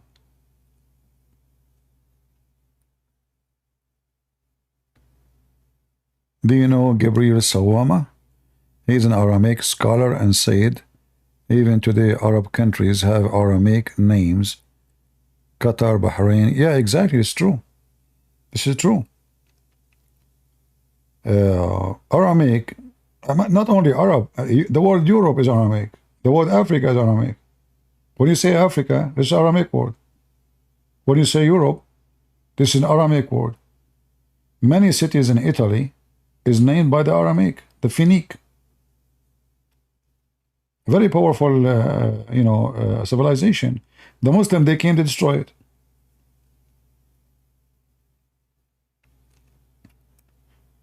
This is why the Messiah himself, he spoke Aramaic, because simply Aramaic was the language of the educated ones, not the savage. The Aramaic, they were competing with the Greek. The Greek, they have their philosophers. The Aramaic is way more proud than the Greek, because they were able to accomplish a lot of things, to the point the Aramaic, they were able to be kings of Rome. There's many Aramaic kings, like from Syria as an example. They become kings in Rome, the emperor. This is why Syria was part of Rome, and people there, they are citizens.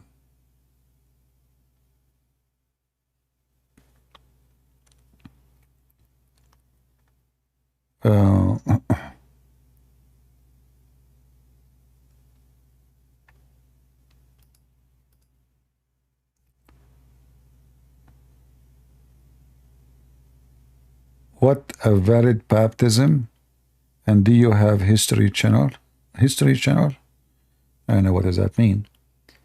Valid baptism is baptism in the name of the Father, the Son, the Holy Spirit. That's it. You have to believe from your heart, and you get baptized by other believer, a true believer.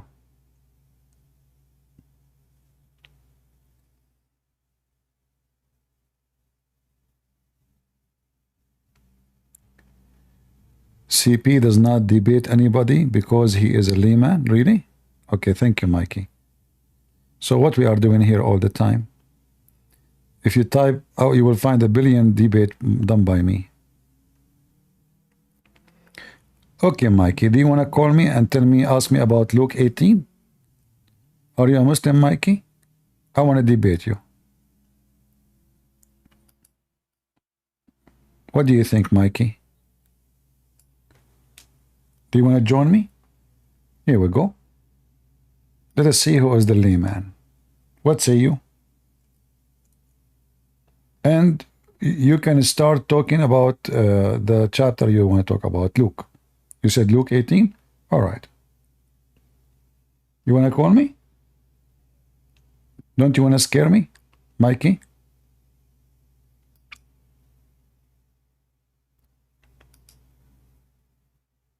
You don't want to scare me? Well, explain the Luke 18. It's very easy. The person he called Jesus good, Jesus said to him, why you call me good? Don't you know that only God is good? But Jesus said, I am the good shepherd. I know my sheep and the sheep know me. So Jesus, he was saying to the man, how you know I am the good God? Okay, are you happy now?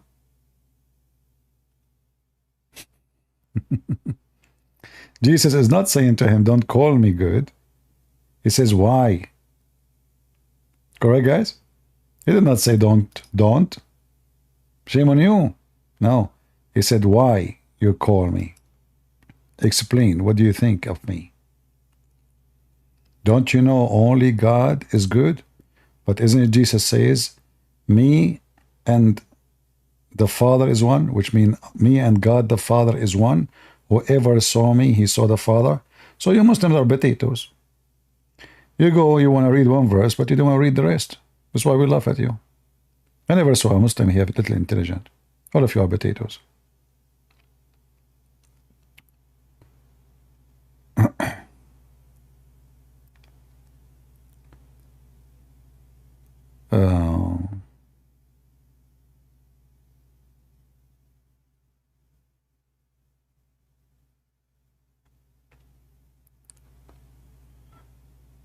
Any Muslim?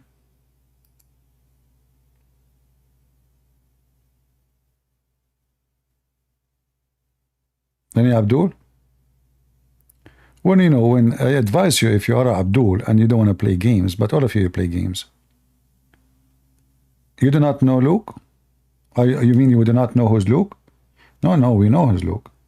The question is, do you know who's Muhammad? You don't know who's Muhammad. In front of everybody, I challenge you to call me and show me one valid reference about who is Muhammad. Is that fair, guys? Show me one valid book, confirm who is Muhammad.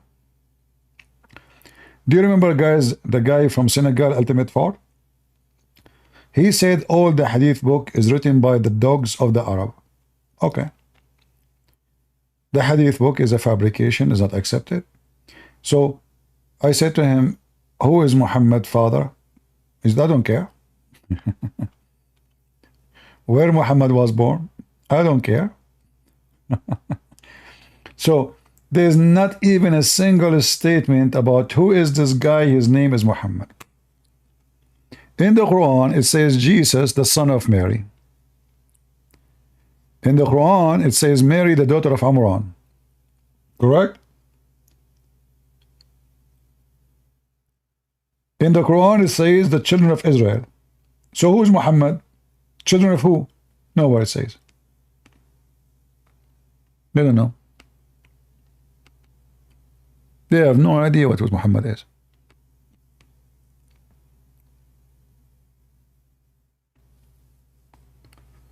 Any Abdul?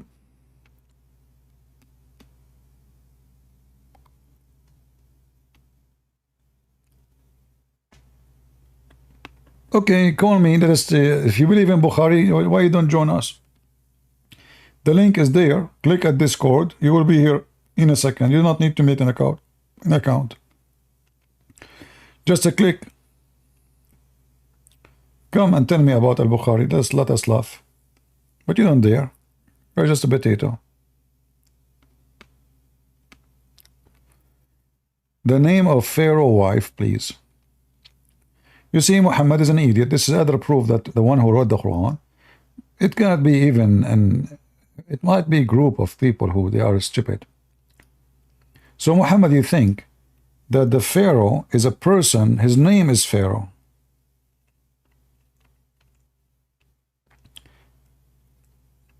And let me show it to you.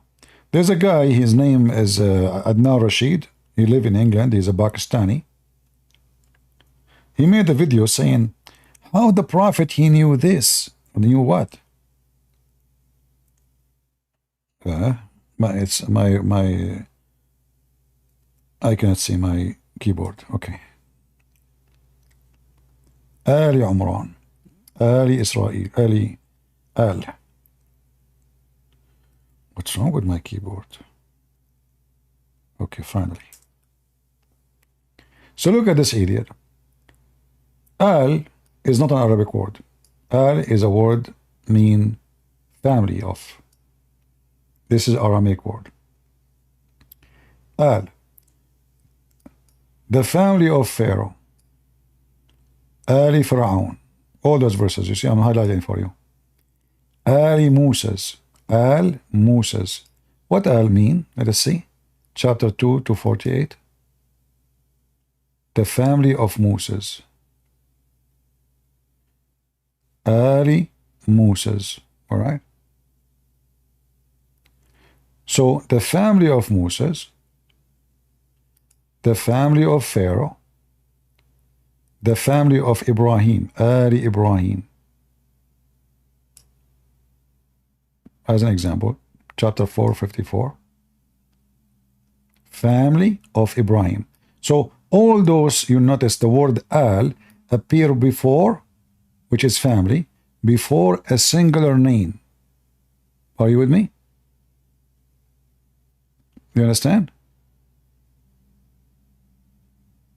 So you don't say Al in the front of a title, you say it before a singular name. So Ali Ibrahim, Ibrahim is an individual.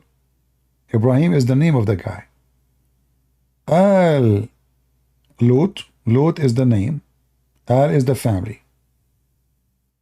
So always the word Al appear before the name of an individual. This is why the stupid Muhammad, he says, Ali Pharaoh, because he think that Pharaoh is the name of the guy. He think there's only one Pharaoh. Only one. Here you notice how they lie. They says, the people of Pharaoh. No.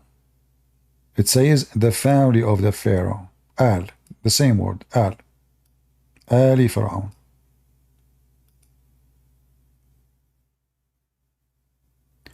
Ali Moses. Ali Pharaoh. They are translating the word Al as people. That's not true.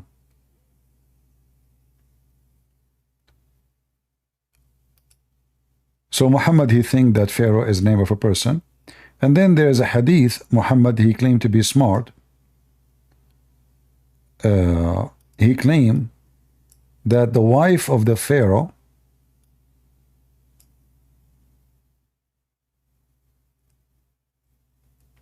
her name is Asiya.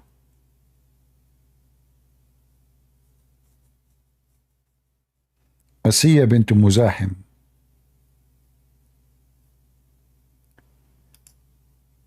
The Muslim, they claim that how Muhammad, he knew that this Pharaoh is Ramses II.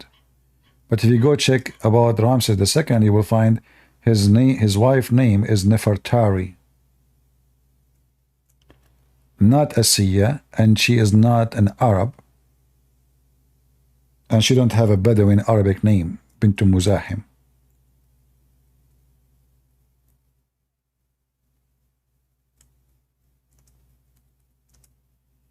Let us show you the hadith.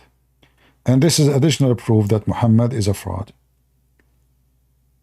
He have a very wrong information about the Pharaoh. So if a Muslim, he says to you that the Pharaoh mentioned in the Quran is Ramses II, ask him, what is the name of the wife of this man according to your religion, according to your prophet? He will give you the name. Right away you go and show him what it says in the books of history, that the wife of the Pharaoh, Ramses II, her name is Nefertari. Nefertari. So Muhammad again is an idiot. If we go and find the hadith, and this should be in al-Bukhari and Muslim, both.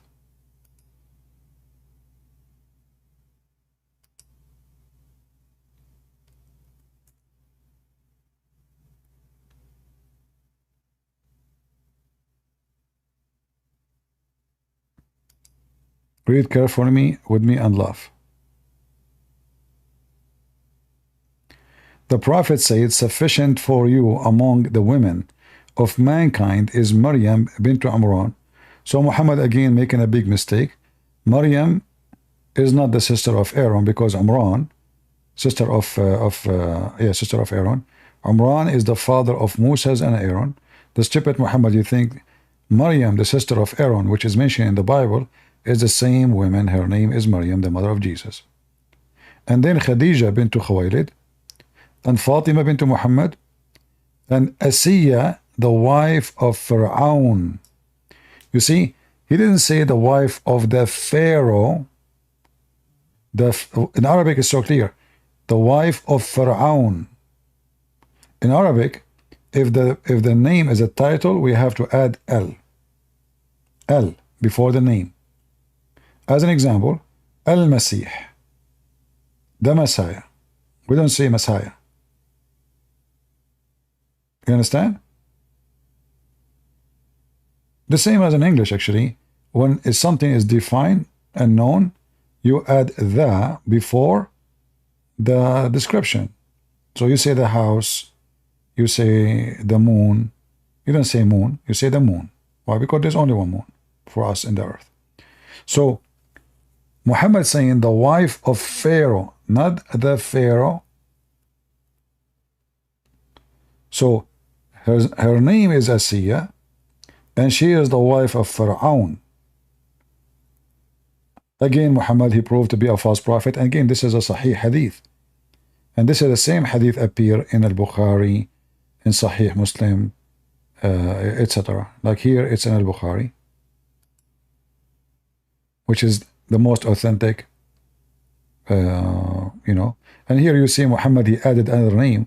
He added Aisha. And look how Muhammad, he is very filthy here. He compare Aisha and Mary, the mother of Jesus, and the wife of the Pharaoh. All right? And Aisha, she is the best, as a best dish for Muhammad. Dish, a dish of food. Tharid is a dish of food. Can you believe it? But again, here Muhammad, he made a big poo-poo for Ramses II wife. Her name is Nefertari, not Asiya.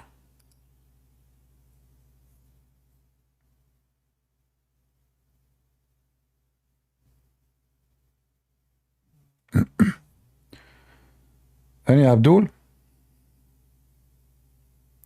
Yeah, there's two kind of al. Don't be confused.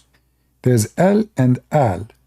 Like I said before, the title you say the Pharaoh. L is not al. Al, the one I showed you in the Quran. You see, I'm saying al like long. Even the writing of it is different. Let me see if I can zoom.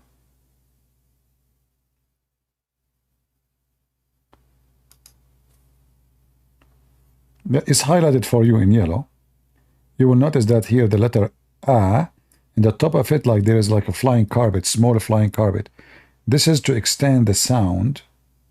Ah, it's not al. Al. So the other word I said to you, L. L is not al. L is just the. Al mean family. It's a different word. Totally different word.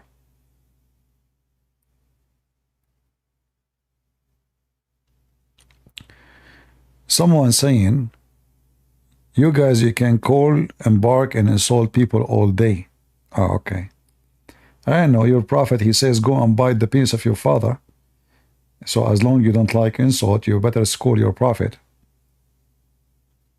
He was an insulting machine. Do we have any Muhammadan would like to join us?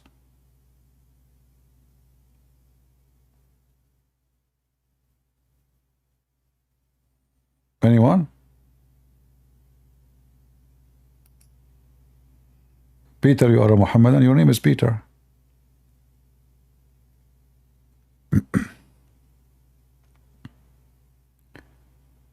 Hello? Salam. Shalom. How I can help you, Peter? Would you say that Muslims worship the same God as the Christians? I don't understand what? Would you say that the Muslims and the Christians worship the same God? The Muslims and the Christian, they worship the same God. Who said that? No, I'm asking, would you say so? Are you Christian?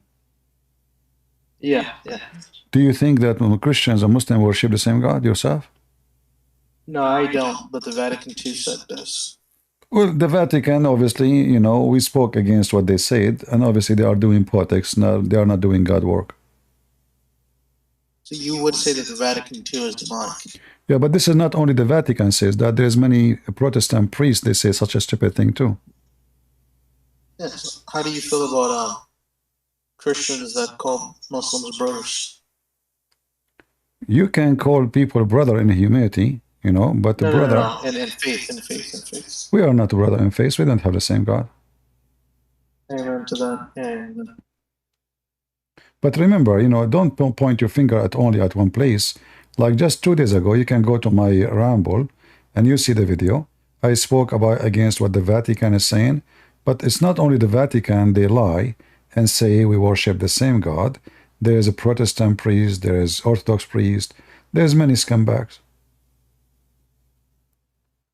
So what do you think the best? So how you know you should be always vigilant as a Christian and honest. You say things as it is. You should say whoever say that we have the same God is lying. Doesn't matter if it's the Vatican, it's Protestant, it's Orthodox, doesn't matter. Right? Yeah. So all of them, like we showed you, there is a channel. They brought Catholic, they brought Protestant, they brought Methodist Protestant, a teacher, professor. All of them, they are defending Islam, saying Islam is the same God. But this is absolutely a lie because the Bible is so clear. The Bible make it extremely clear. The Bible says, whoever deny the Son and the Father is an Antichrist. And Muslims, they do both. They deny the Father, the Son. So there's no question about it. In the top of that, our God is a spirit, their God is not. Our God is Jesus, their God is not. So how we can have the same God? Our heaven is holy, their heaven is a pimp house. Yeah, that's true. Yeah. Very true. So it's easy it's easy to make to come to the conclusion that Islam religion have nothing to do with us. Muhammad, he used names like, you know, Mary, etc., just to fool people. The same as Jehovah's Witnesses and Mormon and other cult. They use the same names you have, you know, but just to fool people, not because he believe in them. It's just a way of deception. It's like the cable guy.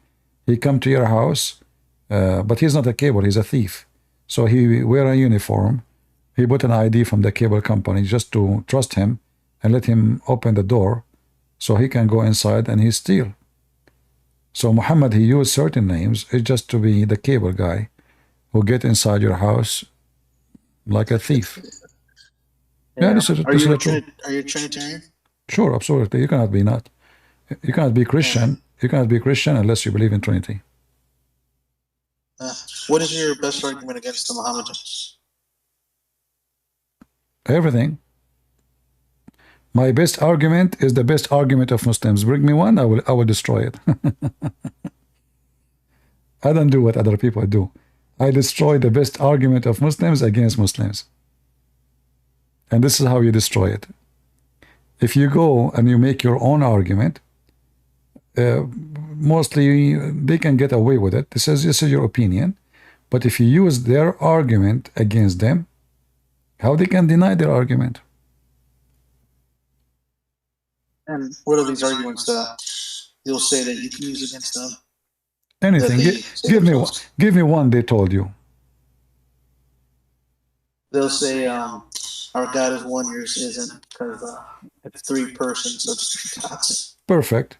Well, when the Muslim they say their God is one, that means if their God is not one, then he should not be worshipped, correct? What do you mean? If they say our God is one, and your God is a three-person, right? That means the one we should worship is the one he is one God, correct?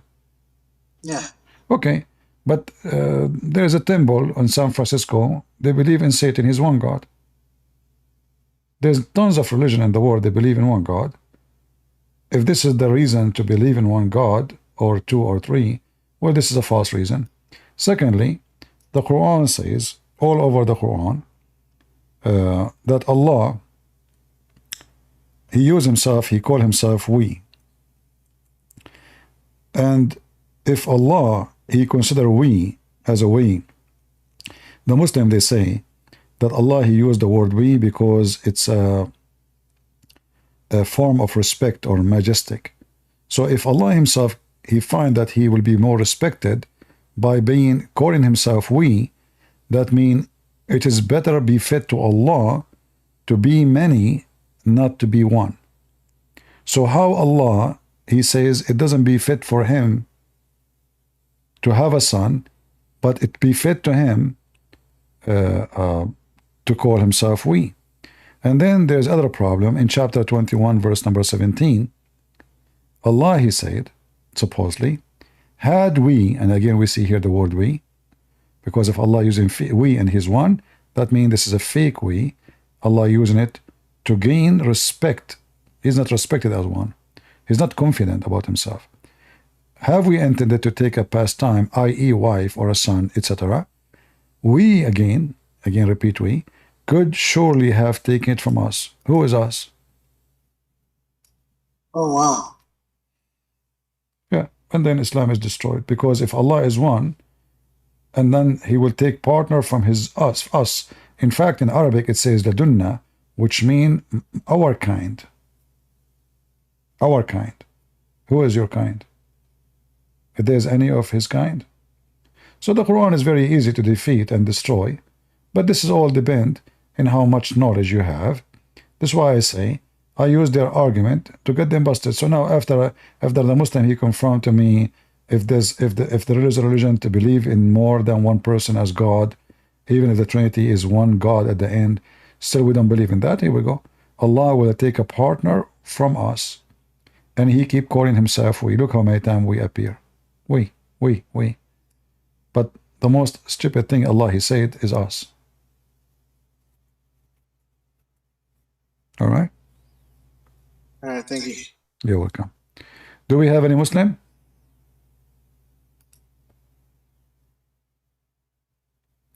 Any Christian priest, he say to you, we and Muslim believe in the same God, you should right away put X on his name. He is false priest. He is not following the gospel. The gospel is so clear. It's so clear. We and Muslim, we share nothing. They deny the Father, they deny the Son, they deny the Trinity, they deny even our Bible, they deny even who is Jesus. Their God is not even a spirit, which means he does not exist. You know, their God is just a physical being. You see, one of the stupid things Muslims, they say to you, that how you worship a man, but then you go check the God of Muslim, you will find he have a shin, he have 5 fingers, he have 2 eyes, he have 2 hands in the right shoulder, which is obviously a birth defect maybe. He run, he sit, he jump, he go up, he go down. All features is the features of a human being. So at the same time, yet he don't have a spirit, which means he's just a physical object. It's like an idols.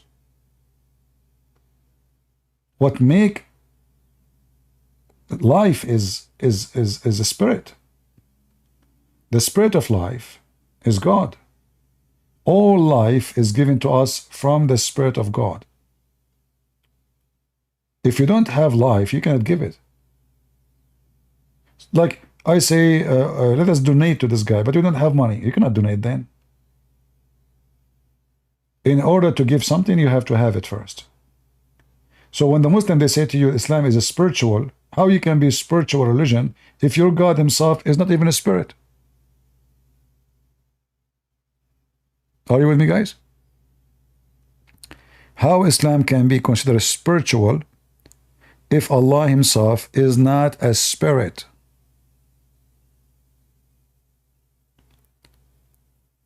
And then when you read the Quran, you will find that Allah, he said, and he is using the word Holy Spirit. That's weird. Muhammad the thief, he copy words, he do not know what they mean. Then you ask the Muslim, what is the Holy Spirit in the Quran? They say to you, this is the angel Gabriel. Sound familiar, like Jehovah's Witnesses. So, the Holy Spirit suddenly become an angel. But as we know, the Quran confirmed that angels are bad. In fact, Allah, he accused the angels to be a bunch of liars. I cannot see my keyboard. I'm using the light of the screen. Oops.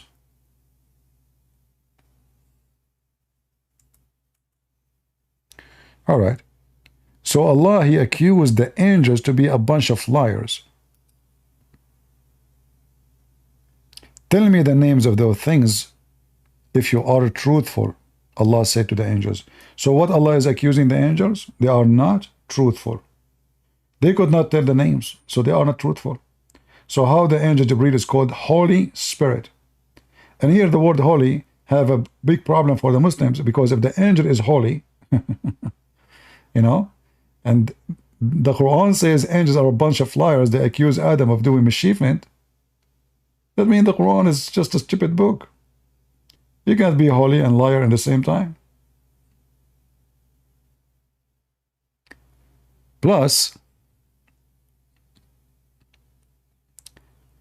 is the angels our spirit in Islam?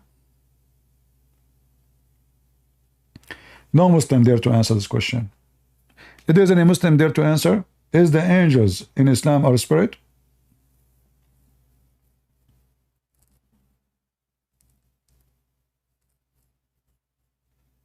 Hey, guys in the chat, in Discord, don't switch my topic to make it about the Pope and Catholic and Protestant. I warn you. I don't take a side. There's false priests everywhere. So don't be like the, you know, those Arab guy, he sit on TV, and the TV is making a program speaking about good and bad, yet his finger is digging in his nose, taking boogers. So each one of you have his own boogers. What we focus on, Catholic people are good people. If there is leaders, they are misleading, but this is the case for every churches. There's leaders who they are false leaders in the Protestant, in the Orthodox. So don't go, we are anti-Pope and this garbage. What does that mean? Don't be stupid. A true Christian is not the one who brings division. Do we agree? A true Christian, he fight division. Division is not from God. So the first thing you should think about, that even Muhammad in the Quran, in chapter 5, verse number 14, he said, I will spread hatred and enmity between the Christians, specifically between the Christians. So when you go and spread division, doesn't matter who you are Catholic, Protestant, whatever you are serving the devil Allah. I assure you that. You are not serving Jesus. You are not. And even the Bible say clearly, the one who spread division is not serving Christ. Right? the one who spread division, is not serving Christ. So for me, I consider those who goes around attacking Catholic or Protestant or Orthodox, I believe they are satanic without them knowing. Because like now, our brother here, he asked us, I did not take it in a negative way, he's trying to divide, but he's trying to get the opinion about what the Vatican said. But in case you do not know, most of people who come here, they knew that the Vatican is lying, and they are Catholic. So don't say the Catholic, don't say the Protestant, don't say the Orthodox. There's many leaders who they are liars, and they are doing political business. The Lord, he will judge each one of us not from the name of his church.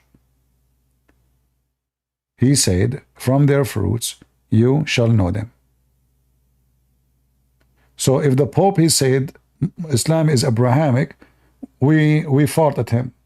Wouldn't even my fart is he will make it dirty. But this is the same we will do to anyone. He is Orthodox priest, bishop, patriarch, who care? Liar is a liar. Liar is a liar. We point our finger at him. But don't say all the people behind him, they are. Those people, they hijack the church. And who can tell the Pope what to say? Like, as an example, he said something about homosexual just a few weeks ago. A lot of bishops around the world, they made revolution against him. So he went on TV again like a puppy, trying to make it fix it. He did not say blessing to the couple. So obviously he's an evil man. But my friend, there is those evil people everywhere in every church. There is people in the Orthodox Church and the Protestant Church, they say even more horrible things. So don't point your finger at a group. You can point your finger at a person for what he have done. Do you agree? I hope so. And always remember that the Quran says Allah will spread hatred and enmity between the Christians until the day of judgment. This is why I believe that all those priests who go and make videos against each other, Protestant, Orthodox, Catholic, they are not serving Jesus, they are serving Allah. Even though they think maybe they are good people, they are serving God. No, you are serving the devil. And the Bible is so clear about it. Very clear.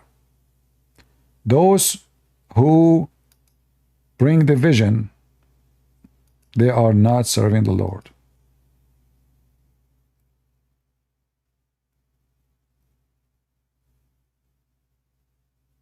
As simple as that. And my tongue is tired from warning people. But the majority of people, they love division. And they love hatred.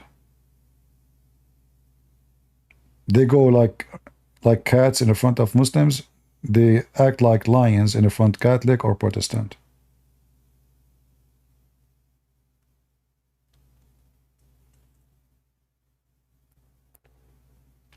So always remember that, you know.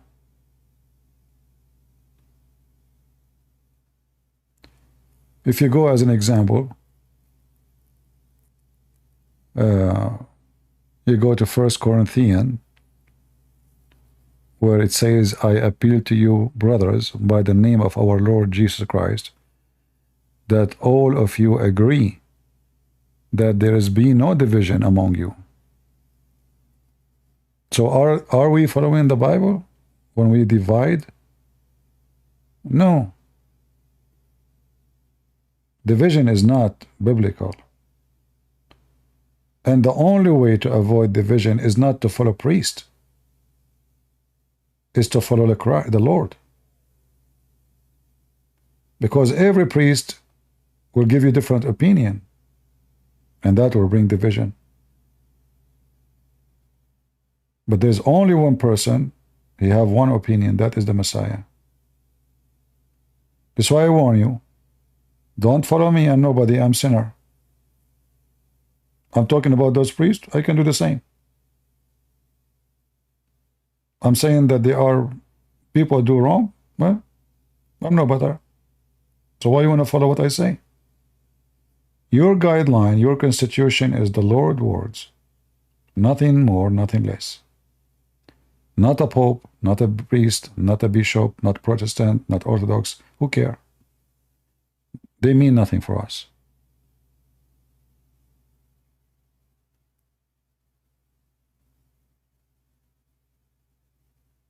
So always be careful and stay away from division. Division is a foolishness. And foolishness means Satan.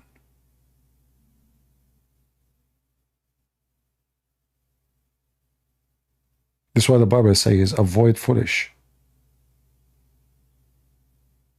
controversies, etc. If you associate yourself with the foolish ones, big mouth people who say things without thinking, you will learn nothing but foolishness. And the Bible says clearly, as for the person who stirs up division, after warning him once and then twice, have nothing more to do with him. Anyone knows which book I'm reading? If anybody knows, pause the verse.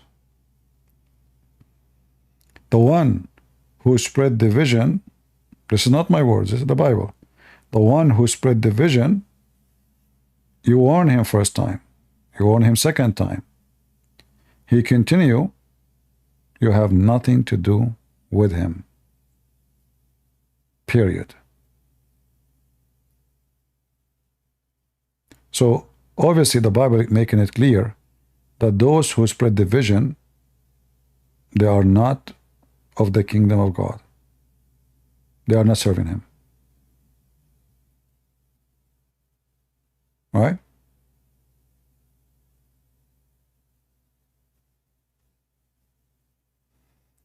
And the Bible is so clear that divided house falls. The only house we have is the house of Christ.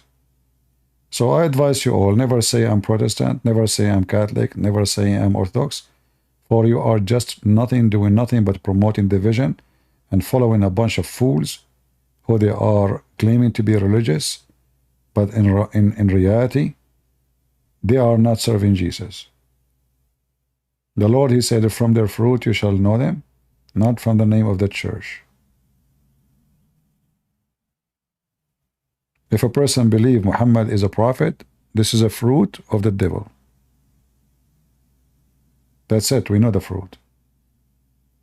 That's why always I say to you, like somebody said in the comment, the previous video, that I hope people will not understand that Christian Prince saying don't go to churches. I did not say that. I said you should go to the churches. Why you don't go? But I said when you go to a church, ask two questions. Two questions. What do you think about homosexuality? And what do you think about Islam? If the priest don't dare to give you what the Bible teach, this is the priest of the devil. Do we agree? If the priest will say to you, oh, God love everybody, I'm not asking you God love who. This is not the question. What the Bible says about this issue and this issue. Give me the answer, as it is in the Bible. Oh, God is merciful. I did not ask you if God is merciful or not. He is doing his best to avoid to answer because he is politically correct. And asking this question in public, not in a private talk, because he might say things in private, but you don't dare to say it in public. Be careful. Right?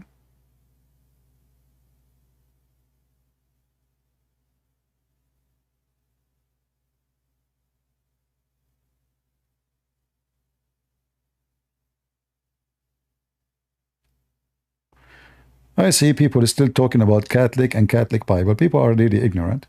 Catholic, they have in their books additional books, which is the traditional books. So those are not the Christian books. Why people are stupid and ignorant? There is books, is called the books of tradition. So if you think that the Protestants don't have it, you are mistaken. All the Christians have them.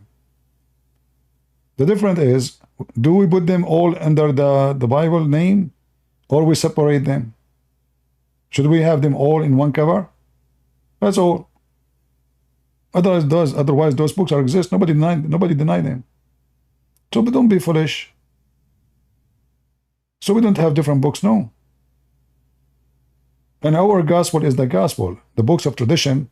This is why you want to read it, you read it. You don't want to read it, it's up to you. If you read it, you learn more about the church history. That's all. About issues church go through. You learn things. But this is not different Bible. All of us, we have the same, thank God, all of us, we have the same book.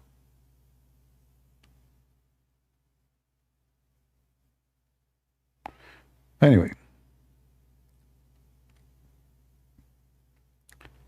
Do we have any Abdul? Maybe last call? Any Muhammadan?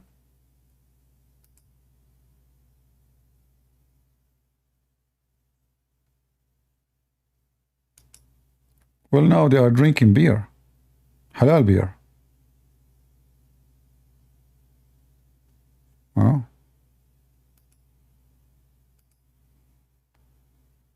Any brave Abdul want to join us?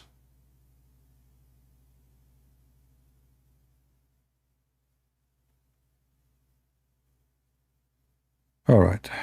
Well, look like we are done for today. I hope you guys have a good time. I'm trying to make my videos short because people are complaining. You are saying your video is so long. So people, instead of saying thank you, staying many hours with us, your back hurt, your feet hurt, your knee hurt, not moving, not going to the bathroom, you know, they complain the opposite. And I don't know really what to do, how to make people happy. You make it short, nobody watch. You make it long, they complain. I mean, if they complain about God, why do they not complain about me? Who am I? Right? They will complain about anything. All right. Any Muslim? Last call. Who is a Muslim would like to convert some Christians here into Islam? Trust me, if you do it, you know, I mean, you can do it. Almost I converted to Islam one day. You know, like I was hungry and I never smoked all my life. Never, you know. But I felt like I'm high, even though I'm not smoking, because I was listening to the beautiful Quran. I closed my eyes. The sun set in the boiling, murky water. Beautiful. Suleiman have a flying carpet. Beautiful. David have 99 wives, they are goats. Wow. I like goats. I never thought there's a book is going to call women goats. Yeah. But anyway, the Quran is so beautiful, and I think women, they like it, you know, somehow. Like, isn't it nice to have a goatee wife? I think this is nice.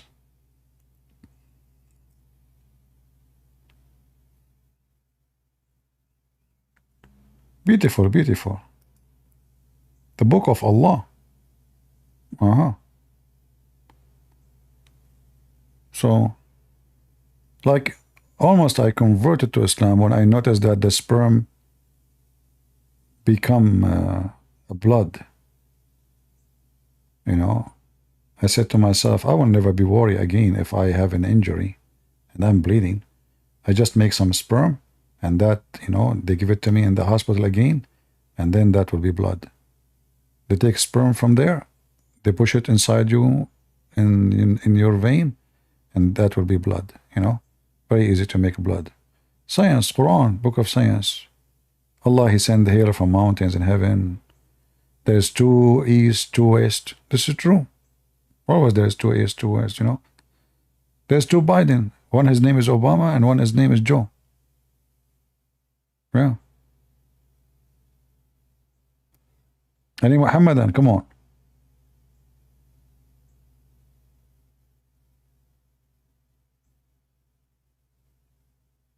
Ali Muhammadan. Not even one. Oh boy. All right, guys. I want to say thank you for being here. May the Lord bless you. I hope I did not give you a headache. And remember one thing. We appreciate that you can receive our videos, share them, and make a comment. Don't make a donation. We don't want your donation. Thank you very much. I know that will hurt you. At least donate some text. I mean, I don't know how cheap people are. Text, you know. Say something the Muslims said. Post a verse from the Bible. Be something, share something. The previous video we told people to share, nobody. Yeah, you know. I noticed that people watch the video because of the thumb image and the title. If you notice that 2 videos before, the title looked nice for many. 80,000. The video yesterday, 13,000, 17,000. What's the difference? The picture, the title. People, they don't care really how valuable is your topic. People, they click. People are like insects, sadly. You know, insect? When you go in your garden, you will find that trees, they compete to bring insect to them. And how they compete? They have to provide perfume, colors to the flowers. So flowers really is not meant to be a flower. Flower is meant to be a fruit. This is the purpose of it. But in order to bring the insect, we have to attract the insect. Sadly, human being, he is the same as an insect.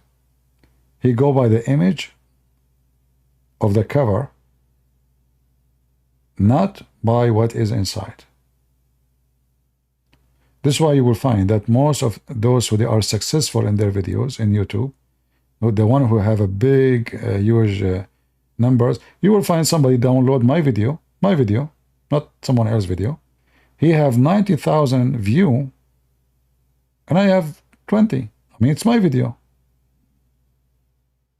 It doesn't make sense. No, it makes sense. They have, you know, they change the title. They put a title exciting. Even the title doesn't make sense.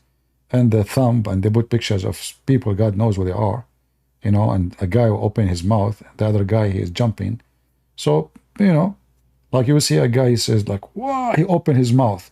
You know, it's just to make you click, because simply when you see now, you became curious. What make him open his mouth? Reaction to something, whatever reaction. And people, the second you say reaction, insect. Sadly, I have to say this word, you know, it's true. But what we can say, this is how it is. The important, feel free to download my videos, cut the videos, the debate of the Muslims, they call me, post it. And there is many people, by the way, I do not monetize my videos in YouTube. I don't want their monetization, because then YouTube, they can tell me you can't say that. You cannot say that. Actually, I don't even keep my videos here because I cannot say any of what I'm saying in YouTube. Those atheists, they support Muslims, they support terrorists, they support Palestine. They don't support us, and we know that. So I don't want to be under the threat, but you can download my videos, you can monetize them, you can have a good income. God bless you, I'm not against it. And let people watch and learn the truth. And the truth will set you free. All right. So anyway, thank you all for being here. May the Lord bless you. And as always we say, God is good, so is Jesus. And remember, if you believe in the good God, then don't follow the evil priest who divide us. Don't follow the evil priest. Priest who don't bring God to my house, love to my house. He is not priest of God. As simple as that. A priest who bring division to our house, make us hate each other. He is serving the devil, and he is the priest of the devil. And I want you always to remember what the Quran says in chapter 5, verse 14. Allah will spread hatred between the Christians, specifically, until the day of judgment. So each time you do something, you notice that this will bring division. Remember one thing, you are Abdul. It doesn't matter how big the cross on your chest. It doesn't matter how many times you pray a day. You are nothing but a servant of the devil Allah. For this is his plan. He put it plain in front of you, clear and open. I will plant enmity and hatred between the Christians until the day of judgment. So whoever of you, and I know your priest will say to you, this is not our target. No, this is their target. Because if I want to speak to someone, I want to correct him. Correction will happen by love, not by hatred. At the end of the day, all those Christians believe in God the Father, God the Son, God the Holy Spirit. They believe that salvation comes through Jesus. They believe in the baptism. They believe in the gospel. They believe in the disciple of Jesus. They believe that the Messiah is going to come back. All what they debate about is useless. It's just to bring division. Like I could not even find one serious issue debating about. Very silly people. Satan is their command. Unite, otherwise the devil will demolish you all. Unite, you are strong. Divided, you are nobody. Remember that. So division will bring nothing but division, and division bring nothing but the most, destroying. And the Bible make it clear that a kingdom is divided is going to fall. This is in Luke 11. Any kingdom is divided is going to fall. So seek the kingdom of God, not the kingdom of the devil, because kingdom of the devil is the kingdom of division. Kingdom of God is kingdom of unity and love and brotherhood and sisters. He and she, they will be the same as angels in heaven. We are sinners, but that is not an excuse to bring more sin and division to us. Thank you all. God is good, so is